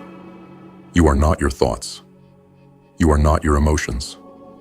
You are the observer, the commander, the master of the mind, not its slave. To realize this, to claim this power, you must first step into the storm. You must face the chaos head on. This is where mindfulness begins. Now you must use the blade of mindfulness. Mindfulness is the act of seeing clearly. It is the ability to stand in the storm of your thoughts and emotions without being swept away. It is the practice of observing your mind as it races, acknowledging its chaos without judgment, and choosing not to react. Mindfulness is not passive. It is active resistance. It is taking back control. One thought, one breath, one moment at a time. Imagine your mind as a river, rushing and wild. Most people are dragged along by the current, powerless to resist. But mindfulness is the act of stepping onto the riverbank. It is the realization that you are not the current. You are the observer. And from this place of clarity, you can begin to choose which thoughts to entertain, which emotions to embrace, and which to let pass like leaves on the water. You then must enter the forge of meditation. If mindfulness is the blade, meditation is the forge. It is the practice that strengthens your ability to focus, to calm the storm, and to cultivate clarity. Meditation is not about silencing the mind completely. That is a myth. The mind will always produce thoughts. That is its nature. Meditation is about learning to let those thoughts come and go without being controlled by them. It is about finding stillness in the chaos. Picture yourself sitting in the heart of a storm. The winds howl, the rain lashes, and the thunder roars. Meditation is the practice of finding the eye of the storm, the place of calm amidst the fury. It is the daily act of returning to this place, training your mind to find stillness, no matter how wild the chaos becomes. And with each practice, the storm weakens. With each breath, the noise quiets. With each moment of stillness, you grow stronger. Now it is time to cultivate the warrior's discipline. Meditation is not easy. It is not glamorous. It will not bring instant results. The first time you sit in stillness, your mind will rebel. It will scream at you, distract you, and tempt you to quit. But this is the test. This is where the warrior's discipline is forged. Meditation is not about feeling good in the moment. It is about building the mental strength and clarity to face life's challenges with unwavering focus. Start small, a few minutes a day. Sit in stillness. Focus on your breath, and watch your thoughts without judgment. It will be uncomfortable. It will be frustrating. But this is where growth happens.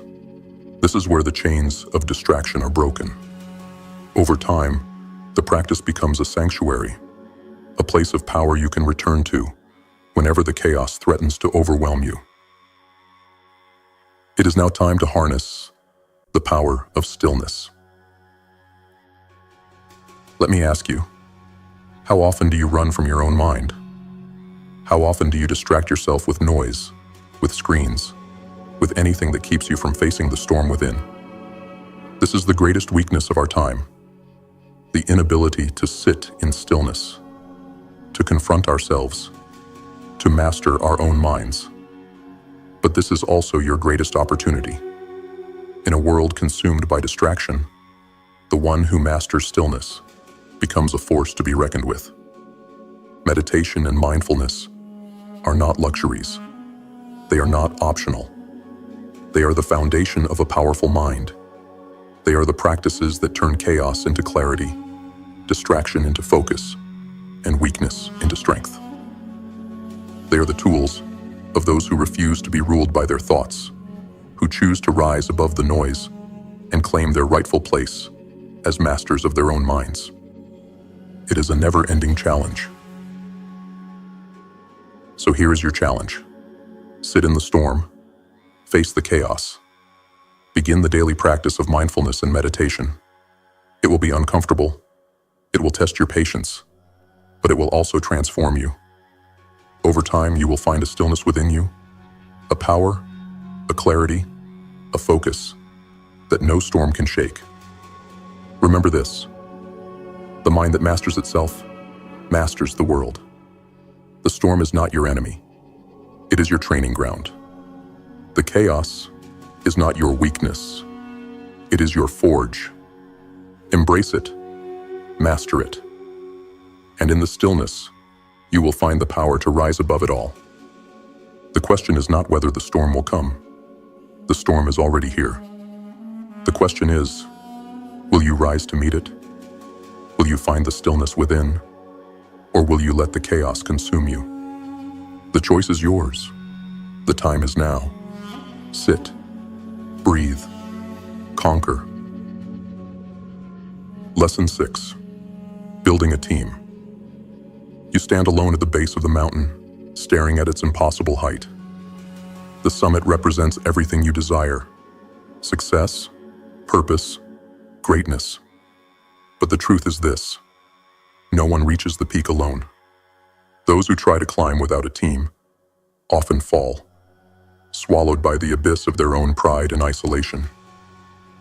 If you believe you can conquer life's challenges as a lone wolf, you are fooling yourself. Even the strongest wolf needs a pack. In the shadows of every great achievement lies a truth most refuse to acknowledge. Success is never a solo act. Behind every leader, every champion, every visionary, there is a team. Individuals who support, challenge, and strengthen each other to achieve what none could accomplish alone. The question is, will you build your team, or will you perish trying to carry the weight of the world on your shoulders? Let me destroy a lie you've been fed. You don't need anyone. This lie is poison. It feeds your ego while weakening your foundation. Yes, you are strong. Yes, you are capable. But the truth is, your strength has limits. Your vision has blind spots. Your time is finite. Alone, you may begin the climb, but without a team, you will falter long before the summit. Life is not a solo journey. It is a battlefield. And on this battlefield, you cannot fight every enemy, see every attack, or endure every wound alone. You need allies, warriors who will stand beside you, shield your weaknesses, and push you forward when your strength begins to fail. But not just any allies will do. The weak will drag you down. The complacent will hold you back. To build a team, you must choose wisely. Surround yourself with like-minded individuals, those who share your hunger, your drive, your relentless pursuit of greatness. These are the people who will not only support you, but challenge you to grow beyond your limits. Picture a fire. Alone, a single flame can burn bright, but it is easily extinguished. Bring together many flames, and they ignite into a raging inferno, unstoppable and consuming everything in its path. Your team is your inferno. Together you burn brighter, stronger, and with a force that cannot be denied. A team is not a collection of individuals. It is a force greater than the sum of its parts.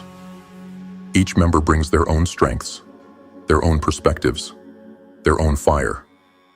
Where one is weak, another is strong. Where one stumbles, another stands firm. Collaboration is the weapon that transforms a group of individuals into a force of nature. But collaboration is not about harmony. It is about friction. The best teams do not simply agree. They challenge, they question, they push each other to be better. Friction sharpens the blade. Disagreement refines the vision. Growth is born from discomfort, and the strongest teams are forged in the fires of challenge and accountability.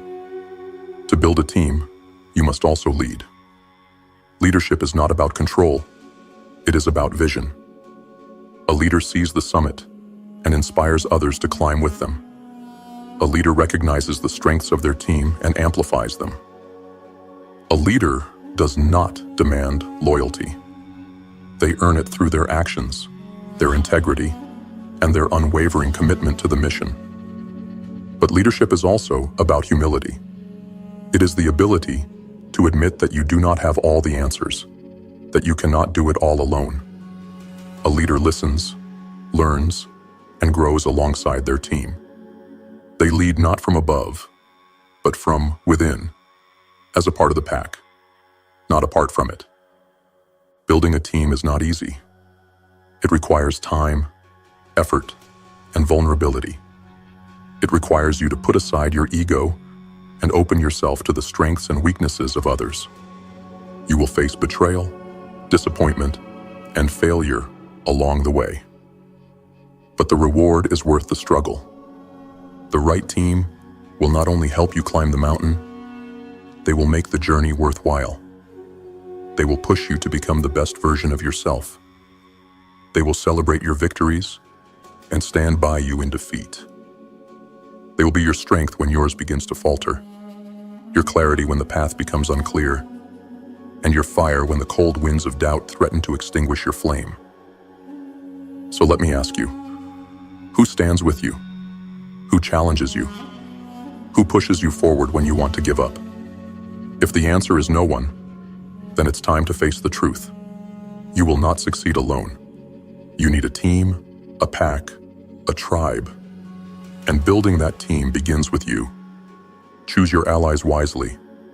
Surround yourself with those who share your hunger for greatness. Lead with vision, humility, and strength. And remember, the journey is not about proving you can do it alone. It's about reaching the summit together, stronger and greater than you ever could have been alone. The mountain is waiting. The climb is treacherous, the summit distant. Alone, you will falter. But together, you can rise. Find your team, build your fire, and face the mountain as a force that cannot be denied. Because in the end, success is not about standing alone at the top. It's about standing shoulder to shoulder with those who climbed with you, forged in the same fire, united by the same purpose, and unstoppable as one. The question is not whether you are strong enough to climb. The question is, who will you climb with? The time to build your team is now. The mountain awaits. Rise together or fall alone. The choice is yours. Lesson 7. The role of adversity in growth. There's a truth most people fear to acknowledge, a truth they avoid because it makes them uncomfortable. Growth demands pain. It demands struggle. It demands that you walk through the fire, face the storm, and confront the darkness. Without adversity, there is no strength. Without suffering, there is no resilience. And without struggle, there is no transformation. Adversity is not your enemy. It is your greatest ally. It is the harsh teacher that strips away your weakness, tests your resolve, and forges you into something stronger, sharper, and more relentless. But only if you embrace it. Only if you stop running from it and start walking toward it. Let me ask you this. When the storm comes, do you stand and face it? Or do you cower and hope it passes? When life knocks you to your knees, do you rise, bloodied and battered? Or do you stay down, paralyzed by the fear of getting hit again? Because here's the truth. The storm will not wait for you to be ready. The storm does not care. It will come, and it will test you. The question is, will you endure, or will you break? Think of adversity as a crucible, a place of fire, pressure, and pain. It is in this crucible that your character is forged. Every challenge you face, every setback, every failure is another strike of the hammer, shaping you into something stronger. But the fire does not choose to temper everyone. Only those who step into it willingly. Only those who endure the heat, the pressure, and the pain will emerge as something unbreakable. Adversity is not the problem. Your avoidance of it is. You've been conditioned to seek comfort, to avoid pain, to escape anything that feels hard or uncomfortable. But comfort is the killer of growth. It is the slow poison that weakens you, that steals your potential, that keeps you stuck in mediocrity. Growth lives on the other side of struggle. It thrives in the soil of hardship. And if you're unwilling to endure the storm, you'll never reach the summit. Pain is not your punishment. It is your teacher. It is the signal that you are alive, that you are growing, that you are pushing beyond your limits. Without pain, there is no progress. Without failure, there is no wisdom. Every scar you earn, every wound you endure is a badge of honor, proof that you were brave enough to fight for your future. But here's the thing about pain. It will break you if you let it. If you resist it, if you deny it, if you run from it, it will find you anyway. and it will consume you. But if you embrace it, if you face it head on, it becomes your greatest weapon. It becomes the fire that fuels your transformation. Resilience is not something you are born with. It is something you earn through battle, through hardship, through the moments when you want to quit, but choose to keep going. It is the ability to adapt, to endure, to keep moving forward no matter how heavy the burden, no matter how dark the road. And it is built one challenge at a time. Think of a tree in the middle of a storm. The winds rage, the rain pours, and the roots are tested. The weak trees snap, but the strong ones, they dig deeper, they hold firm. And when the storm passes, they're stronger than before. Their roots deeper, their trunk sturdier, their will unshakable. You are that tree. Every storm you face is an opportunity to grow stronger, to dig deeper, to prove to yourself that you can endure. Adversity will test your patience.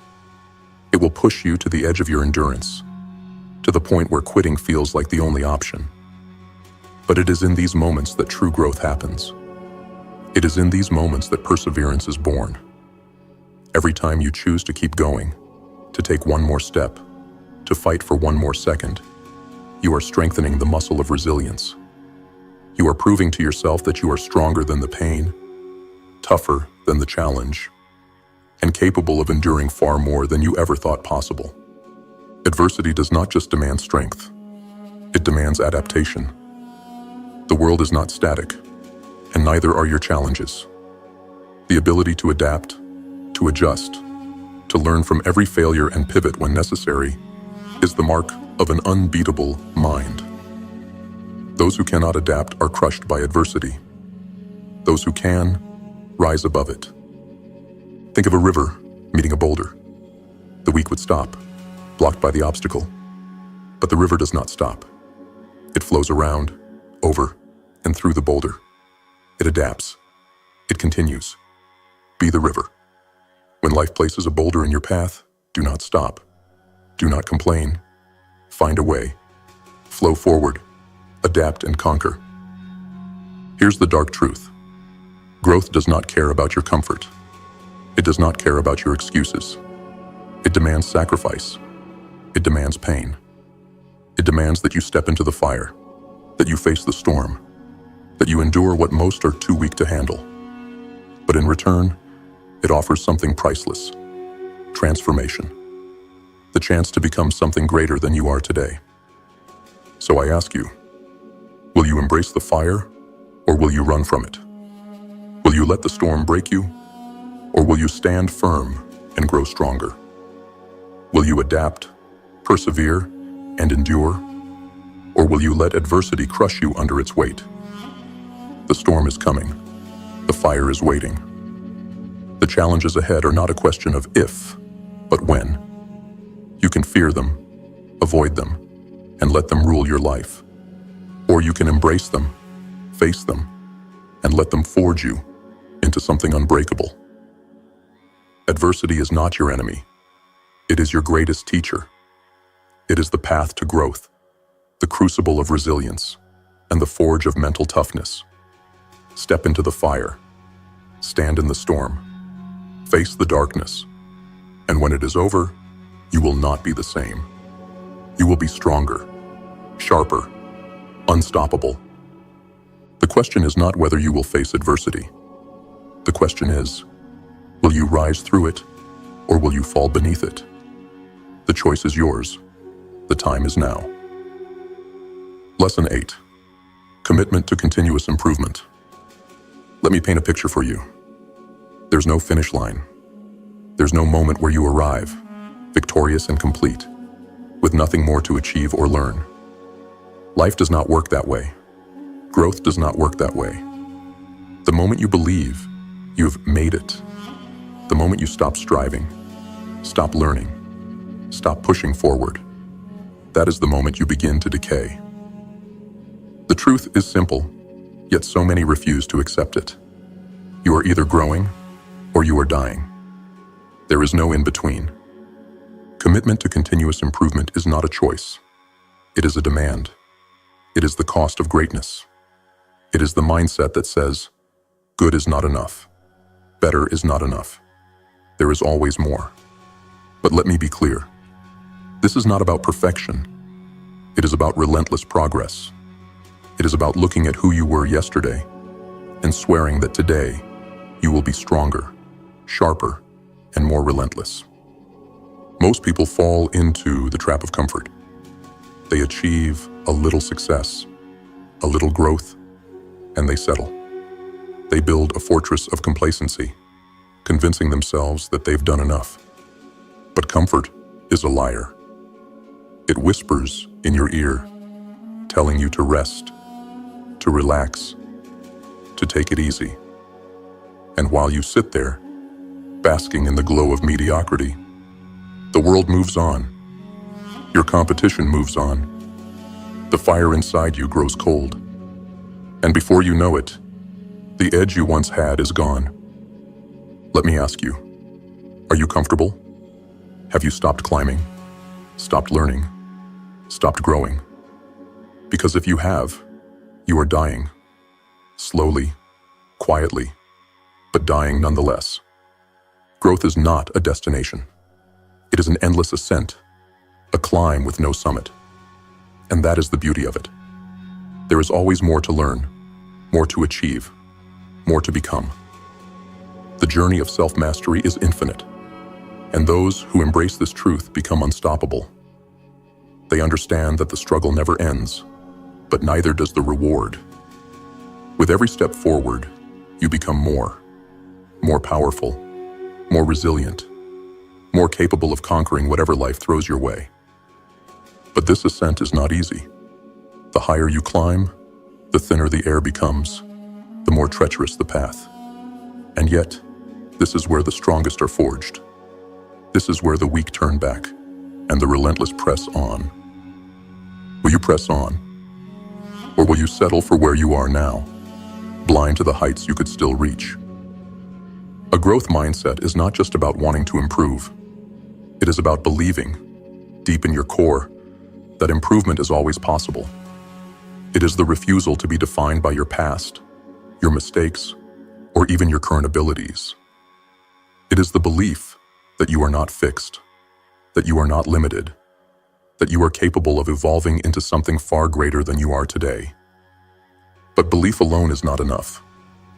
A growth mindset demands action. It demands that you seek out challenges, that you face failure head-on, that you pursue knowledge and skills with relentless hunger. It demands that you sacrifice your ego, your pride, and your excuses in the name of becoming better. Understand this. Greatness is not achieved in a single leap. It is built through countless small, deliberate steps. The difference between mediocrity and mastery is found in the details, in the willingness to improve by 1% every single day. Most people overlook the small gains. They want instant success, instant transformation. But the wise know that true power comes from consistency, from discipline, from the relentless pursuit of improvement, no matter how small the gains may seem. Every time you push yourself, every time you study, every time you sharpen your skills, you are compounding your growth. The results may not be visible immediately, but over time, they become unstoppable. Small actions, repeated daily, lead to massive transformations. But only if you stay the course. Learning is not a passive act. It is a discipline. It requires effort, focus, and humility. It requires you to admit that you do not know everything, that you are not yet where you need to be. Most people shy away from this. They're afraid to look foolish, afraid to start over, afraid to step outside their comfort zones. But those who fear learning also fear growth. And those who fear growth are doomed to stagnation. Commit to learning, not just from books or teachers, but from life itself. Learn from your failures, from your challenges, from your pain. Every experience, no matter how difficult, carries a lesson. The question is, will you take the time to uncover it? Or will you let it pass you by, blind to the wisdom it offers? Commitment to continuous improvement is not a hobby. It is not something you do when it's convenient or when you feel motivated. It is a way of life.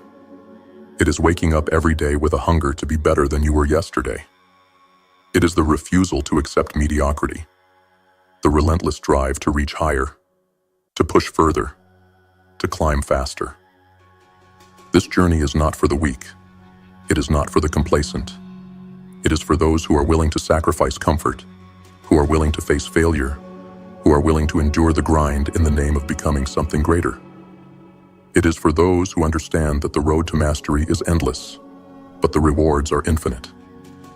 So I ask you, will you commit to the climb? Will you embrace the journey of continuous improvement? Or will you settle for where you are now? Will you pursue greatness, not as a goal, but as a way of life? The choice is yours. The path is steep, the climb is hard, and the summit is nowhere in sight. But if you choose to press on, if you choose to embrace the struggle, you will discover something extraordinary. The person you become along the way is far greater than the person who started. Remember this, you're not finished. You're not complete. You're a work in progress, a masterpiece in the making. But only if you keep going. Only if you refuse to stop. Only if you commit to the climb. The road to mastery is long. The journey is endless. But for those who embrace it, the rewards are limitless. Will you rise or will you settle? The choice is yours. The time is now. Keep climbing. Keep learning. Keep growing. And never stop. Lesson 9. Living with purpose. Let me start with a question. Why are you here? Not in this room, not in this moment, but in this life. Why do you wake up every morning? Why do you fight through the pain, the struggle, the grind? Do you even know? Or are you just existing, drifting aimlessly from one day to the next, hoping for meaning to somehow find you? Here's the brutal truth. Without purpose, you are nothing. You are a ship lost at sea, a shadow without form, a flame without heat. Purpose is the fire that fuels you, the compass that guides you, the anchor that keeps you steady when the storms of life try to tear you apart. Without it, you are a prisoner to the chaos, forever at the mercy of circumstances beyond your control. Look around. Most people live without purpose. They wake up, go through the motions, and sleep, only to repeat the cycle until their time runs out. They let their lives be dictated by external forces, society's expectations, fleeting pleasures, or fear of failure. They exist, but they do not live. And the saddest part, they don't even realize it. They've numbed themselves to the emptiness, filling the void with distractions, excuses, and lies. But you're different. You're here because you feel it, don't you? That nagging voice in the back of your mind that whispers, there's more. More to life. More to achieve. More to become. That voice is your purpose, buried beneath the noise, waiting for you to claim it. But claiming it is not easy. It demands clarity. It demands courage. It demands that you stop running from the truth and face yourself. Purpose is not given. It is discovered. It is not handed to you on a silver platter. It is forged in the fires of introspection, pain, and relentless pursuit. To find your purpose, you must strip away the lies you've been told, the lies you've told yourself, and confront what truly matters to you. Not to your parents, not to society, not to anyone else, to you. Ask yourself, what do you value above all else? What are you willing to fight for, suffer for, die for? What legacy do you want to leave behind? These questions are not easy, but they are necessary. Purpose is not comfortable. It is not convenient. It is a relentless burning force that demands your full commitment. It will not tolerate half measures or excuses. It will demand everything you have, and in return, it will give you everything you need. When you live with purpose, everything changes. Your actions are no longer random or reactive. They are deliberate and aligned. Purpose gives you direction. It makes every decision clearer, every step more intentional. It eliminates the noise, the distractions, the temptations that pull you away from your path.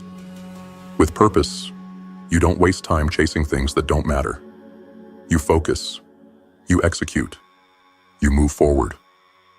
Purpose is the ultimate weapon against adversity. When life throws obstacles in your path, purpose gives you the strength to overcome them. It gives you a reason to endure, to fight, to push through the pain. Without purpose, every setback feels like the end of the world. With purpose, every setback is just another challenge to conquer, another step closer to your destiny. Let me make one thing clear. Living without purpose is far more painful than the struggle of living with it. A life without purpose is a slow death, a constant ache that gnaws at your soul. You may not feel it at first, but over time, the emptiness will consume you. It will leave you bitter, hollow, and filled with regret. And regret is the heaviest burden of all. Regret for the chances you didn't take, the dreams you didn't chase, the person you could have become. But here's the good news. It's not too late. No matter where you are, no matter how far you've strayed, you can choose to live with purpose. You can choose to wake up, to fight back, to claim the life you were meant to live. Purpose gives you power. It makes you unstoppable. When you know your why, nothing can break you. Fear loses its grip. Doubt fades away. Obstacles become opportunities. Purpose transforms your pain into progress, your failures into lessons, and your struggles into strength. It turns you into a force of nature, unshakable and relentless. But purpose is not static. It evolves as you grow, as you learn, as you change. You must constantly refine it, rediscover it, and recommit to it. Living with purpose is not a one-time decision. It is a daily practice. It is waking up every morning and choosing to align your actions with your values, your goals, and your vision. So, I challenge you. Find your purpose. Dig deep. Confront the uncomfortable truths. Strip away the distractions and lies. Ask yourself the hard questions, and don't stop until you have your answer. And once you find it, commit to it with everything you have. Let it guide you, fuel you, and transform you. But let me warn you, purpose is not easy. It will demand sacrifice. It will require you to let go of comfort, mediocrity, and the false security of the familiar. It will challenge you to rise above your fears, to face your failures, and to endure the pain of growth. But it will also give you a life worth living, a fire that cannot be extinguished, and a legacy that will endure long after you're gone. The time to act is now. The clock is ticking. Every moment you live without purpose is a moment wasted, a moment you can never get back. Don't let your life slip through your fingers. Don't settle for existing when you were born to live. Remember this. Purpose is the difference between a life of regret and a life of meaning. It is the difference between being a prisoner of your circumstances and being the master of your destiny. The question is not whether you have a purpose. The question is, will you find it? Will you commit to it? Will you live it? The choice is yours. The time is now. Find your purpose. Live with purpose. And let nothing stand in your way.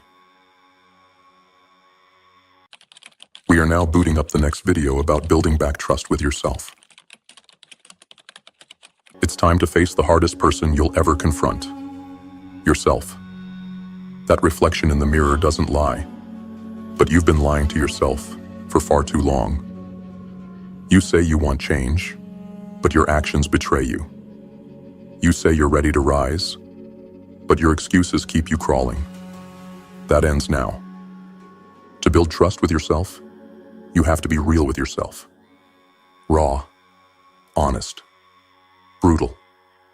You've got to drag your doubts, your fears, and your insecurities into the light and confront them head on.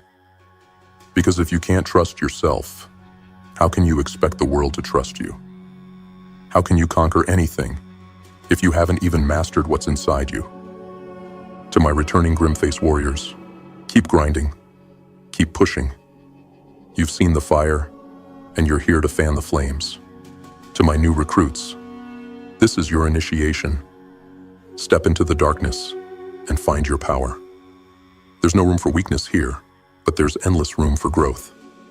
This isn't just motivation. It's a call to arms. It's a demand to stop running, stop hiding, and start becoming the person you were meant to be. So join the Grimface army, where we turn shadows into strength and pain into power. It's time to face yourself. It's time to be real, and it's time to rise. Let's get to work. Lesson 1. Understanding self-trust. Trust. It's a word that's thrown around so easily, yet it carries a weight so heavy it can crush the unprepared.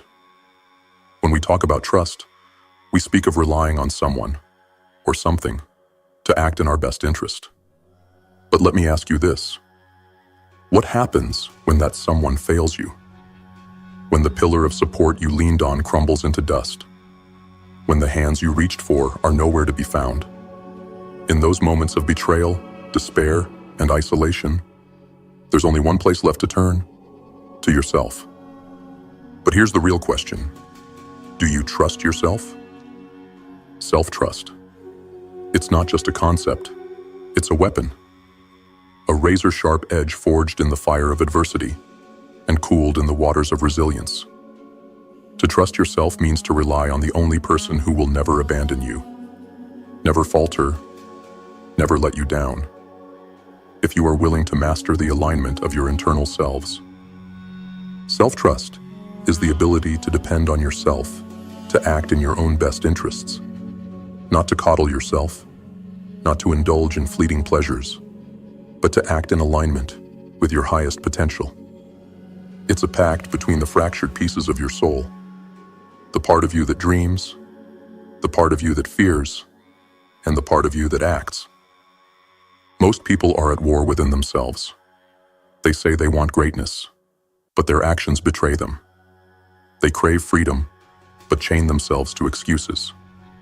Their internal selves are fragmented, fighting, disconnected. And then they wonder why their lives spiral into chaos. If you cannot trust yourself, how can you expect the world to trust you? If you cannot rely on yourself, why should anyone else? When you betray yourself, when you lie to yourself, make promises you don't keep, or act against your own best interests, you fracture the foundation of your being. You create doubt, hesitation, weakness. You become a stranger to yourself, haunted by whispers of insecurity. And in those moments when life demands strength, you will falter, not because you lacked ability, but because you lacked trust. Think about it. How many times have you said, "I'll start tomorrow," knowing full well that tomorrow will never come? How many times have you let fear dictate your actions, betraying the vision of who you could become?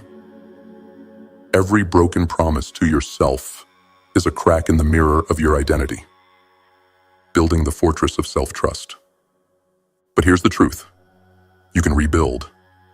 You can forge a fortress of self-trust so unyielding that no storm, no betrayal, no failure can shatter it. It begins with alignment. Your internal selves, the dreamer, the skeptic, the doer, must come into harmony. The dreamer sees the vision, the skeptic analyzes the risks, and the doer takes action. None can dominate, and none can be silenced. When these selves align, you become unstoppable. It's not about being perfect. It's about being consistent.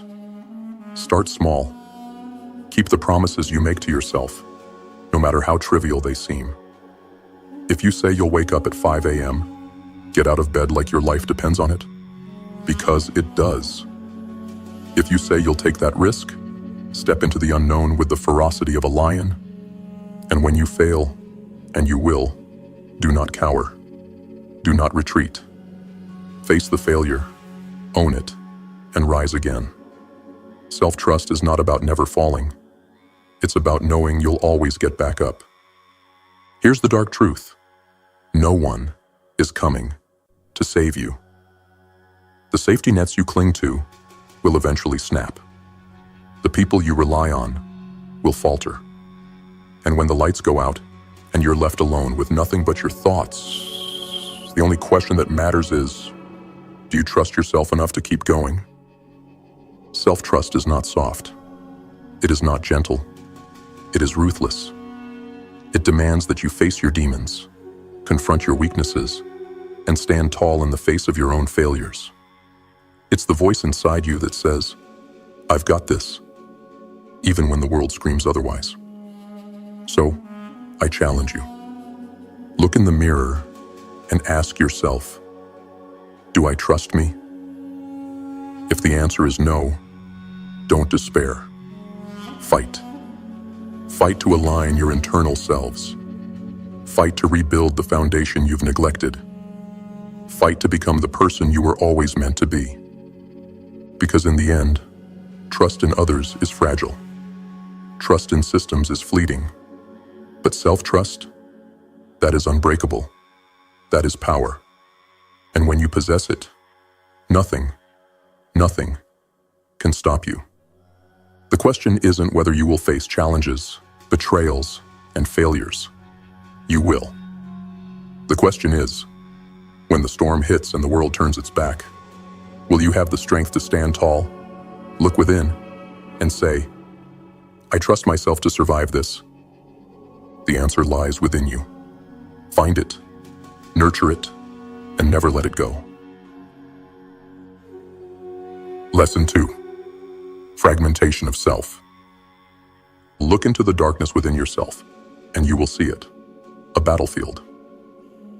You are not a singular being, not a unified force of will, but an ecosystem of selves, a chaotic assembly of conflicting desires, needs, strengths, and fears, all housed within the fragile walls of your body. Each part of you believes it knows what's best. Each part fights for dominance. And it is this inner war, this fragmentation of self, that keeps you from your true potential. The ecosystem of selves. You like to believe that you are one entity, one mind, one soul. But that is a lie. Inside, you exists a multitude of selves. The dreamer, the critic, the coward, the warrior, the nurturer, the destroyer. Each of these selves serves a purpose, but they don't always agree. The dreamer yearns for greatness, while the coward whispers of comfort and safety. The critic picks apart your every move, while the warrior demands action. The nurturer seeks peace, while the destroyer hungers for chaos. And in this cacophony of voices, you find yourself paralyzed, stuck between conflicting desires, unable to trust any one part of yourself to lead. The roots of internal conflict. Self-trust shatters when these parts of you fail to act in each other's best interests. The dreamer makes promises the doer cannot keep. The warrior charges into battles the nurturer cannot heal from. The critic tears apart the progress made by the builder. This is the source of your inner turmoil.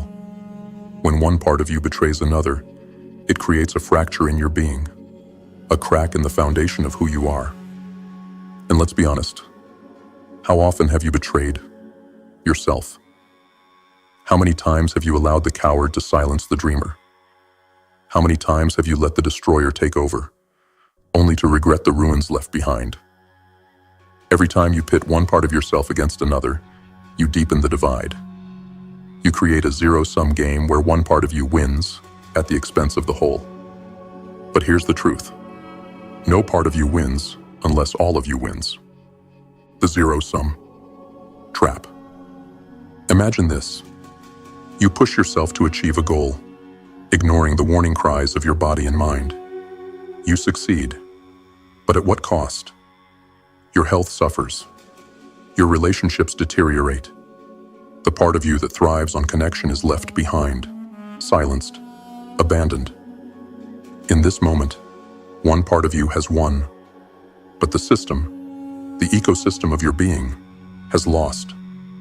This is the zero-sum trap, and it is the death of self-trust.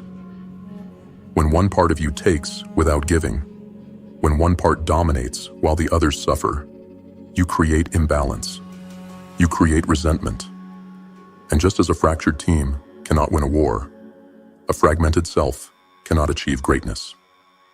Building internal trust. If you are to escape this trap, you must become the leader of your internal ecosystem. You must forge a truce between the warring factions of your mind. You must demand cooperation, alignment, and trust. Trust is not built on dominance. It is built on collaboration. Self-trust emerges when every part of you works together, not as enemies, but as allies. The dreamer must consult the doer. The warrior must protect the nurturer. The critic must guide the builder, not tear them down. And most importantly, every part of you must find a win-win solution. You cannot achieve lasting success if one part of you is left behind. The dreamer's ambition must align with the nurturer's need for rest. The warrior's courage must balance with the critic's caution. Only when all parts of you find harmony can you create a foundation of unshakable trust. The path to integration. But this path is not easy. It requires brutal honesty. You must look at the parts of yourself you've silenced, ignored, or vilified. You must confront the destroyer within you, the coward, the critic. You must ask, what do you need? What do you want? How can we work together? This is not an act of weakness. It is an act of power. To integrate your fragmented selves is to become whole. To create harmony within is to forge a weapon more powerful than any external force. Lesson 3. Practical steps to build self-trust. Self-trust is not granted. It is forged. It is earned in the crucible of your inner conflicts, hammered into shape by your actions, and tempered by your willingness to face the darkest corners of your mind. If you are ready to take the first steps toward mastery of self, then listen closely. This is not a path for the faint-hearted. It is a journey into the fragmented depths of who you are. A journey to unify, to rebuild, and to rise. Step 1. Work with internal parts. You are not one person. You are a council of voices, each vying for control, each with its own desires, fears, and ambitions. Some parts scream for attention, while others hide in the shadows. But you must face them all. Engage directly with the parts of yourself that conflict, the parts that sabotage, the parts that fight against your progress. They are not your enemies. They are lost soldiers in the battle for your soul. Bring them to the table. Speak to them. Help them see that harming one part of you harms the whole. You are a system, and no system survives without harmony. Step 2. Develop intimacy. Do you truly know yourself? Have you sat in silence and listened to the parts of you that you distrust? Or do you drown them out, pretending they don't exist? To build self-trust, you must develop intimacy with your inner world. The critic who tears you down, is it trying to protect you from failure? The procrastinator who delays your progress, does it fear the pain of rejection? Listen, understand. Every part of you has a need, a feeling, a perspective. Find those needs and meet them constructively. Create win-win scenarios where no part of you feels abandoned. Step 3. Reframe self-sabotage. What you call self-sabotage is not betrayal. It is misguided protection. Even your most destructive habits arise from a belief that they are helping you. The part of you that lashes out in anger, that drowns in indulgence, that cowers in fear, they are not villains. They are wounded guardians, trying to shield you from pain in the only way they know how. Instead of waging war against these parts, seek to understand them. Why are they afraid? What are they protecting? When you reframe sabotage as an act of misguided loyalty, you begin the process of healing. Step 4. Build self-confidence. You're not a failure. You're not a fraud. But you have spent so long focusing on your flaws that you have forgotten your strengths. To build self-trust, you must reclaim your confidence. Take inventory of your talents, your abilities, your victories. Focus on the tasks that come naturally to you, the moments when you feel powerful and capable. Confidence is not arrogance.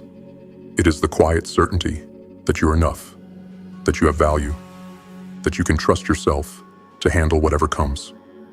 Step 5. Listen to your feelings. Emotions are not weaknesses. They are signals. They are the voices of your inner selves, crying out to be heard. When you feel anger, sadness, fear, or joy, don't dismiss it. Don't suppress it. Listen. What is this emotion trying to tell you? What part of you is speaking through it? Even if your feelings are not objectively true, they are valid. They deserve your attention. They are the compass that guides you through the maze of your mind. Step 6. Let go of the right answer.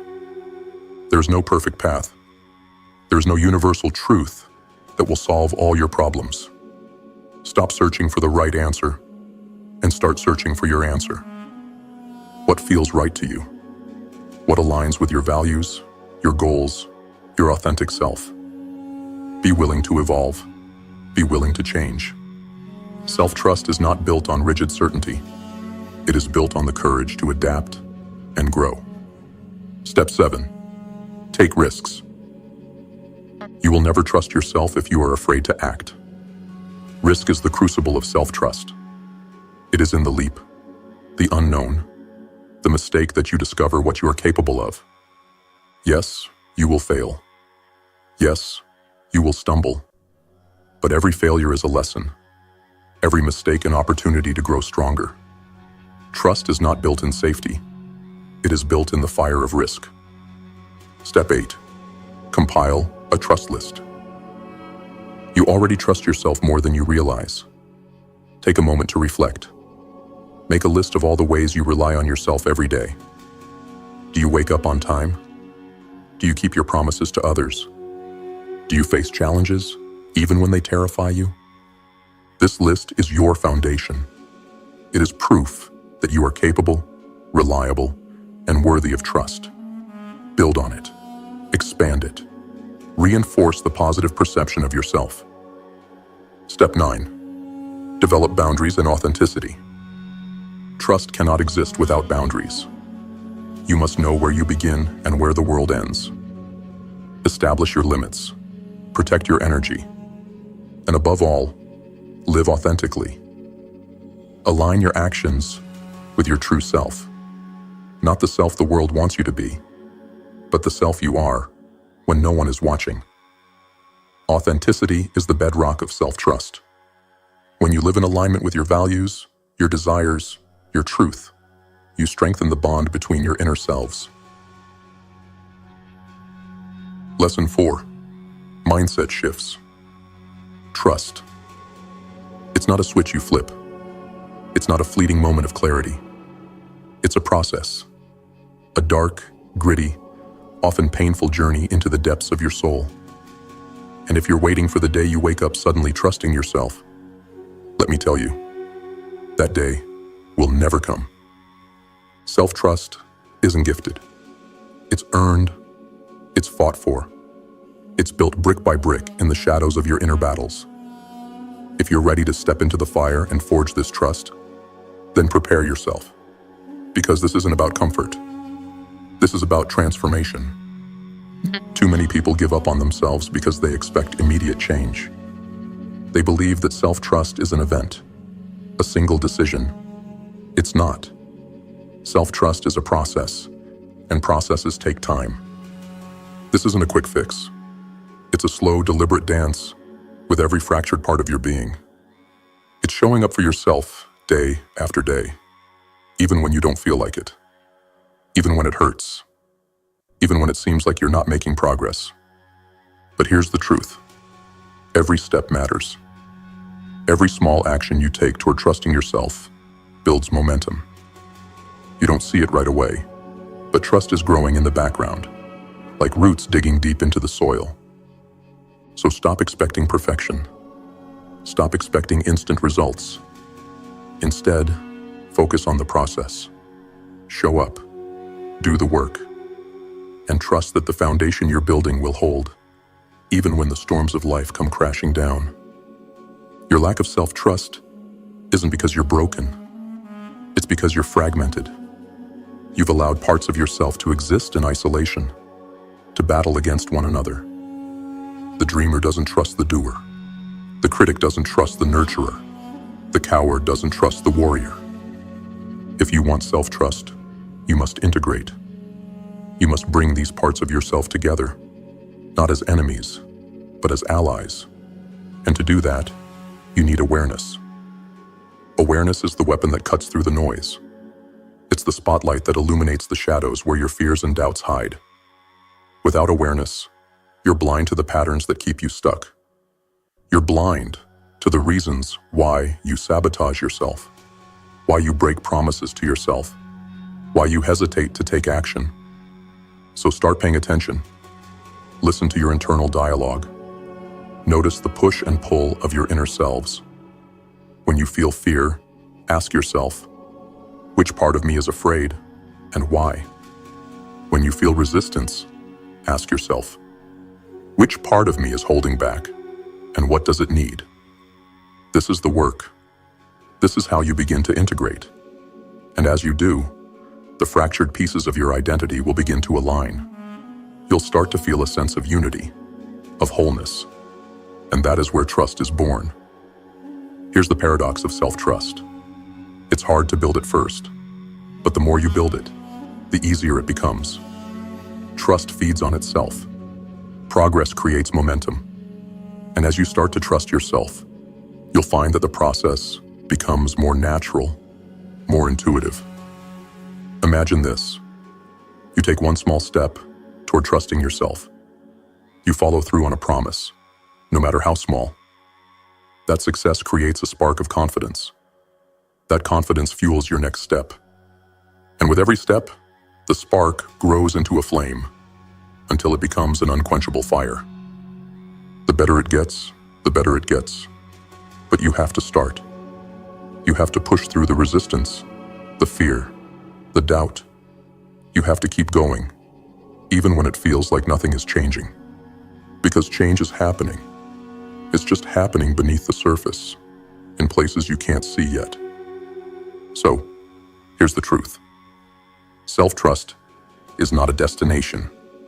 It's a journey, a process, a relentless commitment to showing up for yourself, day after day. You don't have to be perfect. You don't have to have all the answers.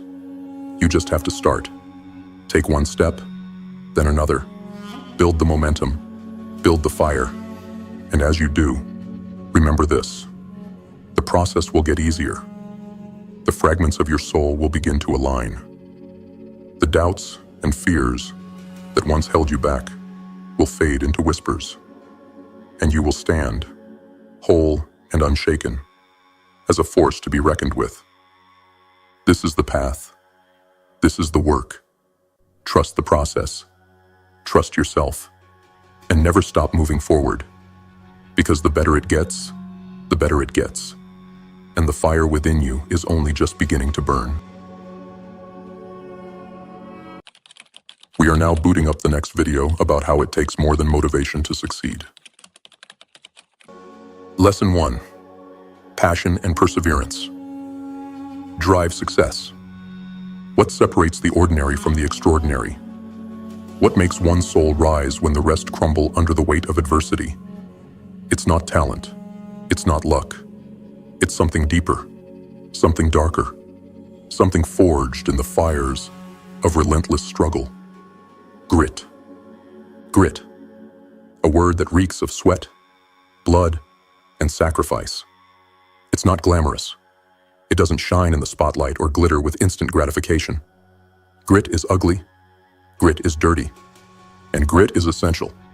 It's the quiet force that sustains you when passion fades and the world tells you to quit. It's the determination to claw your way forward when every muscle in your body screams for you to stop. Passion. Yes, passion is the spark that lights the fire. But passion isn't just about excitement or enthusiasm. It's not fleeting. True passion isn't found in bursts of inspiration. It's found in dedication. It's found in consistency. Passion is waking up every day with the same relentless commitment to your goals, even when you don't feel like it. It's the refusal to abandon your dreams, even when the road is littered with obstacles, heartbreak, and failure. Understand this. Passion alone will not carry you. It burns bright, but without perseverance, it's a fire that dies out when the winds of adversity blow. That's where grit steps in, the fuel that keeps the fire burning when the world grows cold. Grit takes your passion and tempers it into something unbreakable. It teaches you to endure, to persist, to press on no matter how steep the climb or how dark the path. But grit is not given. It's not inherited. It is forged in the crucible of hardship. Every setback, every rejection, every failure, these are the hammer blows that shape you. They test your resolve. They demand that you decide. Will you let this defeat you, or will you rise again? Will you falter, or will you endure? Let me be clear. The road to success is long. It is grueling. It will strip you down to your core, exposing your weaknesses, your fears, your doubts. But here's the truth most people don't want to hear. This is where the real work begins. This is where you decide whether you will break or whether you will break through. You see, passion without perseverance is like a blade without a hilt. Sharp, but useless. It cannot withstand the battles ahead. Perseverance without passion, on the other hand, is like a hilt without a blade. Sturdy, but ineffective. But together, they are a weapon. Together, they are unstoppable. The world will not hand you success. It will not pave your path with gold. If you want it, you will have to bleed for it. You will have to fight for it. You will have to refuse to give up, even when your body is battered and your spirit is shattered. This is the essence of grit. This is the key to greatness. So I ask you, what are you willing to endure for your dreams? Are you prepared to face the pain, the failure, the endless grind? Are you willing to sacrifice your comfort, your complacency, your excuses? Because success does not come to those who merely want it. It comes to those who relentlessly pursue it. Grit is not for the faint of heart. It's not for the weak. It's for those who understand that true passion is not a fleeting emotion, but a steadfast commitment. It's for those who are willing to endure, to persist, to keep going, even when every fiber of their being wants to quit. Passion and perseverance. Together, they will carry you through the darkness. Together, they will guide you to the summit. Together, they will make you unstoppable. The question is, do you have the grit to see it through? Or will you fall like so many before you, crushed by the weight of your own doubts? Decide now. Decide today. Because the path of passion and perseverance is not just a path to success. It's a war, and only the relentless survive. Lesson 2. The growth mindset is crucial. They say failure is the greatest teacher, but how many of us truly listen to its lessons? How many of us embrace the sting of defeat, the humiliation of setbacks, and the agony of inadequacy as gifts? Yes, gifts that forge us into something greater. Most run from failure. They see it as an enemy, a black mark on their self-worth. But here's the brutal truth. Those who fear failure are doomed to mediocrity. Because without failure, there is no growth. Without falling, there is no rising stronger. Without being broken, there is no becoming unbreakable. This is the essence of the growth mindset. It is not simply believing that you can improve. It is knowing, deep in your core, that every challenge, every defeat, every ounce of pain is a stepping stone toward mastery. It is the refusal to let failure define you. It is the relentless pursuit of becoming better, no matter how many times you stumble, no matter how many times the world knocks you down.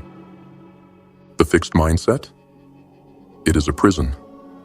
It tells you that your abilities are static, that you are who you are and will never be more. It whispers lies, soft, seductive lies that make you comfortable in your mediocrity. It tells you to avoid risk, to fear challenge, to stay small and safe. But the growth mindset? It is liberation. It tells you that your potential is infinite, but it comes with a price. The price is effort. The price is persistence. The price is enduring failure after failure without losing your resolve. It tells you that nothing worth having comes easily, and that every failure is a brick in the foundation of your success. Think about it. Every time you fail, you have a choice. You can see it as a wall, immovable and insurmountable. Or you can see it as a door, a painful, grueling door that forces you to dig deeper, think harder, and fight stronger than you ever thought possible. The question is not whether you will fail. It's whether you will let that failure break you or build you. But make no mistake, a growth mindset does not come naturally. It is not an innate gift. It is a discipline, a choice you must make every single day. It requires you to look at your flaws and shortcomings, not with shame, but with curiosity. It requires you to confront your failures, not with despair, but with hunger. It requires you to push past the limits of your comfort zone over and over again until discomfort becomes your new normal. It's easy to say, "I'll try again." But the growth mindset demands more. It demands that you not only try again, but that you try smarter, harder, and better. It demands that you learn from your failures, not just endure them. It demands that you strip away the excuses, the blame, the self-pity, and ask yourself one simple question. What can I learn from this? Every setback is a mirror, reflecting the areas where you are weak, unprepared, or inadequate. The fixed mindset will look away, afraid of what it sees. But the growth mindset, it will stare into that mirror with unflinching honesty and say, "Good. Now I know where to improve." And here's the darkest truth of all. Growth is painful. It is slow. It is unforgiving. It will demand sacrifices. Sacrifices of your ego, your comfort, and sometimes even your pride. But that pain is the price of transformation. That pain is the crucible in which grit is forged. That pain is the proof that you are alive, striving, evolving. So the next time you fail, the next time the world slams a door in your face, don't ask, "Why me?" Ask, "What now?" Don't shrink from the challenge. Rise to meet it. Don't curse the struggle. Embrace it. Because the growth mindset is not just about becoming better. It's about becoming unstoppable. It's about taking every setback, every failure, every ounce of pain, and using it as fuel to drive you forward. It's about turning your weaknesses into strengths, your doubts into determination, and your failures into stepping stones toward greatness. The world will not hand you growth. It will not hand you success, but it will hand you challenges, obstacles, and failures. And what you do with them, that is what defines you. So I ask you, do you have the courage to adopt the growth mindset? Do you have the grit to see failure not as an end, but as a beginning?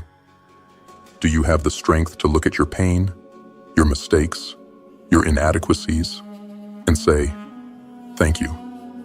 You will make me stronger? Decide now. Because the growth mindset is not for the faint-hearted. It is for those who refuse to be defined by their failures. It is for those who are willing to endure the pain of growth for the glory of transformation. And if you choose this path, know this: you will fall. You will fail. You will suffer. But in the end, you will rise. You will conquer. You will become something the world cannot ignore. The growth mindset is crucial. The question is, do you have the will to embrace it? Lesson 3. Purpose fuels passion. Passion. It's a word thrown around like it's all you need to fuel your journey. But passion alone is fleeting, fragile, a candle in the storm, easily extinguished when the winds of adversity howl. True, unrelenting passion must be tied to something deeper, something unshakable. That something is purpose. Purpose is not a luxury, it's a necessity. Without purpose, passion withers. Without purpose, grit crumbles. Purpose is the fire that burns when motivation runs dry. It's the anchor that holds you steady when the storms of life rage. It's the reason you get up when the weight of the world tries to pin you down. But let me tell you this: purpose isn't handed to you. It isn't a gift that falls into your lap. Purpose must be hunted, fought for, and forged in the crucible of introspection. It doesn't come easy, and it sure as hell doesn't come without sacrifice. You have to dig deep into the darkest corners of your soul, confront your fears, your doubts, your pain, and ask yourself, why am I here? What am I willing to fight for? You see, passion is selfish. It's about what excites you, what drives you, what makes you feel alive. But purpose is selfless. It's about what you can give, what you can contribute, what impact you can make. And when you tie your passion to your purpose, you create something unstoppable, something eternal. Passion ignites the fire, but purpose keeps it burning. Purpose transforms your work from a mere pursuit into a mission. It takes your interests, your skills, your desires, and aligns them with something far greater than yourself. And when your passion serves a purpose, when it becomes a force for something bigger, you become a force of nature. But purpose isn't always noble or grand. It doesn't need to be. Purpose isn't about saving the world. It's about finding your world, your reason, your cause. Maybe it's your family. Maybe it's your art. Maybe it's a desire to break free from mediocrity, to prove to the world and to yourself that you are capable of more. Here's the hard truth. A life without purpose is hollow. It doesn't matter how much passion you have if it isn't anchored to something meaningful. Passion without purpose is a high without substance, a rush without direction. It fades, leaving you empty and lost. Purpose gives you direction. It gives your passion a reason to endure. And yes, finding purpose is painful. It requires stripping away the layers of who you think you are, of what society tells you to be, until you stand raw and vulnerable before the truth. It's not about chasing what's easy or comfortable. It's about facing what's necessary.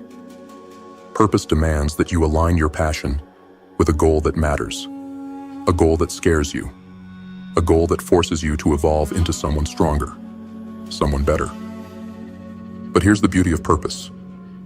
When you find it, it sustains you in ways you never imagined. It makes the struggle worth it. It makes the pain bearable. It makes every failure, every setback, every sleepless night feel like a step towards something greater. Think about it. Why do soldiers fight? Why do artists create? Why do entrepreneurs build? It's not for the money or the fame. It's for the purpose, the belief that what they do matters, that their efforts, their sacrifices, their lives are part of something bigger than themselves.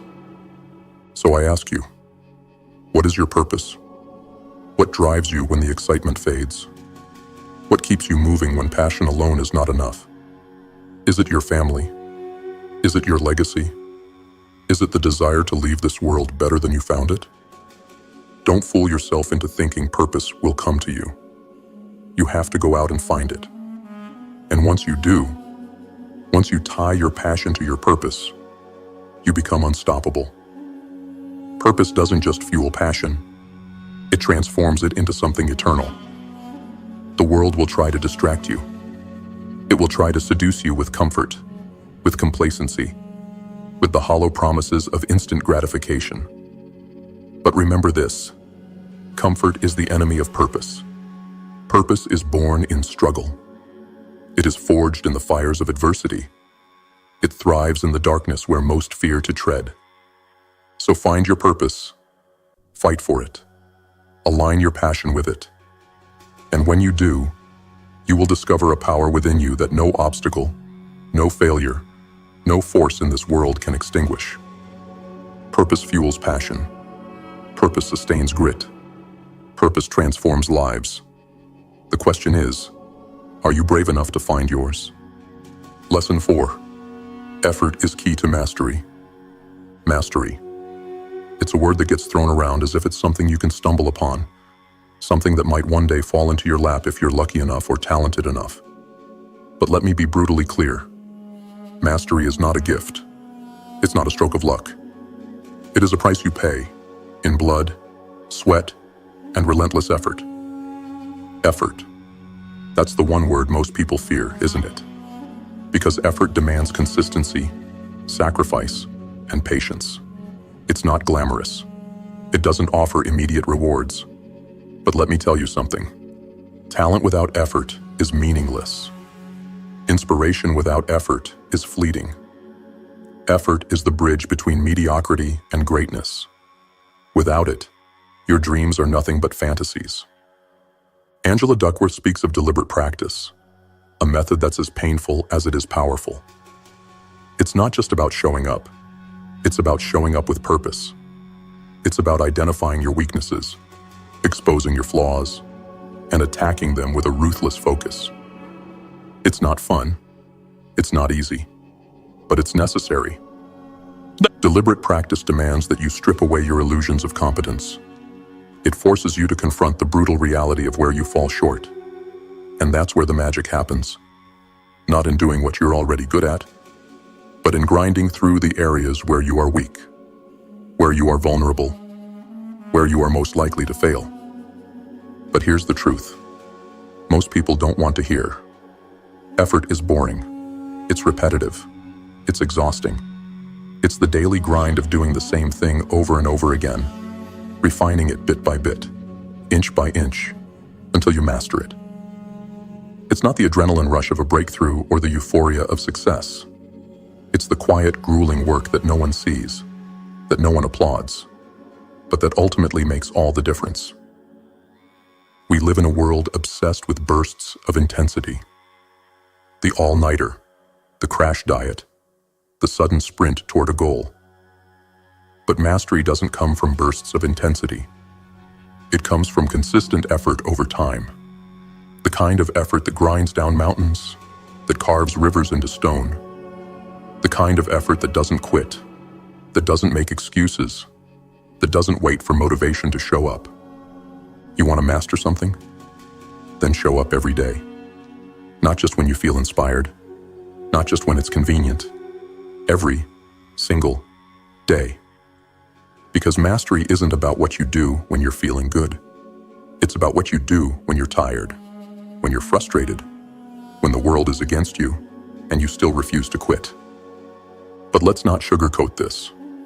Effort is painful. It's lonely.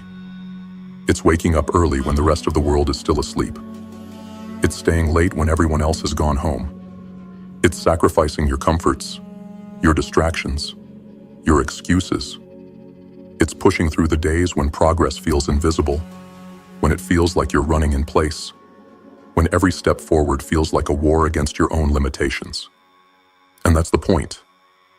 Effort isn't supposed to be easy. It's supposed to hurt.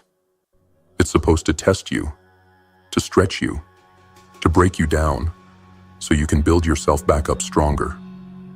Every hour you put in, every ounce of sweat, every moment of struggle, it's all a part of the process of becoming, the process of mastery. But here's the dark truth. Most will never understand. Mastery has no finish line. It's not a destination you reach. It's a journey you commit to for life. You will never be done. There will always be more to learn, more to improve, more to conquer. And that's why effort is key. Because effort isn't about achieving perfection. It's about relentless progression. It's about becoming better today than you were yesterday, no matter how small the improvement. So I ask you, are you willing to endure the grind? Are you willing to face the discomfort, the boredom, the pain of deliberate practice? Are you willing to sacrifice the fleeting satisfaction of shortcuts for the lasting fulfillment of mastery? Because effort doesn't lie. It doesn't care about your excuses. It doesn't care about your potential. It only rewards those who show up, day after day, with the grit to keep going when others have long since given up. Mastery isn't for everyone. It's for the relentless, the disciplined, the ones who are willing to put in the work, no matter how long it takes, no matter how hard it gets. It's for those who understand that effort is not just the price of admission, it's the path itself. Effort is the key to mastery. The only question that remains is, do you have what it takes to keep turning the key, day after day, until the door finally opens? Lesson 5. Resilience is built through hardship. Resilience.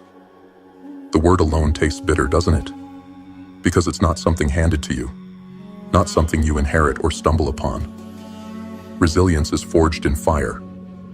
It is carved into your soul by hardship, by suffering, by the relentless grind of life breaking you down over and over again, until you're left with a choice. Stay broken, or rise. This world doesn't care about your comfort. It doesn't care about your plans. It will throw storms your way that rip through everything you thought was safe, everything you thought was certain. And in those moments, when the ground crumbles beneath your feet and the air feels too heavy to breathe, you'll learn who you really are. Understand this. Resilience isn't about avoiding pain. It's about enduring it. It's about standing tall in the face of adversity, even when every instinct tells you to fall. It's about taking the punches, the failures, the betrayals, and letting them mold you into something stronger, harder, unbreakable. But here's the hard truth. Resilience is not a gift. It's not something you're born with. It's a muscle. And like any muscle, it must be trained. And training is pain. It's failure. It's humiliation. It's the long nights, the hard decisions, the moments when you think you've given everything and still have to give more. You don't build resilience by avoiding hardship. You build it by facing it head on, by walking straight into the storm with nothing but grit in your veins and fire in your heart. Every challenge you overcome, every setback you endure, every defeat you rise from, it's all a part of the process. It's all sharpening you, hardening you, preparing you for the battles ahead. Do you want to know the secret? Life doesn't get easier. The challenges don't stop coming. But you can get stronger. You can train yourself to face the chaos, the pain, the uncertainty, and not flinch. You can learn to see setbacks not as failures, but as stepping stones. Because every time you're knocked down, every time the world tells you no, it's an opportunity. An opportunity to rise. An opportunity to prove, not to them but to yourself, that you will not be broken. But make no mistake, resilience isn't pretty. It's not inspirational quotes and feel-good moments. It's ugly. It's messy. It's crying in the dark when no one's watching. It's clawing your way out of the pit when there's nothing left but your will to survive. It's dragging yourself forward inch by bloody inch when the weight of the world is crushing you. And here's the thing. The world loves to talk about success, about achievement, about glory. But resilience is what happens in the shadows. It's what happens when no one's watching. It's the struggle that no one sees, the pain that no one acknowledges, the fight that no one applauds. But without it, success is impossible. You don't become resilient by staying safe.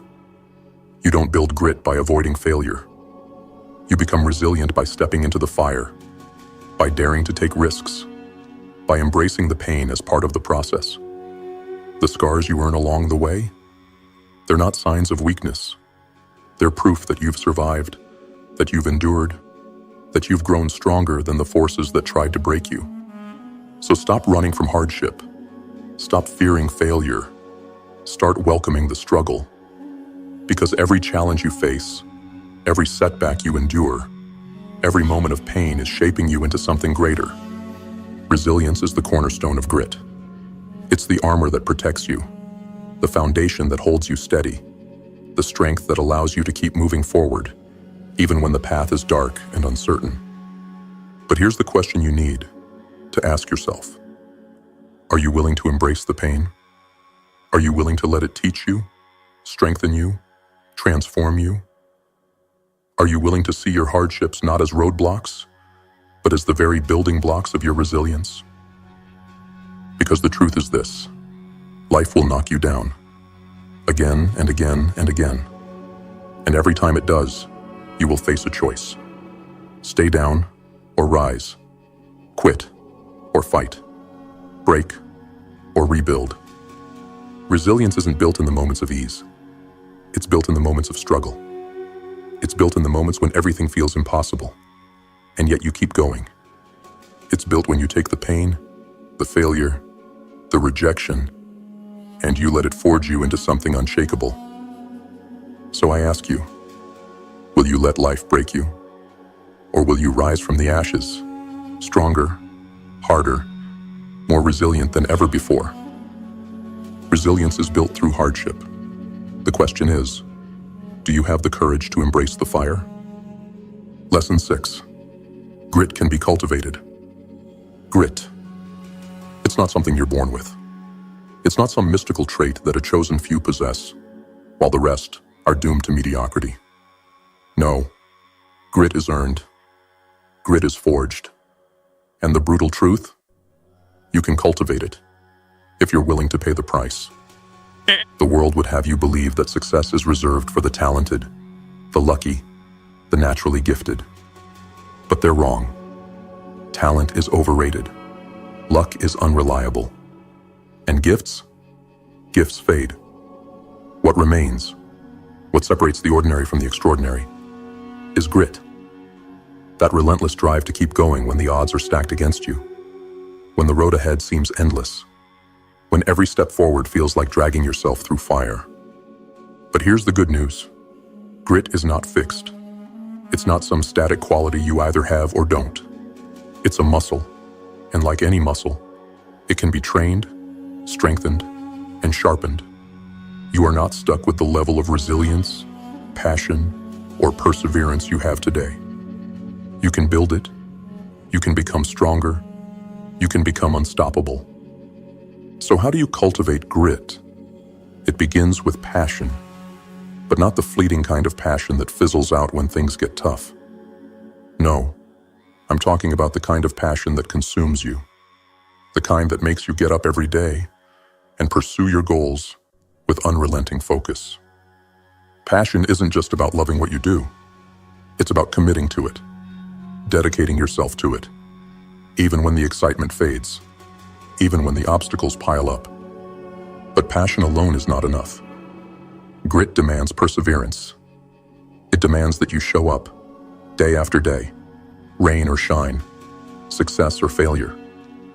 Perseverance isn't flashy. It's not glamorous.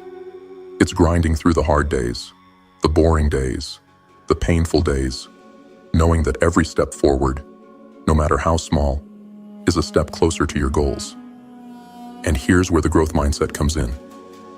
If you believe that your abilities are set in stone, that failure defines you, that effort is pointless, then grit will always elude you.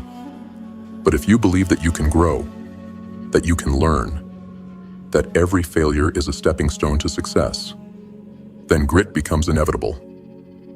Because grit thrives in the belief that improvement is always possible, that the struggle is worth it, that the pain has purpose.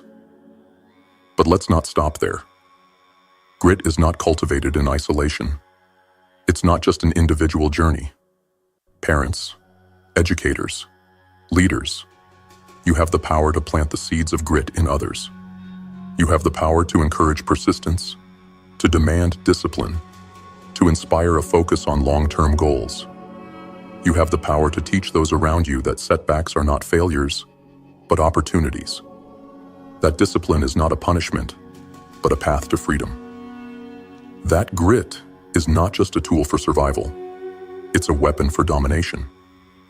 But let me be clear, cultivating grit is not easy. It's not a quick fix. It's not a motivational poster or a catchy slogan. It's a war against your comfort zone, against your fears, against your excuses. Cultivating grit means embracing discomfort, leaning into the pain, and committing to the long, grueling process of transformation. You see, grit is not about intensity. It's about consistency. Anyone can work hard for a day, a week, a month. But can you keep going for a year, for a decade, for a lifetime? Grit doesn't demand that you sprint. It demands that you endure.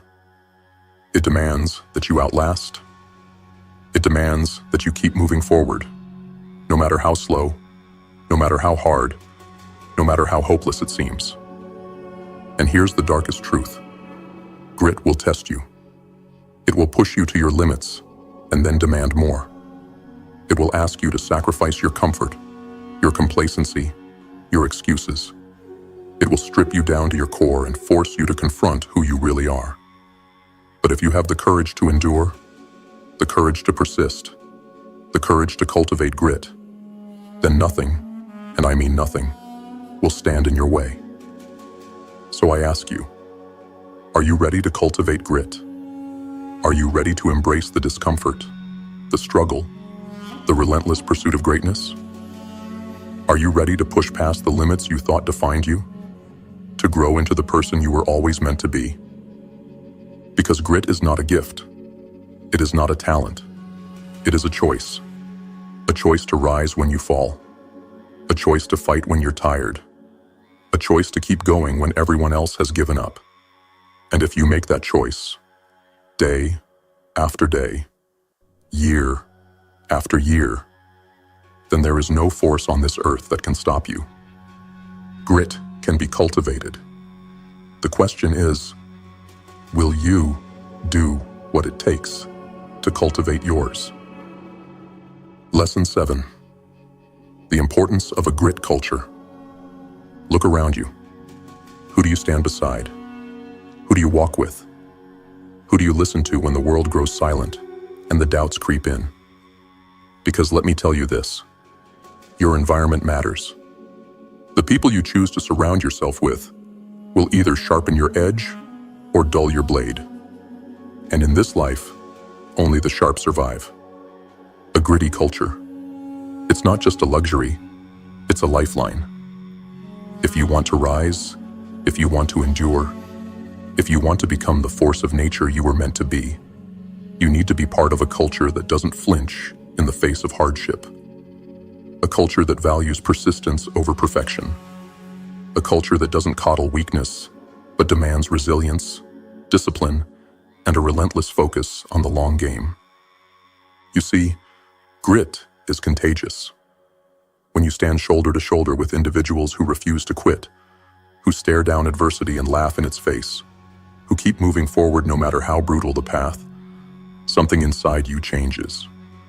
Their grit becomes your grit. Their fire fuels your own. And before you know it, you're not just surviving, you're thriving in the storm. But let me be brutally honest. A gritty culture isn't easy to find. Most people don't want grit. They want comfort. They want shortcuts. They want the illusion of success without the pain of the process. These people will drag you down, sap your energy, and poison your potential. They will whisper doubts into your ear, plant seeds of complacency in your mind, and celebrate your failures because it makes them feel better about their own mediocrity. You don't need those people. You need warriors. You need builders. You need relentless souls who understand that success isn't given. It's earned through sweat, sacrifice, and unyielding persistence. You need a culture that holds you accountable, that pushes you to your limits, that forces you to become stronger, harder, better. But here's the dark truth. You can't just stumble into a gritty culture. You have to seek it out. You have to create it. And yes, you may have to burn bridges along the way. You may have to leave behind the comfort of mediocrity, the people who hold you back, the habits that chain you to the ground. Because grit thrives in the fire, not the shadows. It demands an environment that challenges you, not one that coddles you. A gritty culture doesn't just inspire you, it transforms you. It teaches you to see failure as fuel, setbacks as stepping stones, and pain as proof of progress. It demands that you rise when you fall, that you fight when you're tired, that you persist when every fiber of your being wants to quit. And when you're part of such a culture, something incredible happens. You stop fearing the struggle. You start embracing it. You begin to crave the challenge because you know it's shaping you into something unstoppable.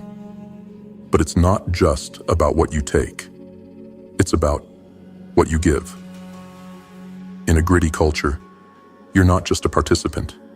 You're a builder. You become the fire that ignites others. Your persistence inspires those around you. Your resilience becomes a beacon for those who are struggling. And in lifting others, you strengthen yourself. Organizations, communities, teams, they thrive or wither based on their culture. A gritty culture doesn't celebrate talent. It celebrates effort. It doesn't reward quick wins. It rewards relentless commitment. It doesn't crumble under pressure. It rises stronger and more united than before. And when you're part of such a culture, your excuses die. Your doubts fade. Your limits shatter. So I ask you, who do you surround yourself with? Are they building you up or tearing you down? Are they pushing you forward or pulling you back? Are they fueling your fire or smothering your spark? Because the truth is this: you become the environment you immerse yourself in. If you want grit, you need to live in it, breathe it, and bleed for it. But don't wait for someone to create that culture for you. Be the one who builds it. Be the one who sets the standard. Be the one who refuses to let mediocrity take root. Demand excellence from yourself and from those around you. Because when you do, you don't just build a culture, you build a legacy. Grit is not an individual endeavor. It's a collective force. And when you align yourself with gritty individuals, when you immerse yourself in a culture that values persistence, resilience, and the relentless pursuit of long-term goals, you become unstoppable. The importance of a gritty culture cannot be overstated. The question is, will you rise to create it, or will you let mediocrity consume you? Lesson 8. The role of routine and discipline. Motivation. It's a liar. It's fleeting, unreliable, a spark that ignites but fades as quickly as it came. Motivation will abandon you the moment the road gets hard, the moment the weight of your dreams feels unbearable. And when it does, what will you have left? The answer is discipline. Discipline doesn't care how you feel. It doesn't care if you're tired, if you're uninspired, if the world seems to conspire against you. Discipline shows up when motivation fails. It is the foundation, the structure, the unbreakable spine that holds you steady when everything else crumbles. But here's the truth most don't want to hear. Discipline isn't sexy. It's not glamorous. It's not the kind of thing people write about in feel-good self-help books. Discipline is gritty. It's repetitive. It's the daily grind of doing what needs to be done, not because you want to, but because you must. And that's where routine comes in. Routine is the weapon you wield to conquer chaos. It is the shield that protects you from distractions, from doubts, from the endless noise of a world that wants to pull you off course. Routine takes the mental effort out of consistency. It removes the question, the hesitation, the internal battle of should I or shouldn't I? With a solid routine, the answer is always the same. You will. Understand this. The brain craves efficiency. It will always seek the path of least resistance. That's why habits, both good and bad, form so easily. If you don't create routines that align with your goals, your brain will create ones that align with your comfort. And comfort is the enemy of greatness. Routine and discipline are the silent assassins of mediocrity. They don't need applause. They don't need recognition. They work quietly, in the background, turning small, consistent actions into monumental results. They strip away the excuses, the laziness, the weakness, leaving behind only progress. Raw, undeniable progress. But make no mistake, building discipline is a war. It's a war against your impulses, your excuses, your desire for instant gratification. It's waking up early when every bone in your body screams for more sleep. It's hitting the gym when your muscles ache and your mind begs for rest. It's putting in the work when the work feels thankless, when no one is watching, when the results seem miles away. Routine is your ally in this war. It simplifies the struggle. It eliminates the noise. It turns effort into habit and habit into instinct. With the right routine, discipline becomes second nature. You don't question whether or not you'll work toward your goals. You simply do it, day after day, until the grind becomes who you are. But let's be clear, routine is not a prison. It is a foundation. It is not meant to restrict you, but to free you from the chaos of indecision, from the mental exhaustion of fighting your impulses. Routine allows you to focus your energy where it matters, on the relentless pursuit of your long-term goals. And here's the darkest truth of all. Discipline and routine will not make the journey easier. They will not spare you from pain, from failure, from struggle, but they will make the journey possible. They will keep you moving forward when the weight of your dreams feels too heavy to bear. They will ensure that you keep showing up, keep putting in the work, keep grinding toward the person you are meant to become. So I ask you, do you have the courage to embrace the grind? To sacrifice your comforts, your distractions, your excuses? Are you willing to build a routine that serves your goals? To train your discipline until it becomes unshakable? To live a life that most will never understand because they lack the strength to endure it? Routine and discipline are not optional. They are not negotiable. They are the price of greatness. They are the path to mastery. They are the tools that transform fleeting motivation into lasting results. The world will try to seduce you with shortcuts, with quick fixes, with empty promises of effortless success. But remember this, the ones who succeed are not the ones who rely on motivation. They are the ones who rely on discipline. They are the ones who build routines that keep them moving forward, no matter how hard, no matter how long, no matter how hopeless it seems. Discipline is not a choice. It is a necessity. Routine is not a burden. It is a weapon. Together, they are unstoppable. Together, they are the key to everything you've ever wanted. The importance of routine and discipline cannot be overstated. The question is, will you wield them, or will you let your potential die in the chaos of inaction? Lesson 9. Happiness and success go hand in hand. Happiness. The word itself feels fragile, doesn't it? Like some fleeting dream that vanishes the moment you reach for it. We're told to chase it, to prioritize it, to make it the centerpiece of our lives. But here's the truth. No one wants to tell you. Happiness is not something you chase. It's something you earn. And it doesn't come from comfort or ease or instant gratification.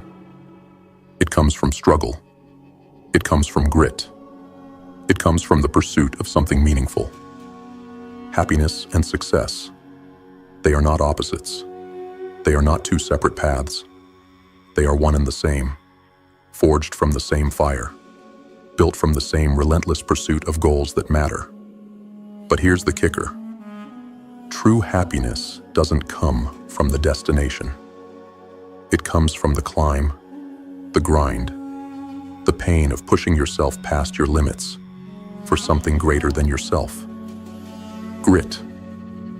That's the bridge between happiness and success. Gritty people don't waste their lives chasing empty pleasures, fleeting highs, or shallow victories.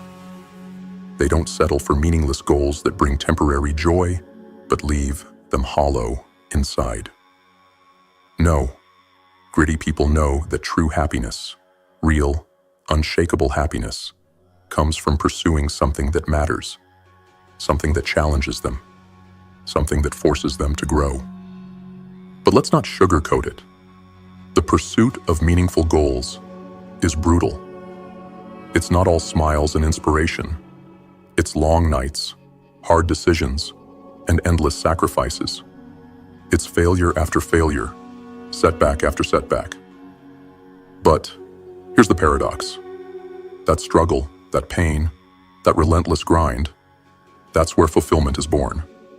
That's where happiness lives. Not in the absence of difficulty, but in the conquest of it. And let me tell you this.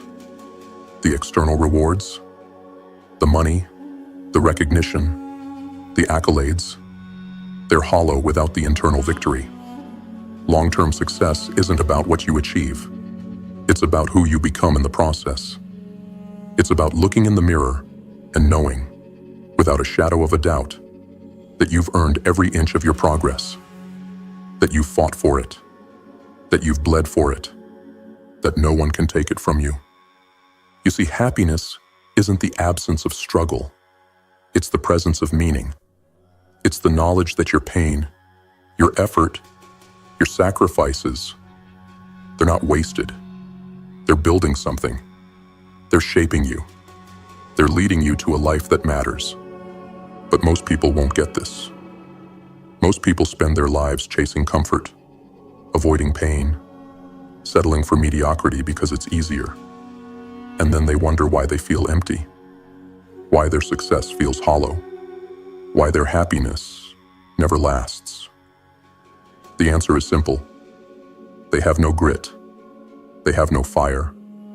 They have no goals that demand more from them than they're willing to give. But you're different. You're here because you know there's more to life than comfort. You're here because you're willing to endure the struggle, to embrace the grind, to chase goals that terrify you because they matter. You're here because you understand that happiness and success are not handed out like prizes. They are earned through grit, through perseverance, through relentless effort. And here's the truth. Gritty people are happy, not because their lives are easy, but because their lives are meaningful. Every failure, every setback, every ounce of pain, it's all worth it because it's leading them somewhere. It's shaping them into someone stronger, someone better, someone unstoppable. So I ask you, what are you chasing? Is it comfort, Is it mediocrity? Or is it something that sets your soul on fire? Something that forces you to grow? Something that makes the struggle worth it? Are you willing to endure the pain, the failure, the grind, knowing that on the other side lies a happiness that cannot be shaken? Because here's the dark truth. The easy path will never fulfill you. The shallow goals will never sustain you. True happiness, true success, they demand sacrifice. They demand grit. They demand that you rise every time you fall, that you keep moving forward even when the road feels endless, that you refuse to quit because you know that what you're fighting for is worth it. Happiness and success go hand in hand, but they are not handed to you. They are not gifts. They are the spoils of war, the rewards for those who dare to fight, who dare to bleed, who dare to pursue something greater than themselves. The question is, do you have the grit to earn them? Lesson 10. Passion takes time. Passion. The word feels electric, doesn't it? Like it holds the secret to unlocking everything you've ever wanted. But here's the truth. No one tells you. Passion is not a spark. It's not some magical, life-changing moment where everything clicks into place. No, passion is a slow burn. It is not discovered. It is built. It is forged through time, effort, and persistence. And if you're waiting for passion to fall into your lap, you'll be waiting forever. We're fed lies about passion, that it's something instant, something easy. They tell you to find what you love, as if it's waiting for you, perfectly packaged, ready to fill your life with purpose. But the brutal truth? Passion isn't found. It's earned. It's grown, inch by inch, through exploration, through struggle, through experimentation, and failure. It's not handed to you. You have to bleed for it. Duckworth says that passion takes time, and she's right. But time alone isn't enough. It's what you do with that time that matters. You have to stick with it. You have to stay in the fight long after the initial excitement fades, long after the doubts creep in, long after the world tells you to quit. Because only then, only through persistence and grit, can passion take root and grow into something powerful. But let's not romanticize this. The process of developing passion is not pretty. It's messy. It's frustrating. It's stumbling around in the dark, chasing interests that may lead nowhere, failing over and over again until you find the one thing that sets your soul on fire. And even when you find it, passion doesn't magically bloom overnight. It demands effort. It demands patience. It demands that you stick with it even when the excitement fades, even when the progress slows, even when it feels like you're going nowhere. This is where most people fail. They dabble. They try something new, get bored, and move on. They want passion without the work, purpose without the struggle. But passion doesn't work like that. Passion rewards those who stay. It rewards those who dig deep, who embrace the discomfort, who allow themselves to grow slowly, steadily, relentlessly. But here's the thing. Developing passion isn't just about what you do. It's about who you become in the process. When you commit to something, when you stick with it through the ups and downs, you don't just build passion. You build resilience. You build grit. You become the kind of person who doesn't give up, who doesn't settle, who doesn't stop until they've created a life that truly matters. And yes, it takes time. A long time. You will question yourself. You will wonder if you're wasting your energy, your effort, your life. But here's the dark truth you must embrace. There is no shortcut. There is no hack. Passion grows in the soil of persistence, watered by effort, illuminated by the light of time. And if you're not willing to give it the time it demands, you will never know the power of true passion. So, are you willing to wait? Are you willing to put in the work, To endure the frustration, to stumble and fall and get back up again? Are you willing to commit to the process, knowing that the rewards will not come quickly, but that they will come? Because passion isn't about the initial spark. It's about the fire you build over time. It's about finding something that matters, something that challenges you, something that forces you to grow, and then sticking with it until it becomes a part of you. It's about turning an interest into an obsession, a curiosity into a calling, a flicker into a flame. Passion takes time. It takes effort. It takes grit. But the rewards? The rewards are worth every second, every struggle, every sacrifice. Because when you finally find your passion, when you've earned it through sweat and persistence, it will be unshakable. It will drive you forward when nothing else can. It will give your life purpose, meaning, and power. But make no mistake, passion isn't waiting for you. It's not something you find. It's something you build. And the only question is, are you willing to put in the time? Or will you let the fire die before it ever begins to burn? We are now booting up the next video about the science behind getting rich. Money can buy back your most precious resource, time. Time to spend pursuing your major purpose. Time to enjoy life with your family, free from the suffocating grip of financial stress. Money can protect the people you love. It can provide life-saving healthcare for a child or parent, sparing you the agony of losing them too soon because you couldn't afford it. It can give your children the education and opportunities you never had, breaking the cycle of struggle for generations to come. It can help you escape the grind, leaving behind a dead-end job that drains your soul for a life where you wake up with a purpose that drives you. It can fund your passions, support causes you believe in, and amplify the impact you make in this world. But let's be real. Money doesn't just appear. Building wealth takes discipline, strategy, and unwavering focus. It demands that you master your mind and actions, just as you've been mastering your life through grim-face motivation. This is the next step. This is where your discipline transforms into financial power, where your honor guides your choices, and where your purpose becomes unstoppable. So, returning warriors, sharpen your resolve. Newcomers, embrace the challenge. Together, we'll conquer the myths, learn the science, and build the wealth that lets you live on your terms. The stakes are high. The time is now. It's time to take control. Welcome to Grimface Financial. Let's begin. Lesson 1. Thought is the starting point. In the shadows of your mind lies the birthplace of all creation. Thought. It is the first whisper of wealth, the unseen spark igniting the inferno of possibility.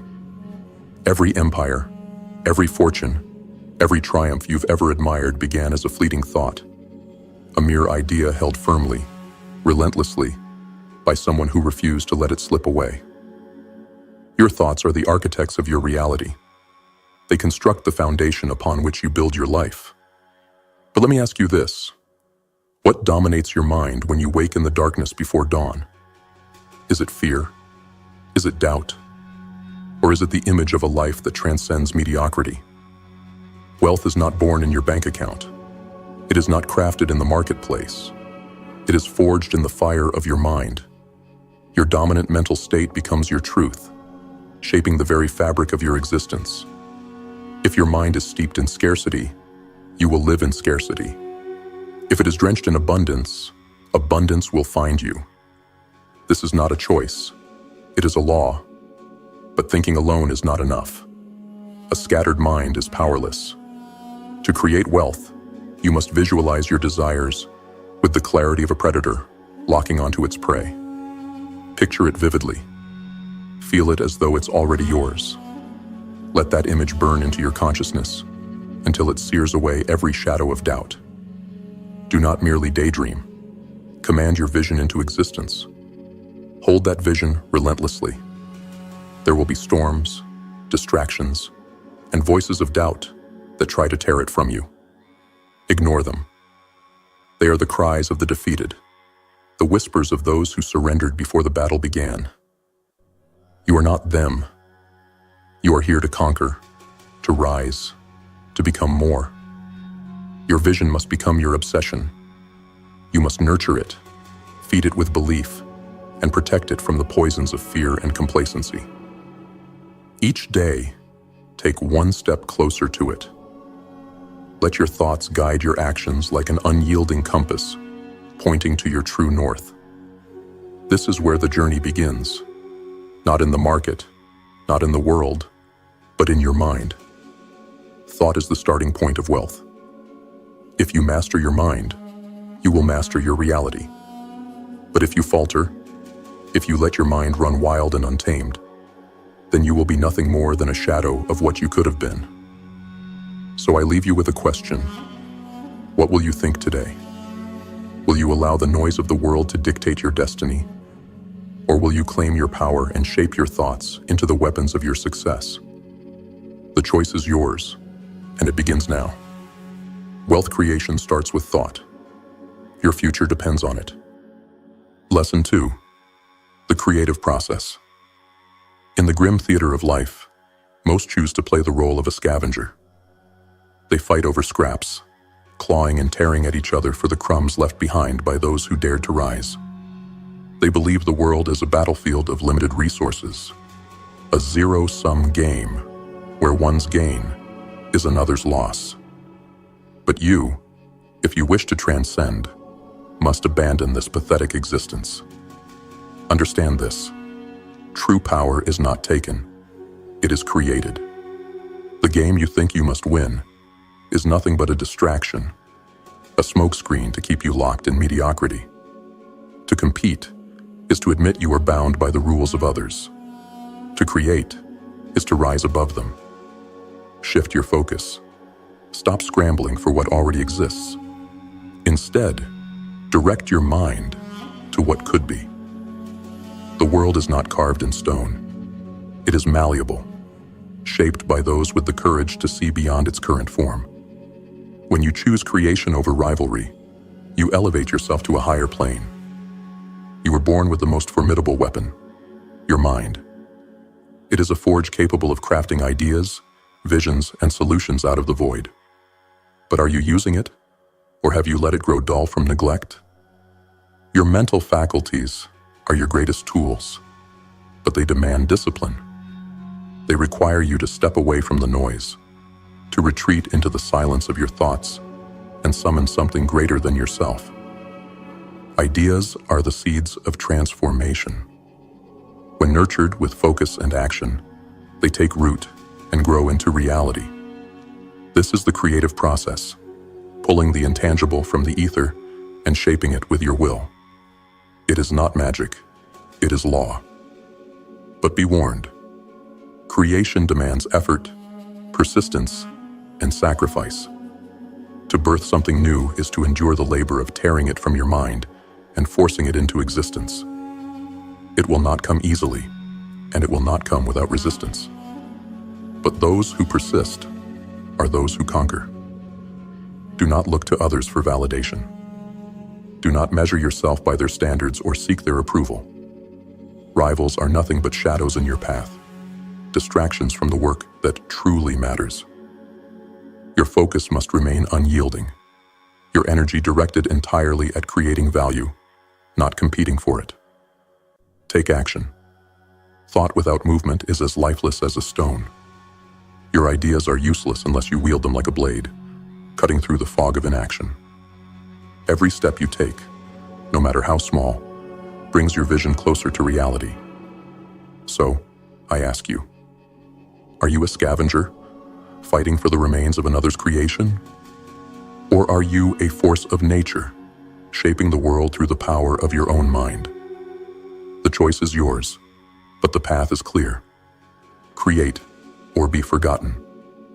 Innovate, or be consumed by the tide of mediocrity. The creative process is your salvation, your weapon, your legacy. Use it. Shape the world. Become the one others will look to, not as a rival, but as a master.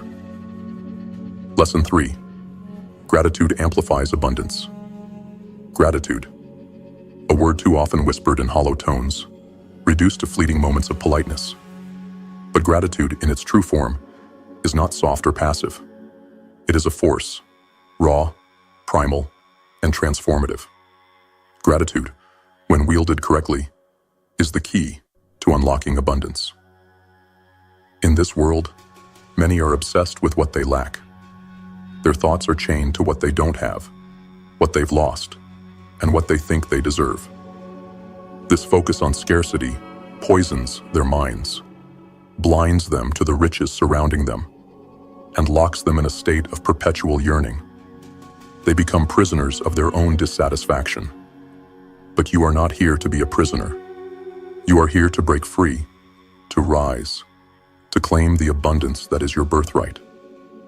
And the first step is to shift your focus from what is missing to what already exists. Gratitude is not weakness. It is power. It is the deliberate act of recognizing what you have, no matter how small, and amplifying it through your attention. What you focus on grows. If you choose to see abundance in your life, the universal mind, the infinite source of creation, responds by magnifying it. When you align yourself with gratitude, you align yourself with power. You stop grasping at the world like a beggar and begin commanding it like a creator. Gratitude connects you to the flow of the universe, to the limitless potential that surrounds you. It is the signal you send out, telling the world you are ready to receive more. But gratitude is not passive. It is not a quiet thank you whispered under your breath.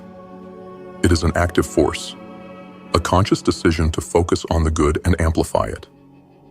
It is seeing every challenge as an opportunity, every setback as a lesson, every small success as a foundation for greater triumphs. Ask yourself, what have you been overlooking? What blessings have you ignored because your mind is too consumed by what you don't have? Shift your gaze. Look closely. The abundance is there, waiting for you to notice it, waiting for you to claim it. Gratitude is the ultimate rebellion against scarcity. When you cultivate it, you shatter the illusion of lack. You declare to yourself and the universe that you are not a victim of circumstance, but a master of your reality. You take control, and the universe responds in kind. So stop dwelling on what is missing. Stop feeding the darkness of scarcity. Instead, feed the light of abundance. Start now. Look around you. Feel the power of gratitude coursing through you, awakening the flow of creation within your life. Remember this. Gratitude is not just a feeling. It is a weapon. Use it to carve your path to abundance. Wield it to align with the universal mind. Embrace it, and watch as the world reshapes itself in your favor.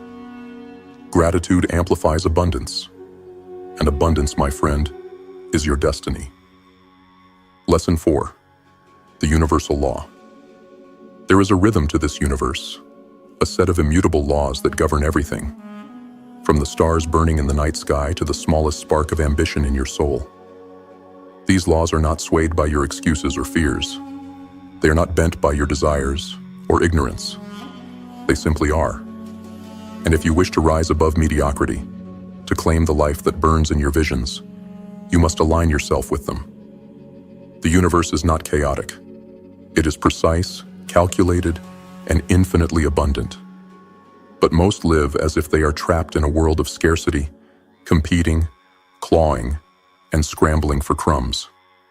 They fail because they act against the very laws that could set them free. Understand this. The universe does not conspire against you, nor does it play favorites. It simply reflects back the energy you project. If you focus on lack, you will attract more lack. If you focus on abundance, abundance will flow to you. This is not a philosophy, it is a law. But belief is the key that unlocks its power. You must believe, with unshakable certainty, in the abundance of the universe. Believe that there is more than enough for you, for me, for everyone. This belief is not naive. It is the cornerstone of creation. Without it, your actions are hollow, your efforts scattered. Your thoughts are the architects of your destiny, but thoughts alone will not suffice.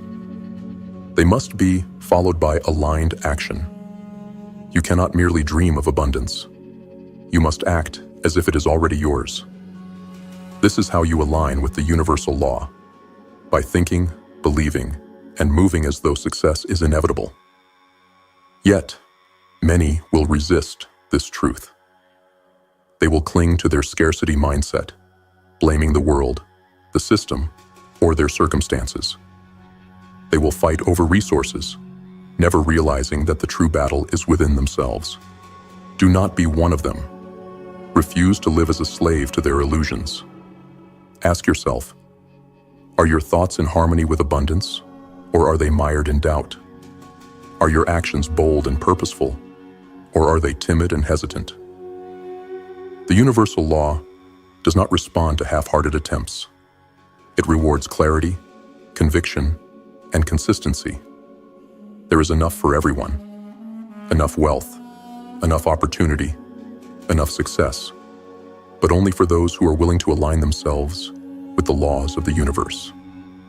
The rest will be left behind, victims of their ignorance, consumed by their own resistance.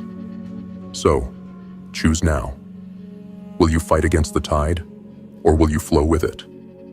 Will you act in defiance of the laws that govern success, or will you embrace them and claim your place among the few who understand? The universe is vast. Its abundance is limitless. Its laws are unyielding. Align your thoughts, believe in the abundance, and act with purpose. This is how you harness the universal law. This is how you rise. The law is there for all. But mastery, that belongs to you, if you dare to claim it. Lesson 5. Clear vision, definite purpose. In a world drowning in distractions, where people wander aimlessly, chasing fleeting desires and hollow ambitions, clarity is your weapon. Without it, you are nothing. A leaf blown by the wind, a shadow swallowed by the night. But with it, you become unstoppable. The truth is harsh but simple. Vague desires yield vague results. Dreams without direction are nothing more than fantasies. The universe does not respond to wishful thinking or half-hearted attempts. It responds to precision, to purpose, to the unrelenting force of someone who knows exactly what they want. So I ask you, what do you want? Not in vague, shapeless terms, but in vivid, brutal detail. Can you see it? Can you feel it? Can you describe it so clearly that it burns in your mind like a beacon in the dark? Because if you can't, you'll never have it. Clear vision is not optional. It is the foundation of everything. It is the lens through which your energy is focused, the map that guides your every step. Without it, you will stumble, distracted by the noise of the world, consumed by the trivial and the meaningless. But vision alone is not enough. You must pair it with a definite purpose, a singular driving force that pulls you forward no matter the obstacles. This is not a casual desire. It is not a fleeting interest. It is a burning obsession, a purpose so deeply ingrained in your soul that you would rather face destruction than abandon it. Yet most people fail here. They flinch at the first sign of adversity. They scatter their energy across too many pursuits, chasing everything and capturing nothing. Do not be like them. Your focus must be ruthless, laser-like. It must cut through the noise, the doubt, and the fear until only your purpose remains. Ask yourself, what are you willing to fight for? What are you willing to sacrifice for? What is the one thing that you cannot live without? Until you can answer these questions with unwavering clarity, you are drifting, wasting precious time, and squandering your potential. The universe rewards specificity. It responds to those who command it with clear intent. The more precise your vision, the sharper your focus, the faster your desires will manifest. This is not magic. It is law. A vague mind produces a vague life, but a clear mind carves its path through the chaos and bends reality to its will. So, define what you want. Write it. Visualize it. Obsess over it. Let it consume your thoughts and direct your actions. Do not dilute your focus by chasing what doesn't matter. Commit fully to your purpose, and the world will bow to your will. Remember, the world belongs not to the wishful, but to the decisive. The spoils go, not to the wanderer, but to the one who marches with clarity and purpose. Be clear. Be relentless. Be undeniable. Your vision is your compass. Your purpose is your power. Together, they make you unstoppable. So focus, sharpen your mind, and claim what is already yours. Lesson 6. Faith and belief. Faith. It is the unseen force, the silent architect behind every triumph, every victory, every story of success. Without it, you are nothing, a hollow shell, paralyzed by doubt and consumed by fear. But with it, with unwavering faith, you become unstoppable. Understand this. Faith is not some fragile whisper of hope. It is a roar, a declaration of certainty in the face of chaos. It is the unshakable belief that your goals are not just possible, but inevitable.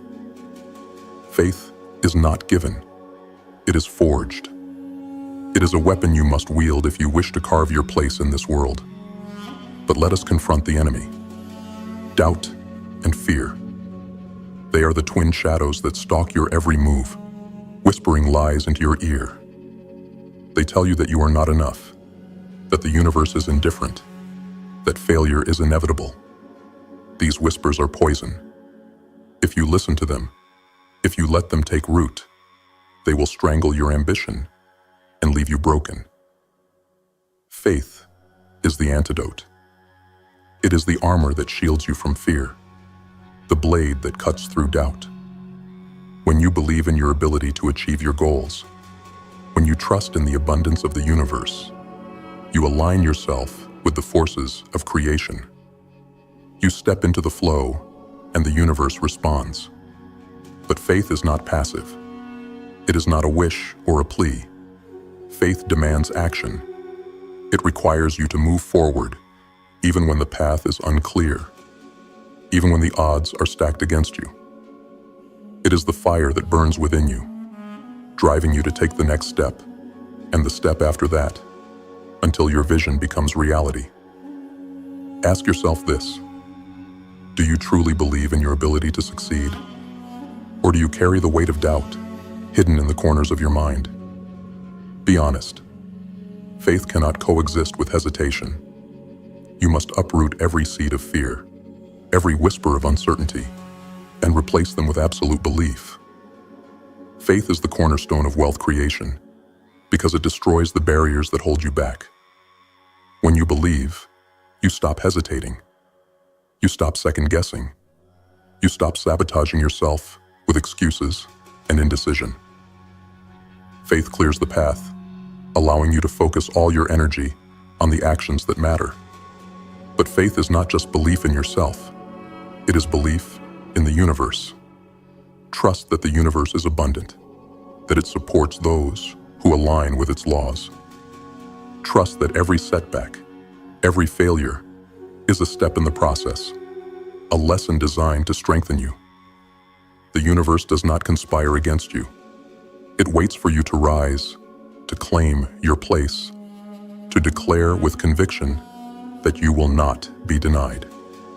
So I ask you, will you let fear and doubt define your life, or will you choose faith? Will you crumble under the weight of uncertainty, or will you stand firm, believing in your power and the abundance that surrounds you?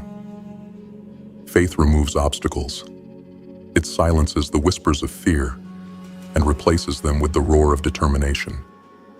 Believe in yourself. Believe in your vision. Believe in the universe. And then act with the certainty that nothing can stop you. Faith is the cornerstone of success.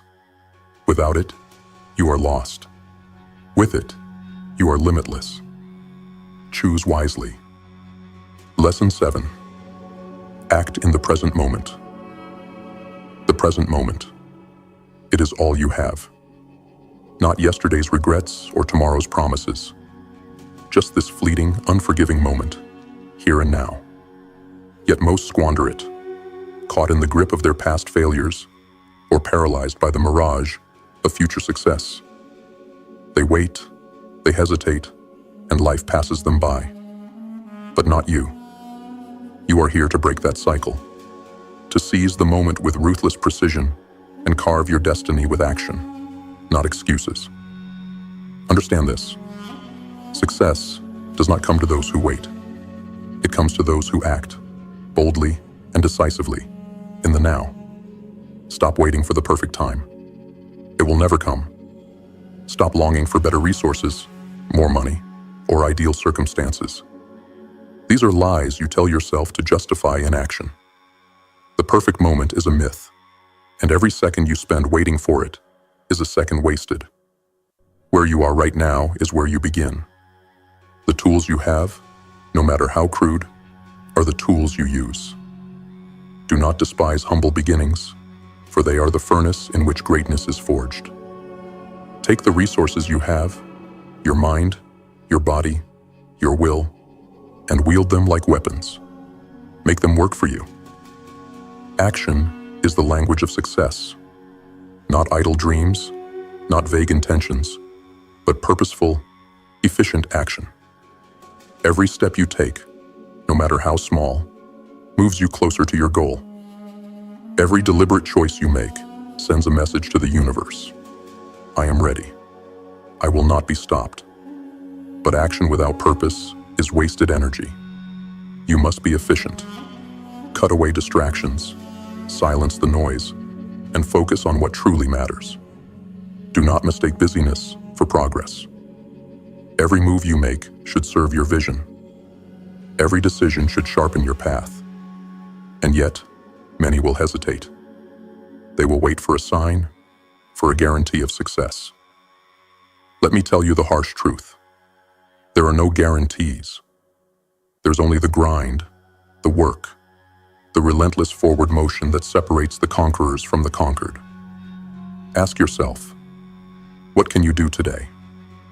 Not tomorrow, not next week. Today.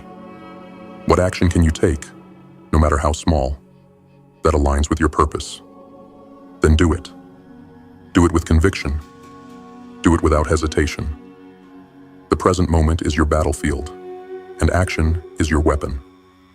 Strike while others wait. Move while others hesitate. Build while others dream. This is how you rise above, how you dominate, how you win. Remember this. Every great success began with a single step taken in the now. Those who act, who embrace the present moment with ferocity, bend the world to their will.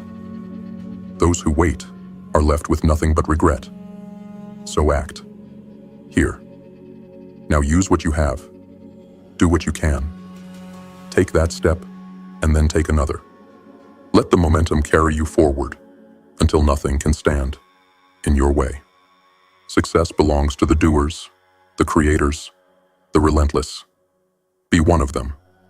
Act in the present moment, and the future will bow before you. Lesson 8. Efficiency is key.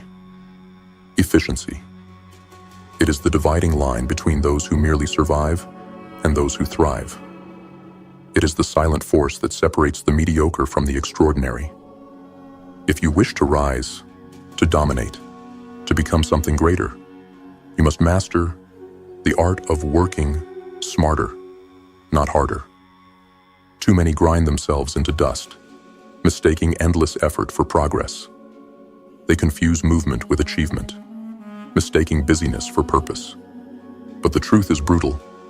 Effort alone will not save you. Success does not come to those who work the longest. It comes to those who work the smartest. Every action you take is an investment.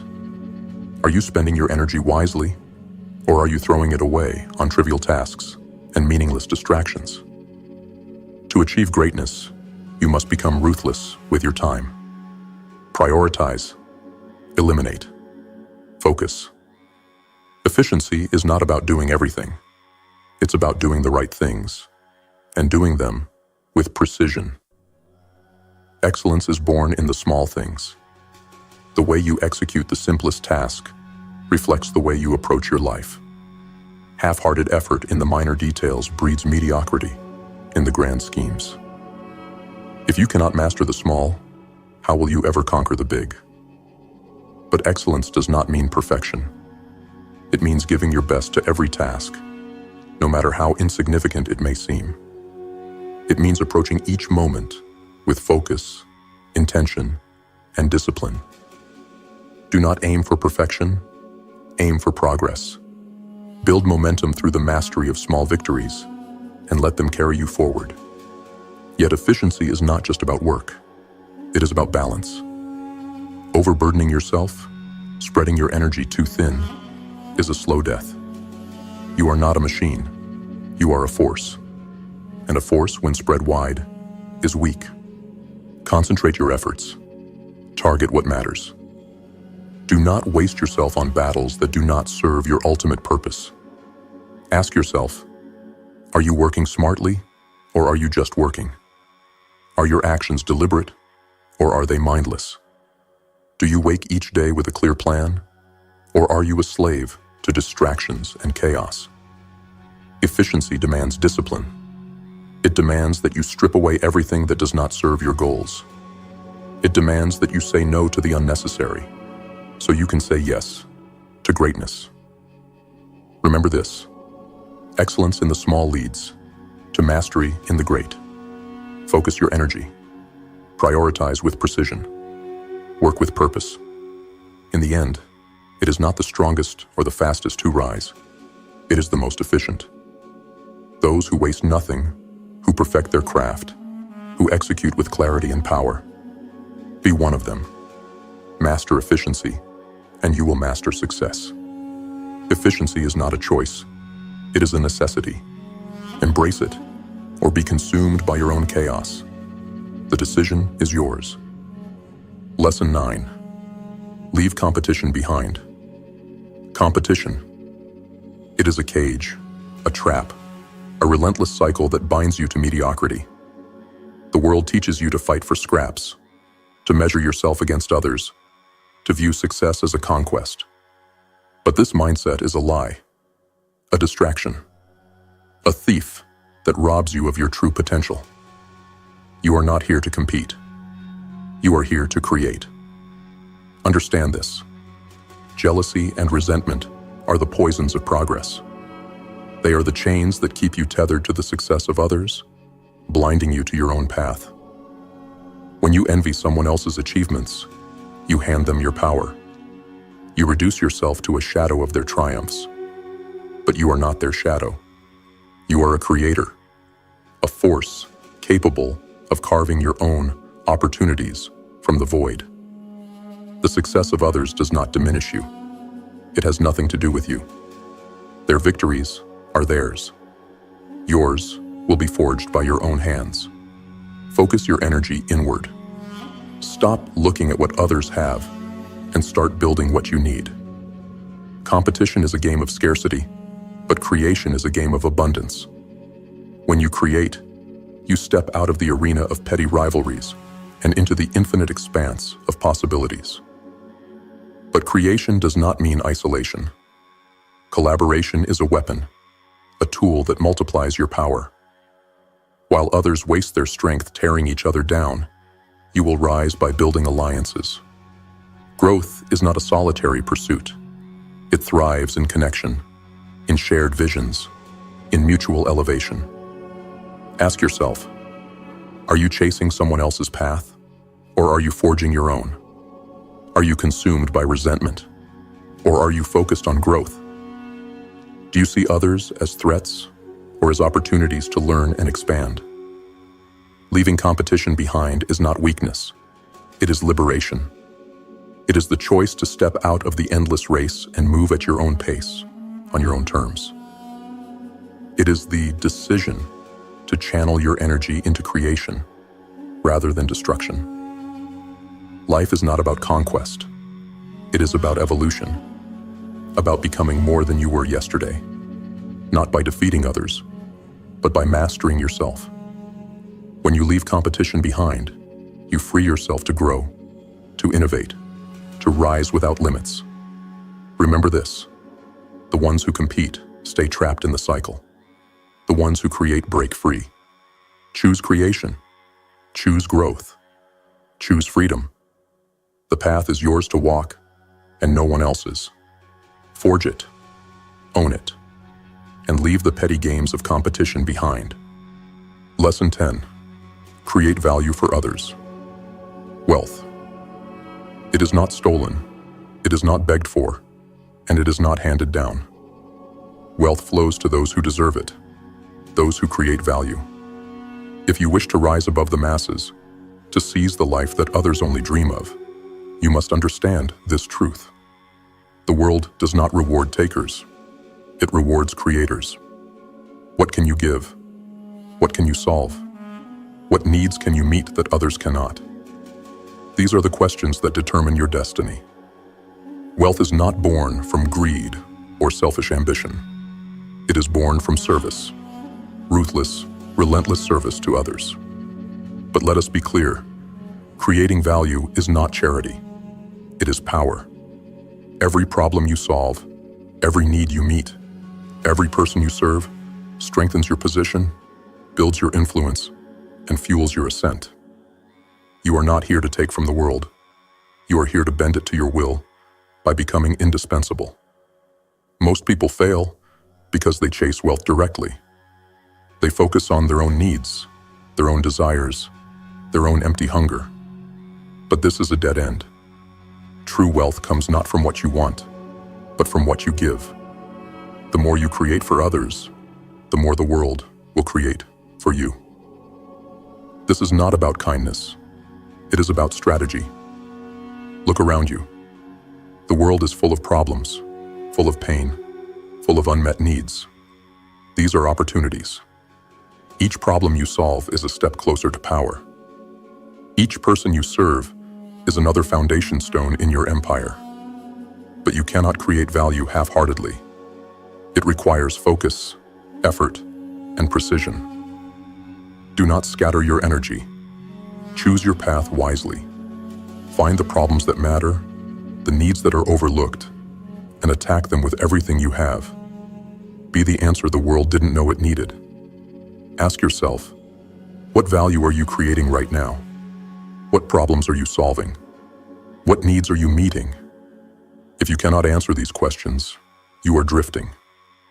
Stop wasting time. Start building. Remember this: the more value you create, the greater your wealth. The equation is simple, the law unbreakable. Serve with purpose, and the rewards will come. Not because you demand them, but because you deserve them. So stop thinking about what you want. Start thinking about what you can give. Create value so immense, so undeniable, that the world has no choice but to reward you.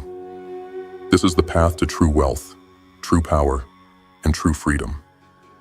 Wealth flows to those who create. Be one of them. Building solve, serve, and watch as the world bends to your will. Lesson 11. The power of persistence. Persistence. It is the force that separates the weak from the powerful, the dreamers from the doers. It is the silent weapon of those who refuse to break, the relentless drive of those who will not be denied. If you desire greatness, if you crave success, then persistence must become your creed. Understand this: the path to your vision will not be smooth. It will not be handed to you on a silver platter. It will be riddled with challenges, failures, and setbacks designed to test your resolve. The question is not if you will face adversity, it is whether you will rise above it. Most people crumble when the weight of failure presses down on them. They abandon their dreams, whispering lies to themselves that it wasn't meant to be. But not you. You are here because you refuse to quit. Because you know that persistence is the bridge between where you are and where you want to be. Your vision is your anchor. Hold it tightly, even when the storm rages. Especially when the storm rages. Temporary setbacks are exactly that. Temporary. They are not the end unless you allow them to be. Persistence transforms those setbacks into stepping stones. Each failure, a lesson. Each obstacle, a test of your will. Consistency is the hammer that turns ideas into reality. Dreams without action are fantasies, and action without persistence is wasted effort. You must show up every day, no matter how hard it gets, no matter how many times you fall. Each step forward, no matter how small, inches you closer to your goal. But persistence is not blind. It is strategic. It requires adaptability, the ability to adjust your methods without abandoning your purpose. When one door closes, find another. When one plan fails, create a new one. The vision remains constant, but the path is yours to carve. Ask yourself, how badly do you want it? Are you willing to endure the pain, the doubt, the endless grind? Are you prepared to outlast everyone else, to keep going when they have long since given up? Because that is what it takes. The world does not reward those who quit. It rewards those who persist, those who refuse to bow to failure, those who rise again and again, no matter how many times they are knocked down.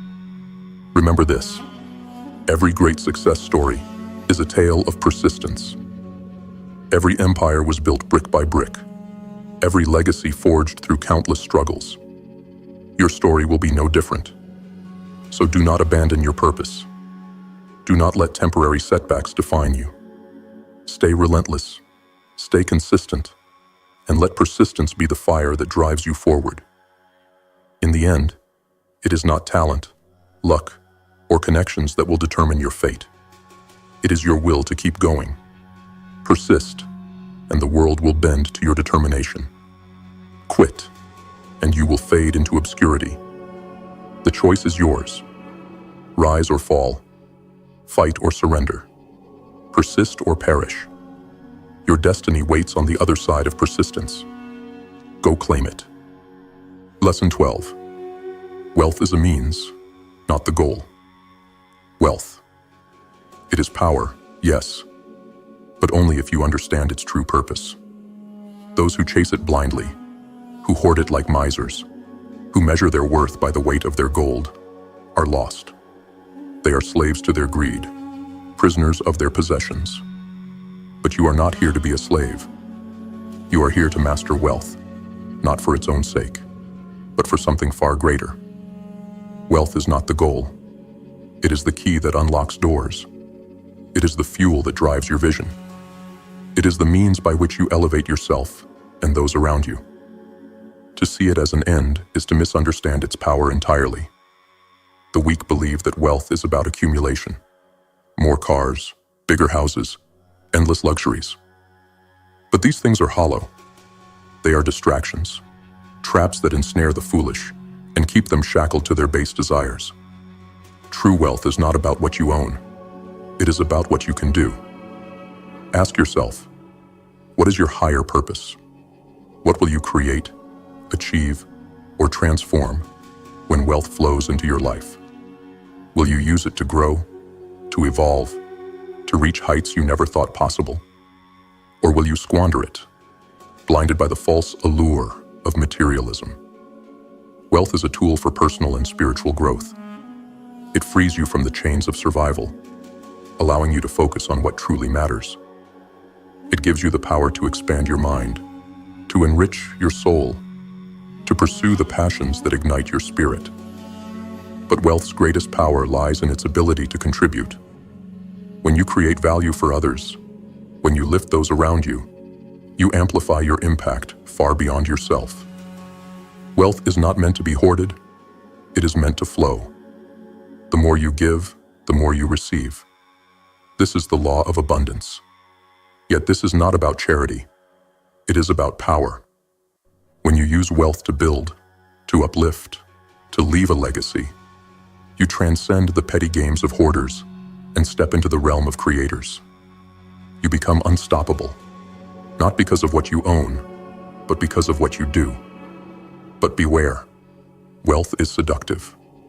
It whispers lies of comfort, of complacency, of superiority.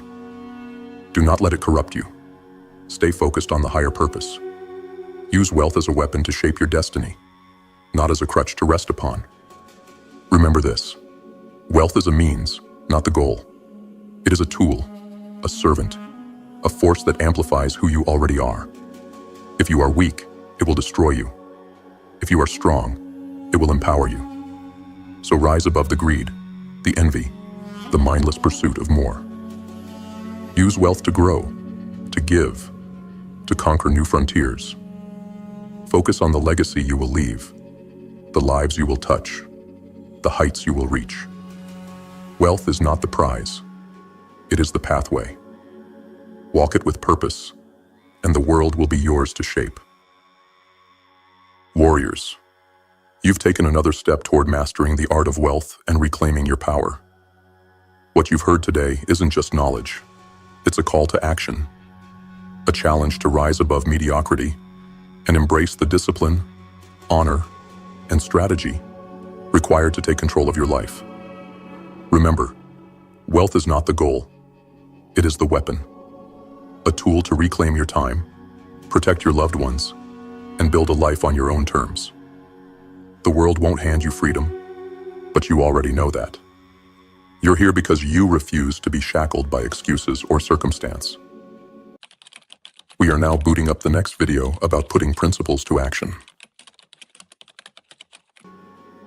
This isn't just about grinding through challenges. It's about doing so with elegance and efficiency. It's about taking control of your focus, your energy, and your time, and wielding them like weapons to conquer what others fear to even approach. Because the hardest tasks aren't just obstacles, they're opportunities. They're the proving grounds where you sharpen your mind, strengthen your resolve, and build the foundation for greatness. And when you learn how to face them head on, with precision, with grace, you unlock a power most people will never know. So, warriors, whether you're here for the first time or the 100th, remember this. Grimace is more than a channel. It's a movement, a mindset, a call to action. Together, we rise, we endure, and we dominate. Let's get into today's lesson, and let's do what others won't, so we can achieve what others can't. Lesson 1. Prioritize the big tasks. They say the devil is in the details, but the truth is, it's the big looming tasks that haunt your progress. They tower over you like dark monoliths, casting long shadows on your ambitions. Yet these are the very tasks that hold the key to your transformation. You avoid them, don't you? You dance around them, filling your days with meaningless busy work, convincing yourself you've been productive. But deep down, you know the truth. The mountain still stands. The big tasks are unforgiving. They don't care about your excuses, your fears, or your fragile ego. They demand your focus, your grit, your unwavering determination. These are the tasks that move the needle, that break the chains of mediocrity and propel you toward greatness. But they require something most people aren't willing to give: sacrifice. When you look at your goals, ask yourself, what truly matters? Not what feels easy, not what others expect, but what actions will carve a path through the chaos and lead you to the life you desire. The tasks that scare you the most are the ones worth chasing. They are the tasks that will define you. Procrastination is a seductive lie. It whispers that you have time, that you can delay the hard things until tomorrow. But tomorrow is an illusion. Every day you wait, the mountain grows taller, the shadows stretch further. You don't have time to waste. The clock is ticking, and every second is a step closer to regret. So stop hiding.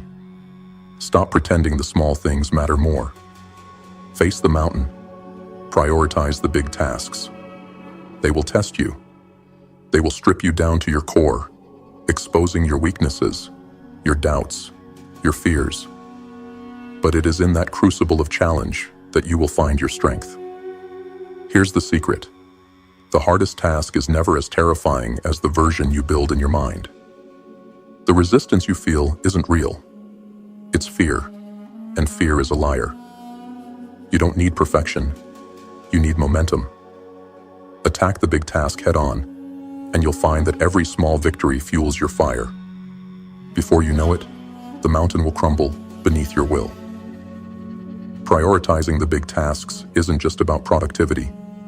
It's about taking control. It's about proving to yourself that you have what it takes to dominate your life, instead of being dominated by it. Every big task you conquer is a declaration of your power, a reminder that you are not here to settle for scraps. You are here to take what's yours. So, what will it be? Will you remain a slave to fear and indecision? Or will you rise and face the tasks that matter most? The choice is yours. Prioritize the big tasks, and you prioritize your future. Anything less is surrender. This is your lesson, your commandment, your call to arms. Face the mountain. Do the hard things first. Prove to yourself that you are unstoppable. Because you are. And when the dust settles, when the tasks are conquered, you will look back at the battlefield of your life and know that you earned your victory. Nothing worth having ever came easy, but it came to those who dared to fight for it. Lesson 2. Action trumps perfection. You're waiting, aren't you? Waiting for the perfect plan, the flawless moment, the crystal clear sign that now is the time to begin. You tell yourself, I'll start when the conditions are right. I'll move when I'm ready. But let me tell you something. That moment you're waiting for, it doesn't exist. It's a mirage in the desert of inaction. Perfection is a seductive prison, locking you in place while your dreams wither in the distance. You analyze, you plan, you tweak, convincing yourself you're making progress. But deep down, you know the truth. All this preparation is just another way to avoid what needs to be done. It's fear, dressed up as prudence, whispering, not yet. But here's the brutal reality. Life doesn't reward perfection. It rewards those who act. The battlefield of success is littered with the bodies of those who waited too long, who hesitated when they should have struck. They wanted the perfect conditions, and while they waited, others took the risks, made the mistakes, and claimed the victories. Action is messy. It's uncomfortable. It's filled with missteps and failures. But it's also the only path forward. Perfection is a myth, but progress is real. Every small action you take, no matter how imperfect, moves you closer to your goals. Momentum is a powerful force, and once you've built it, nothing can stop you. But momentum doesn't come from waiting. It comes from doing. Ask yourself, what's worse? Starting imperfectly or never starting at all? Because that's the choice you face. Hesitation is the death of dreams. The world doesn't need your perfect plan. It needs your imperfect action. It needs you to step into the chaos and start carving out your destiny with your bare hands. When you act, you gain clarity. The path becomes visible only as you walk it. Mistakes aren't failures. They're data, feedback, lessons to sharpen your edge. Every stumble makes you stronger. Every wrong turn teaches you how to navigate. Perfection won't teach you this. Only action can. So stop waiting. Stop hiding behind the lie of not ready. You You are ready enough. The first step doesn't have to be perfect. It just has to be taken. Let go of your fear of imperfection and embrace the truth. Action is what separates the victors from the defeated.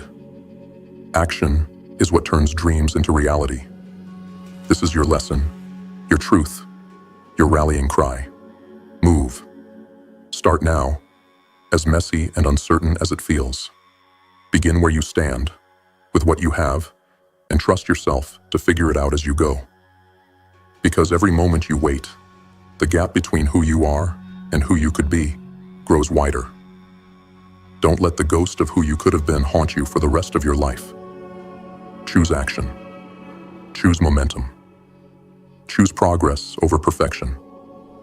And when the dust settles, you won't remember the missteps, the rough edges, or the stumbles along the way. You'll only remember that you moved, and because you moved, you won. Lesson 3. Master time management. Time, the most ruthless force in existence. It's the one thing you can't stop, the one resource you can't replenish. Every second that slips through your fingers is gone forever. Another heartbeat closer to the end. You feel it, don't you?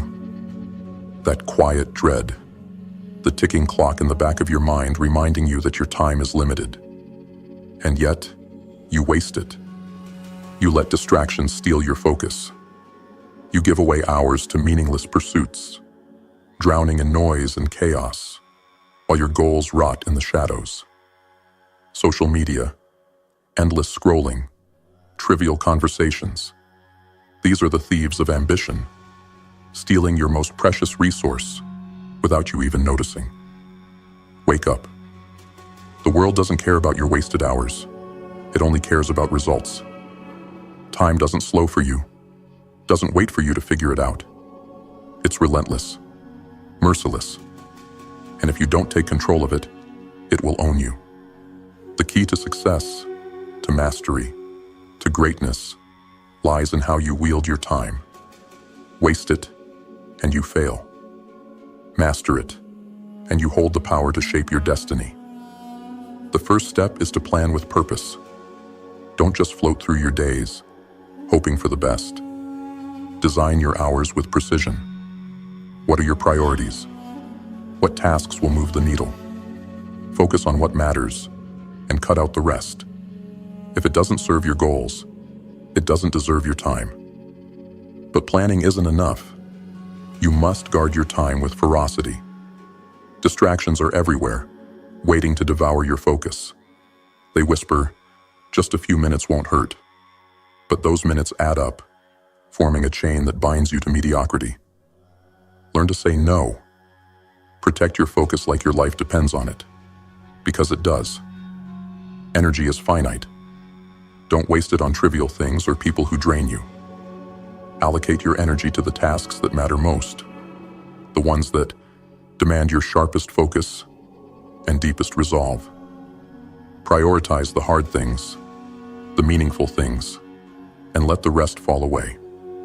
The world will try to pull you in 1,000 directions, but you must stay grounded in what truly matters. Here's the hard truth. Most people let time control them. They live on autopilot, reacting to every demand, every distraction, every shiny object that crosses their path. But not you. You are here to master time, to bend it to your will, to make every second count.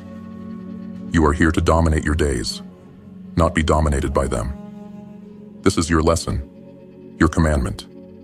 Take control of your time, or it will control you. Plan with purpose. Guard your focus. Allocate your energy wisely. And never let distractions steal your future. Because in the end, time is the ultimate judge.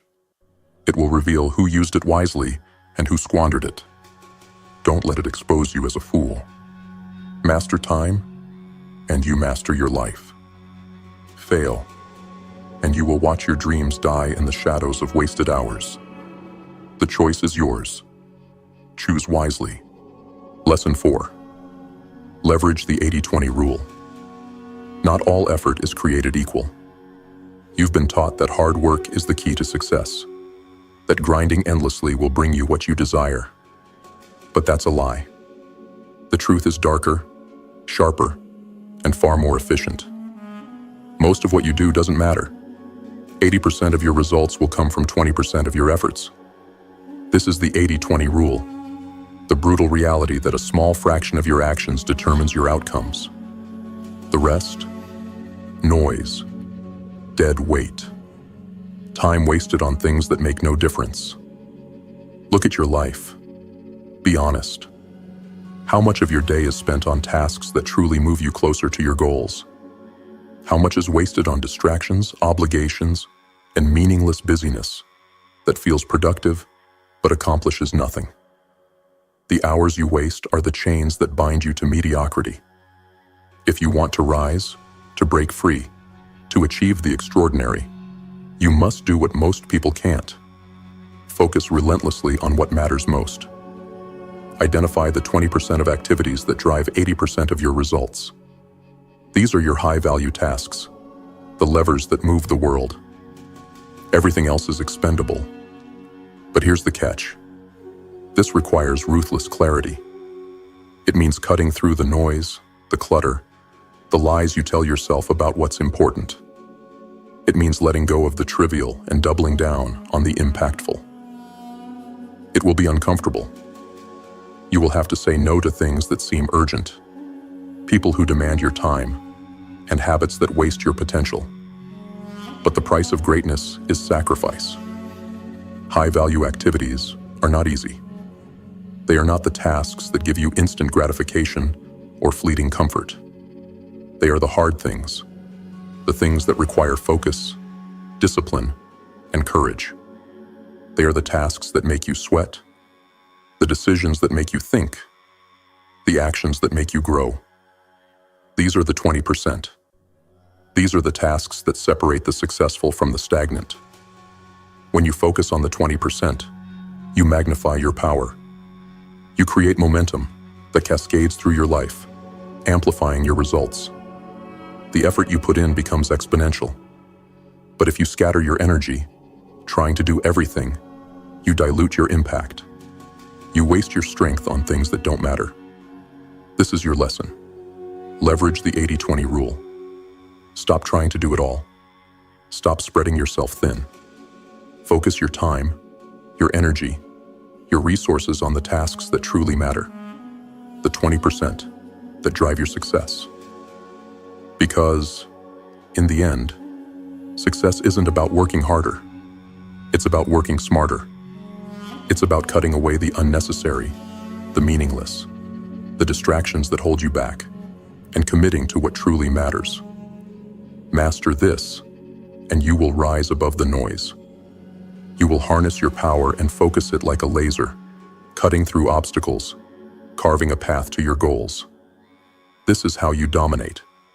This is how you win. Focus on the 20% and let the rest burn. Lesson 5. Break goals into steps. You stand before a mountain, its peak hidden in the clouds, impossibly distant. The weight of your ambitions presses down on you, suffocating, paralyzing. You know where you want to go, but the journey feels too vast, too daunting. So you stand still, frozen by the enormity of it all. Sound familiar? This is the trap of big goals. They can inspire you, but they can also crush you under their weight. They whisper in your ear, "You're not enough. You'll never make it." And for many, that whisper becomes truth. But not for you, because you're about to learn the secret that separates the dreamers from the doers, the defeated from the victorious. The mountain isn't climbed in one leap. It's conquered one step at a time. Breaking a goal into steps isn't just strategy, it's survival. It's how you disarm the fear, silence the doubt, and create momentum where there was once only stagnation. When the peak seems impossible to reach, focus on the ground beneath your feet. What's the next step?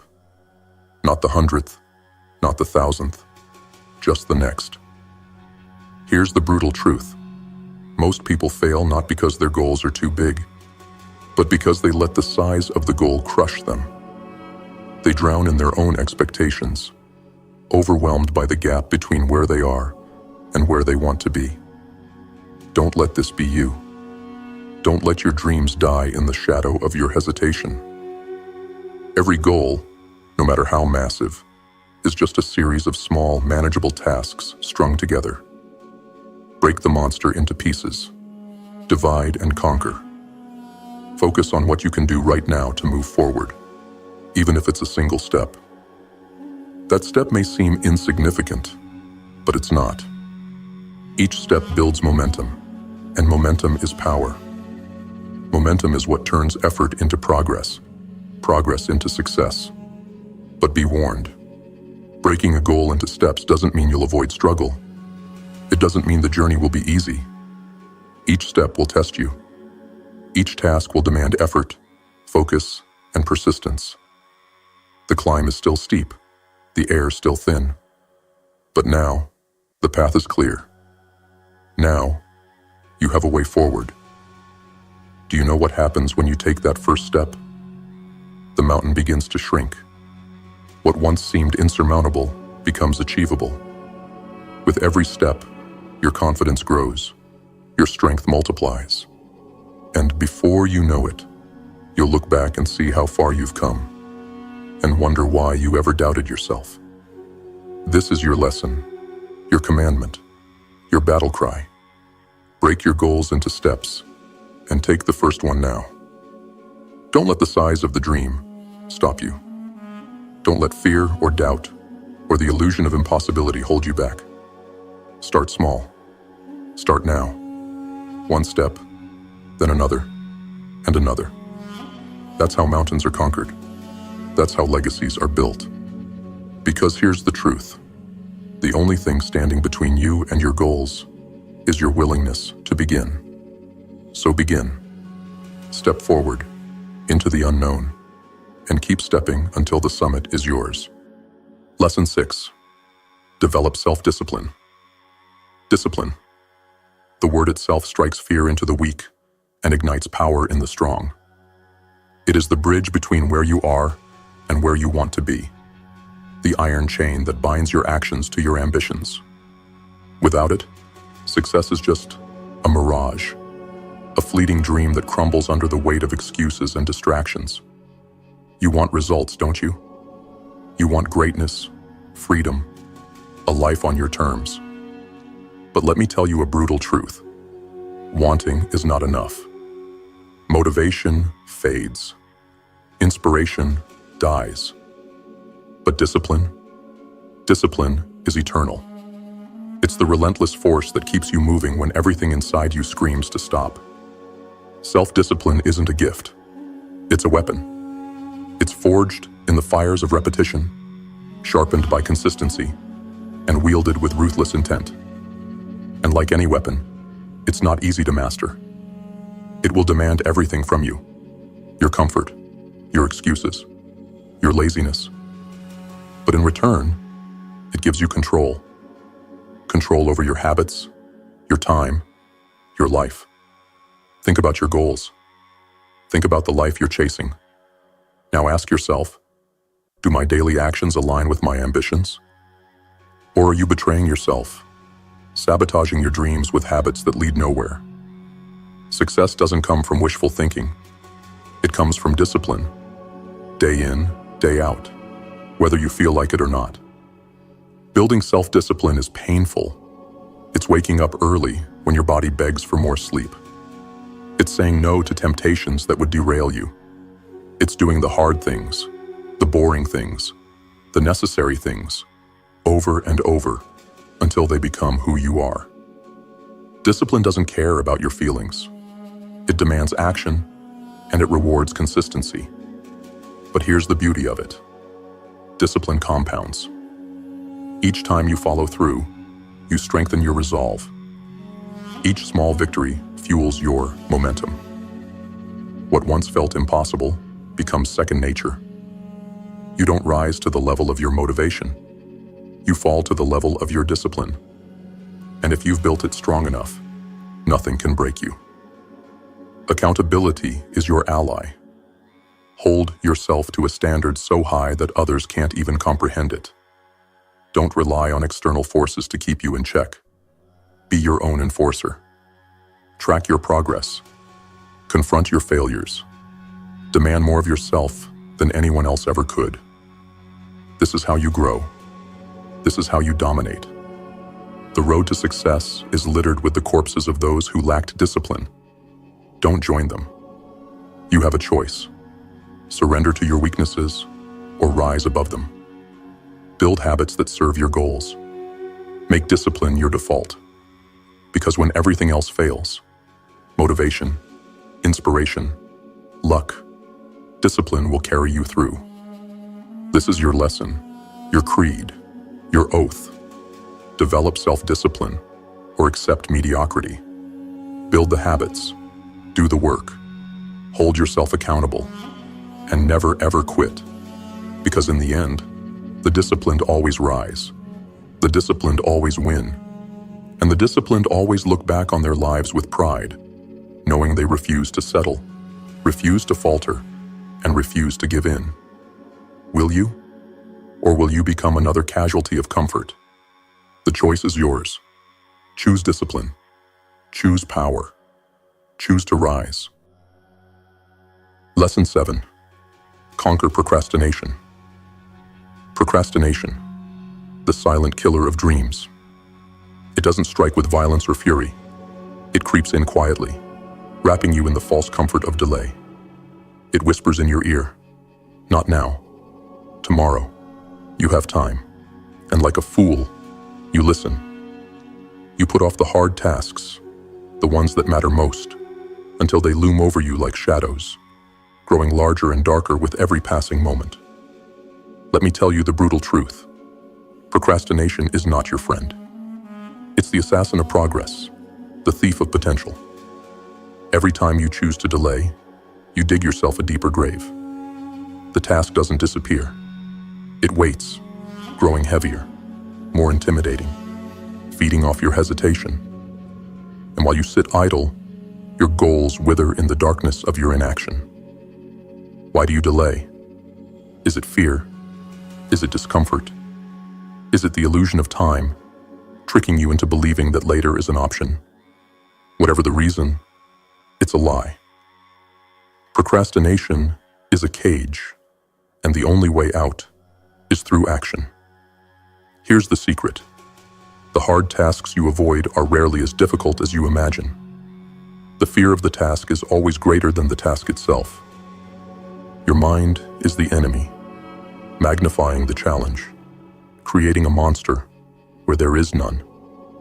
But once you face it, once you take that first step, the illusion shatters. The monster shrinks. The task becomes manageable. The only way to conquer procrastination is to act. Not tomorrow, not later, but now. Stop overthinking. Stop waiting for the perfect moment. It doesn't exist. The time is now, and every second you delay is a second you'll never get back. Start small if you have to, but start. Action is the antidote to fear, the destroyer of hesitation. Remember this. Procrastination feeds on your weakness. Every time you put something off, you strengthen its grip. But every time you act, you weaken it. You break its hold, piece by piece, until it has no power over you. Hold yourself accountable. Face the tasks that scare you, the challenges you've been avoiding. Conquer them, and you'll find a strength you didn't know you had. Momentum will follow. Confidence will grow.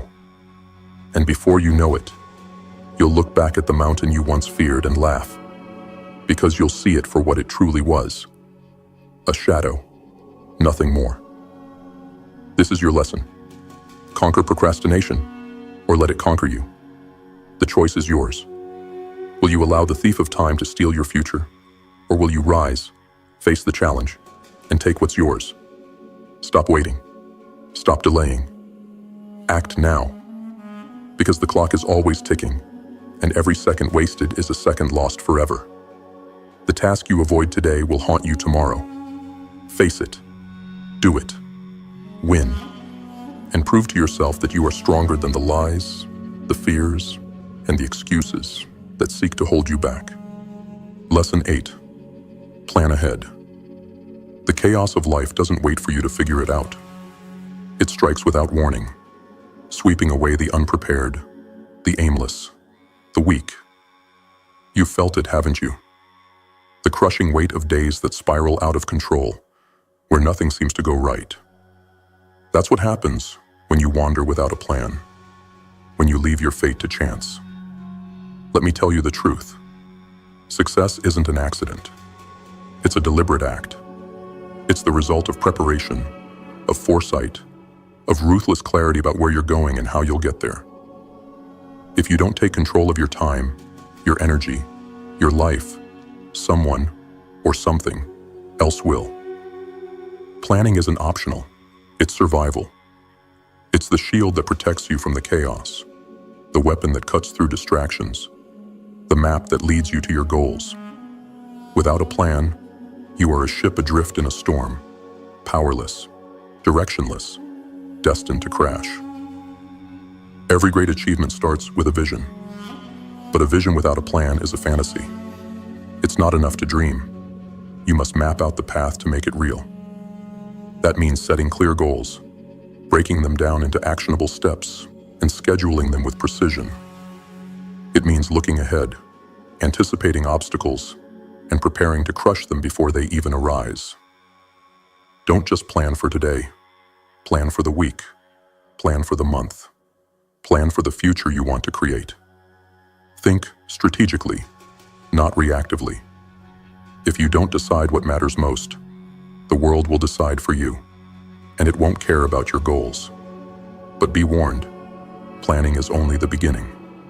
A roadmap means nothing if you don't follow it.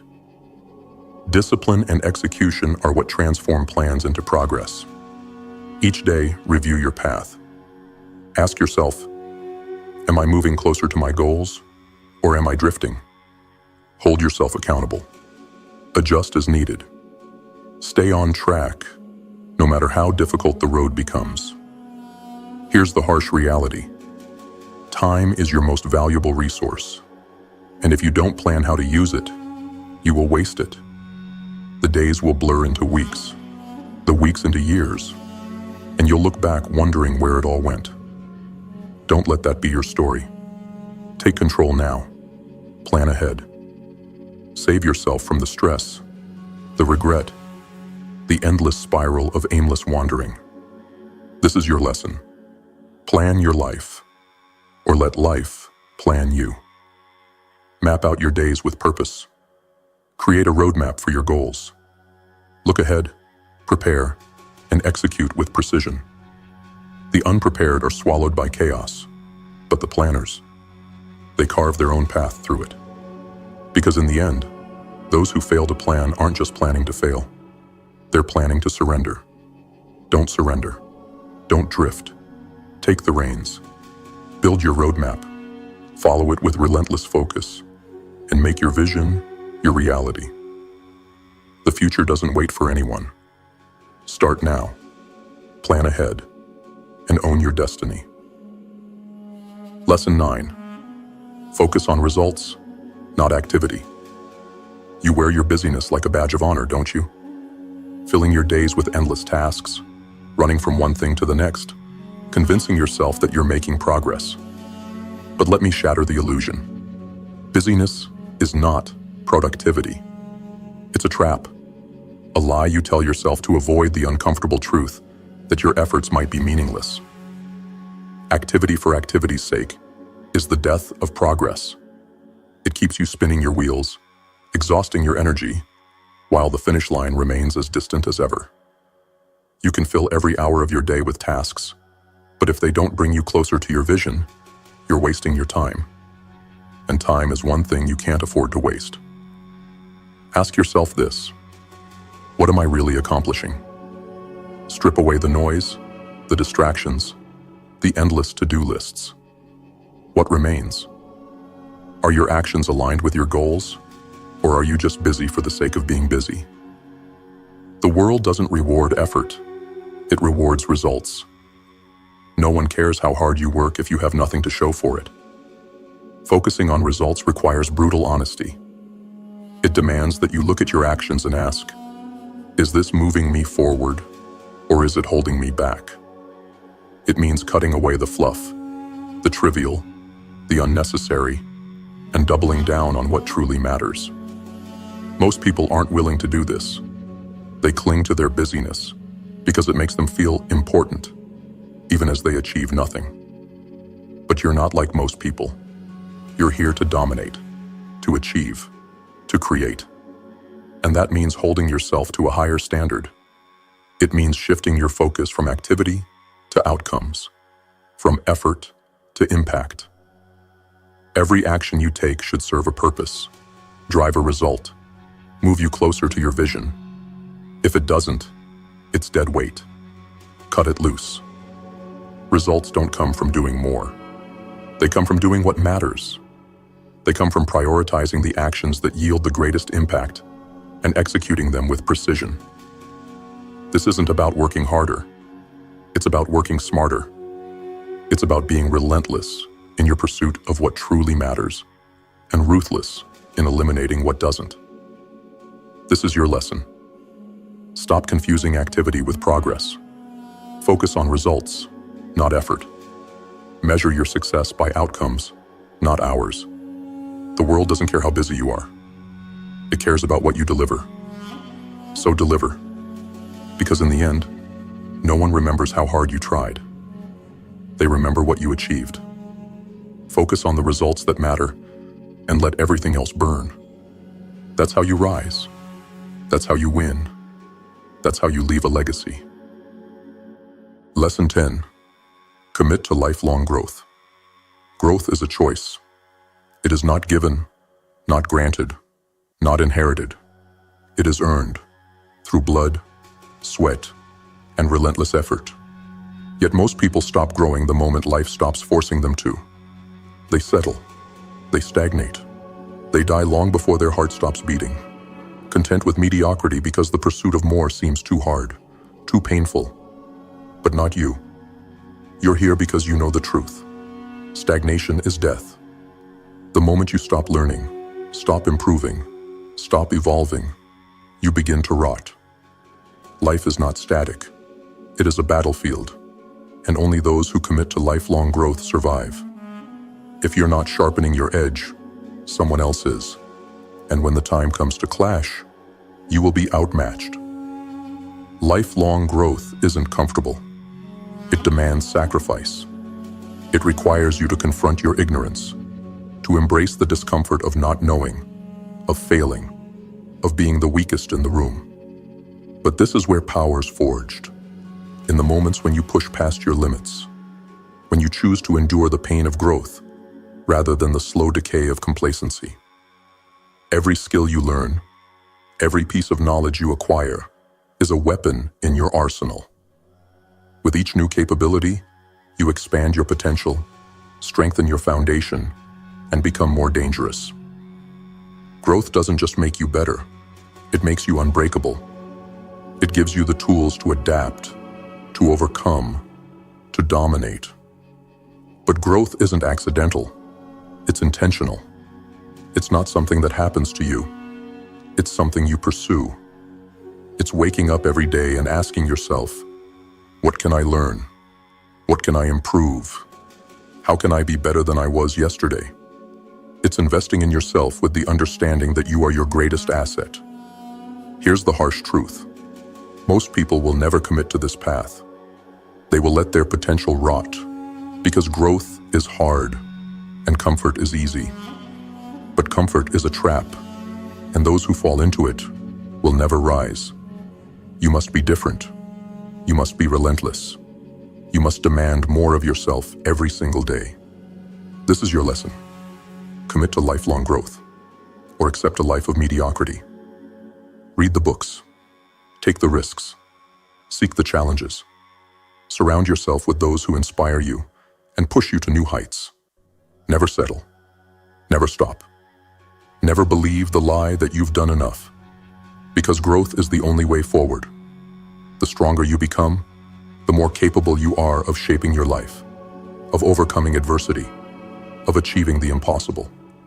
And when you commit to growth, you don't just change yourself, you change the world around you. This is your commandment. Grow or die. Invest in your skills. Expand your mind. Evolve into the person who can conquer any challenge, who can face any fear, who can achieve any goal. The choice is yours. Stagnation or transformation, weakness or strength, decay or dominance. Commit to lifelong growth and let nothing stand in your way. Today's lesson wasn't just about doing the hardest things first. It was about proving to yourself that you have what it takes to rise above hesitation, fear, and weakness.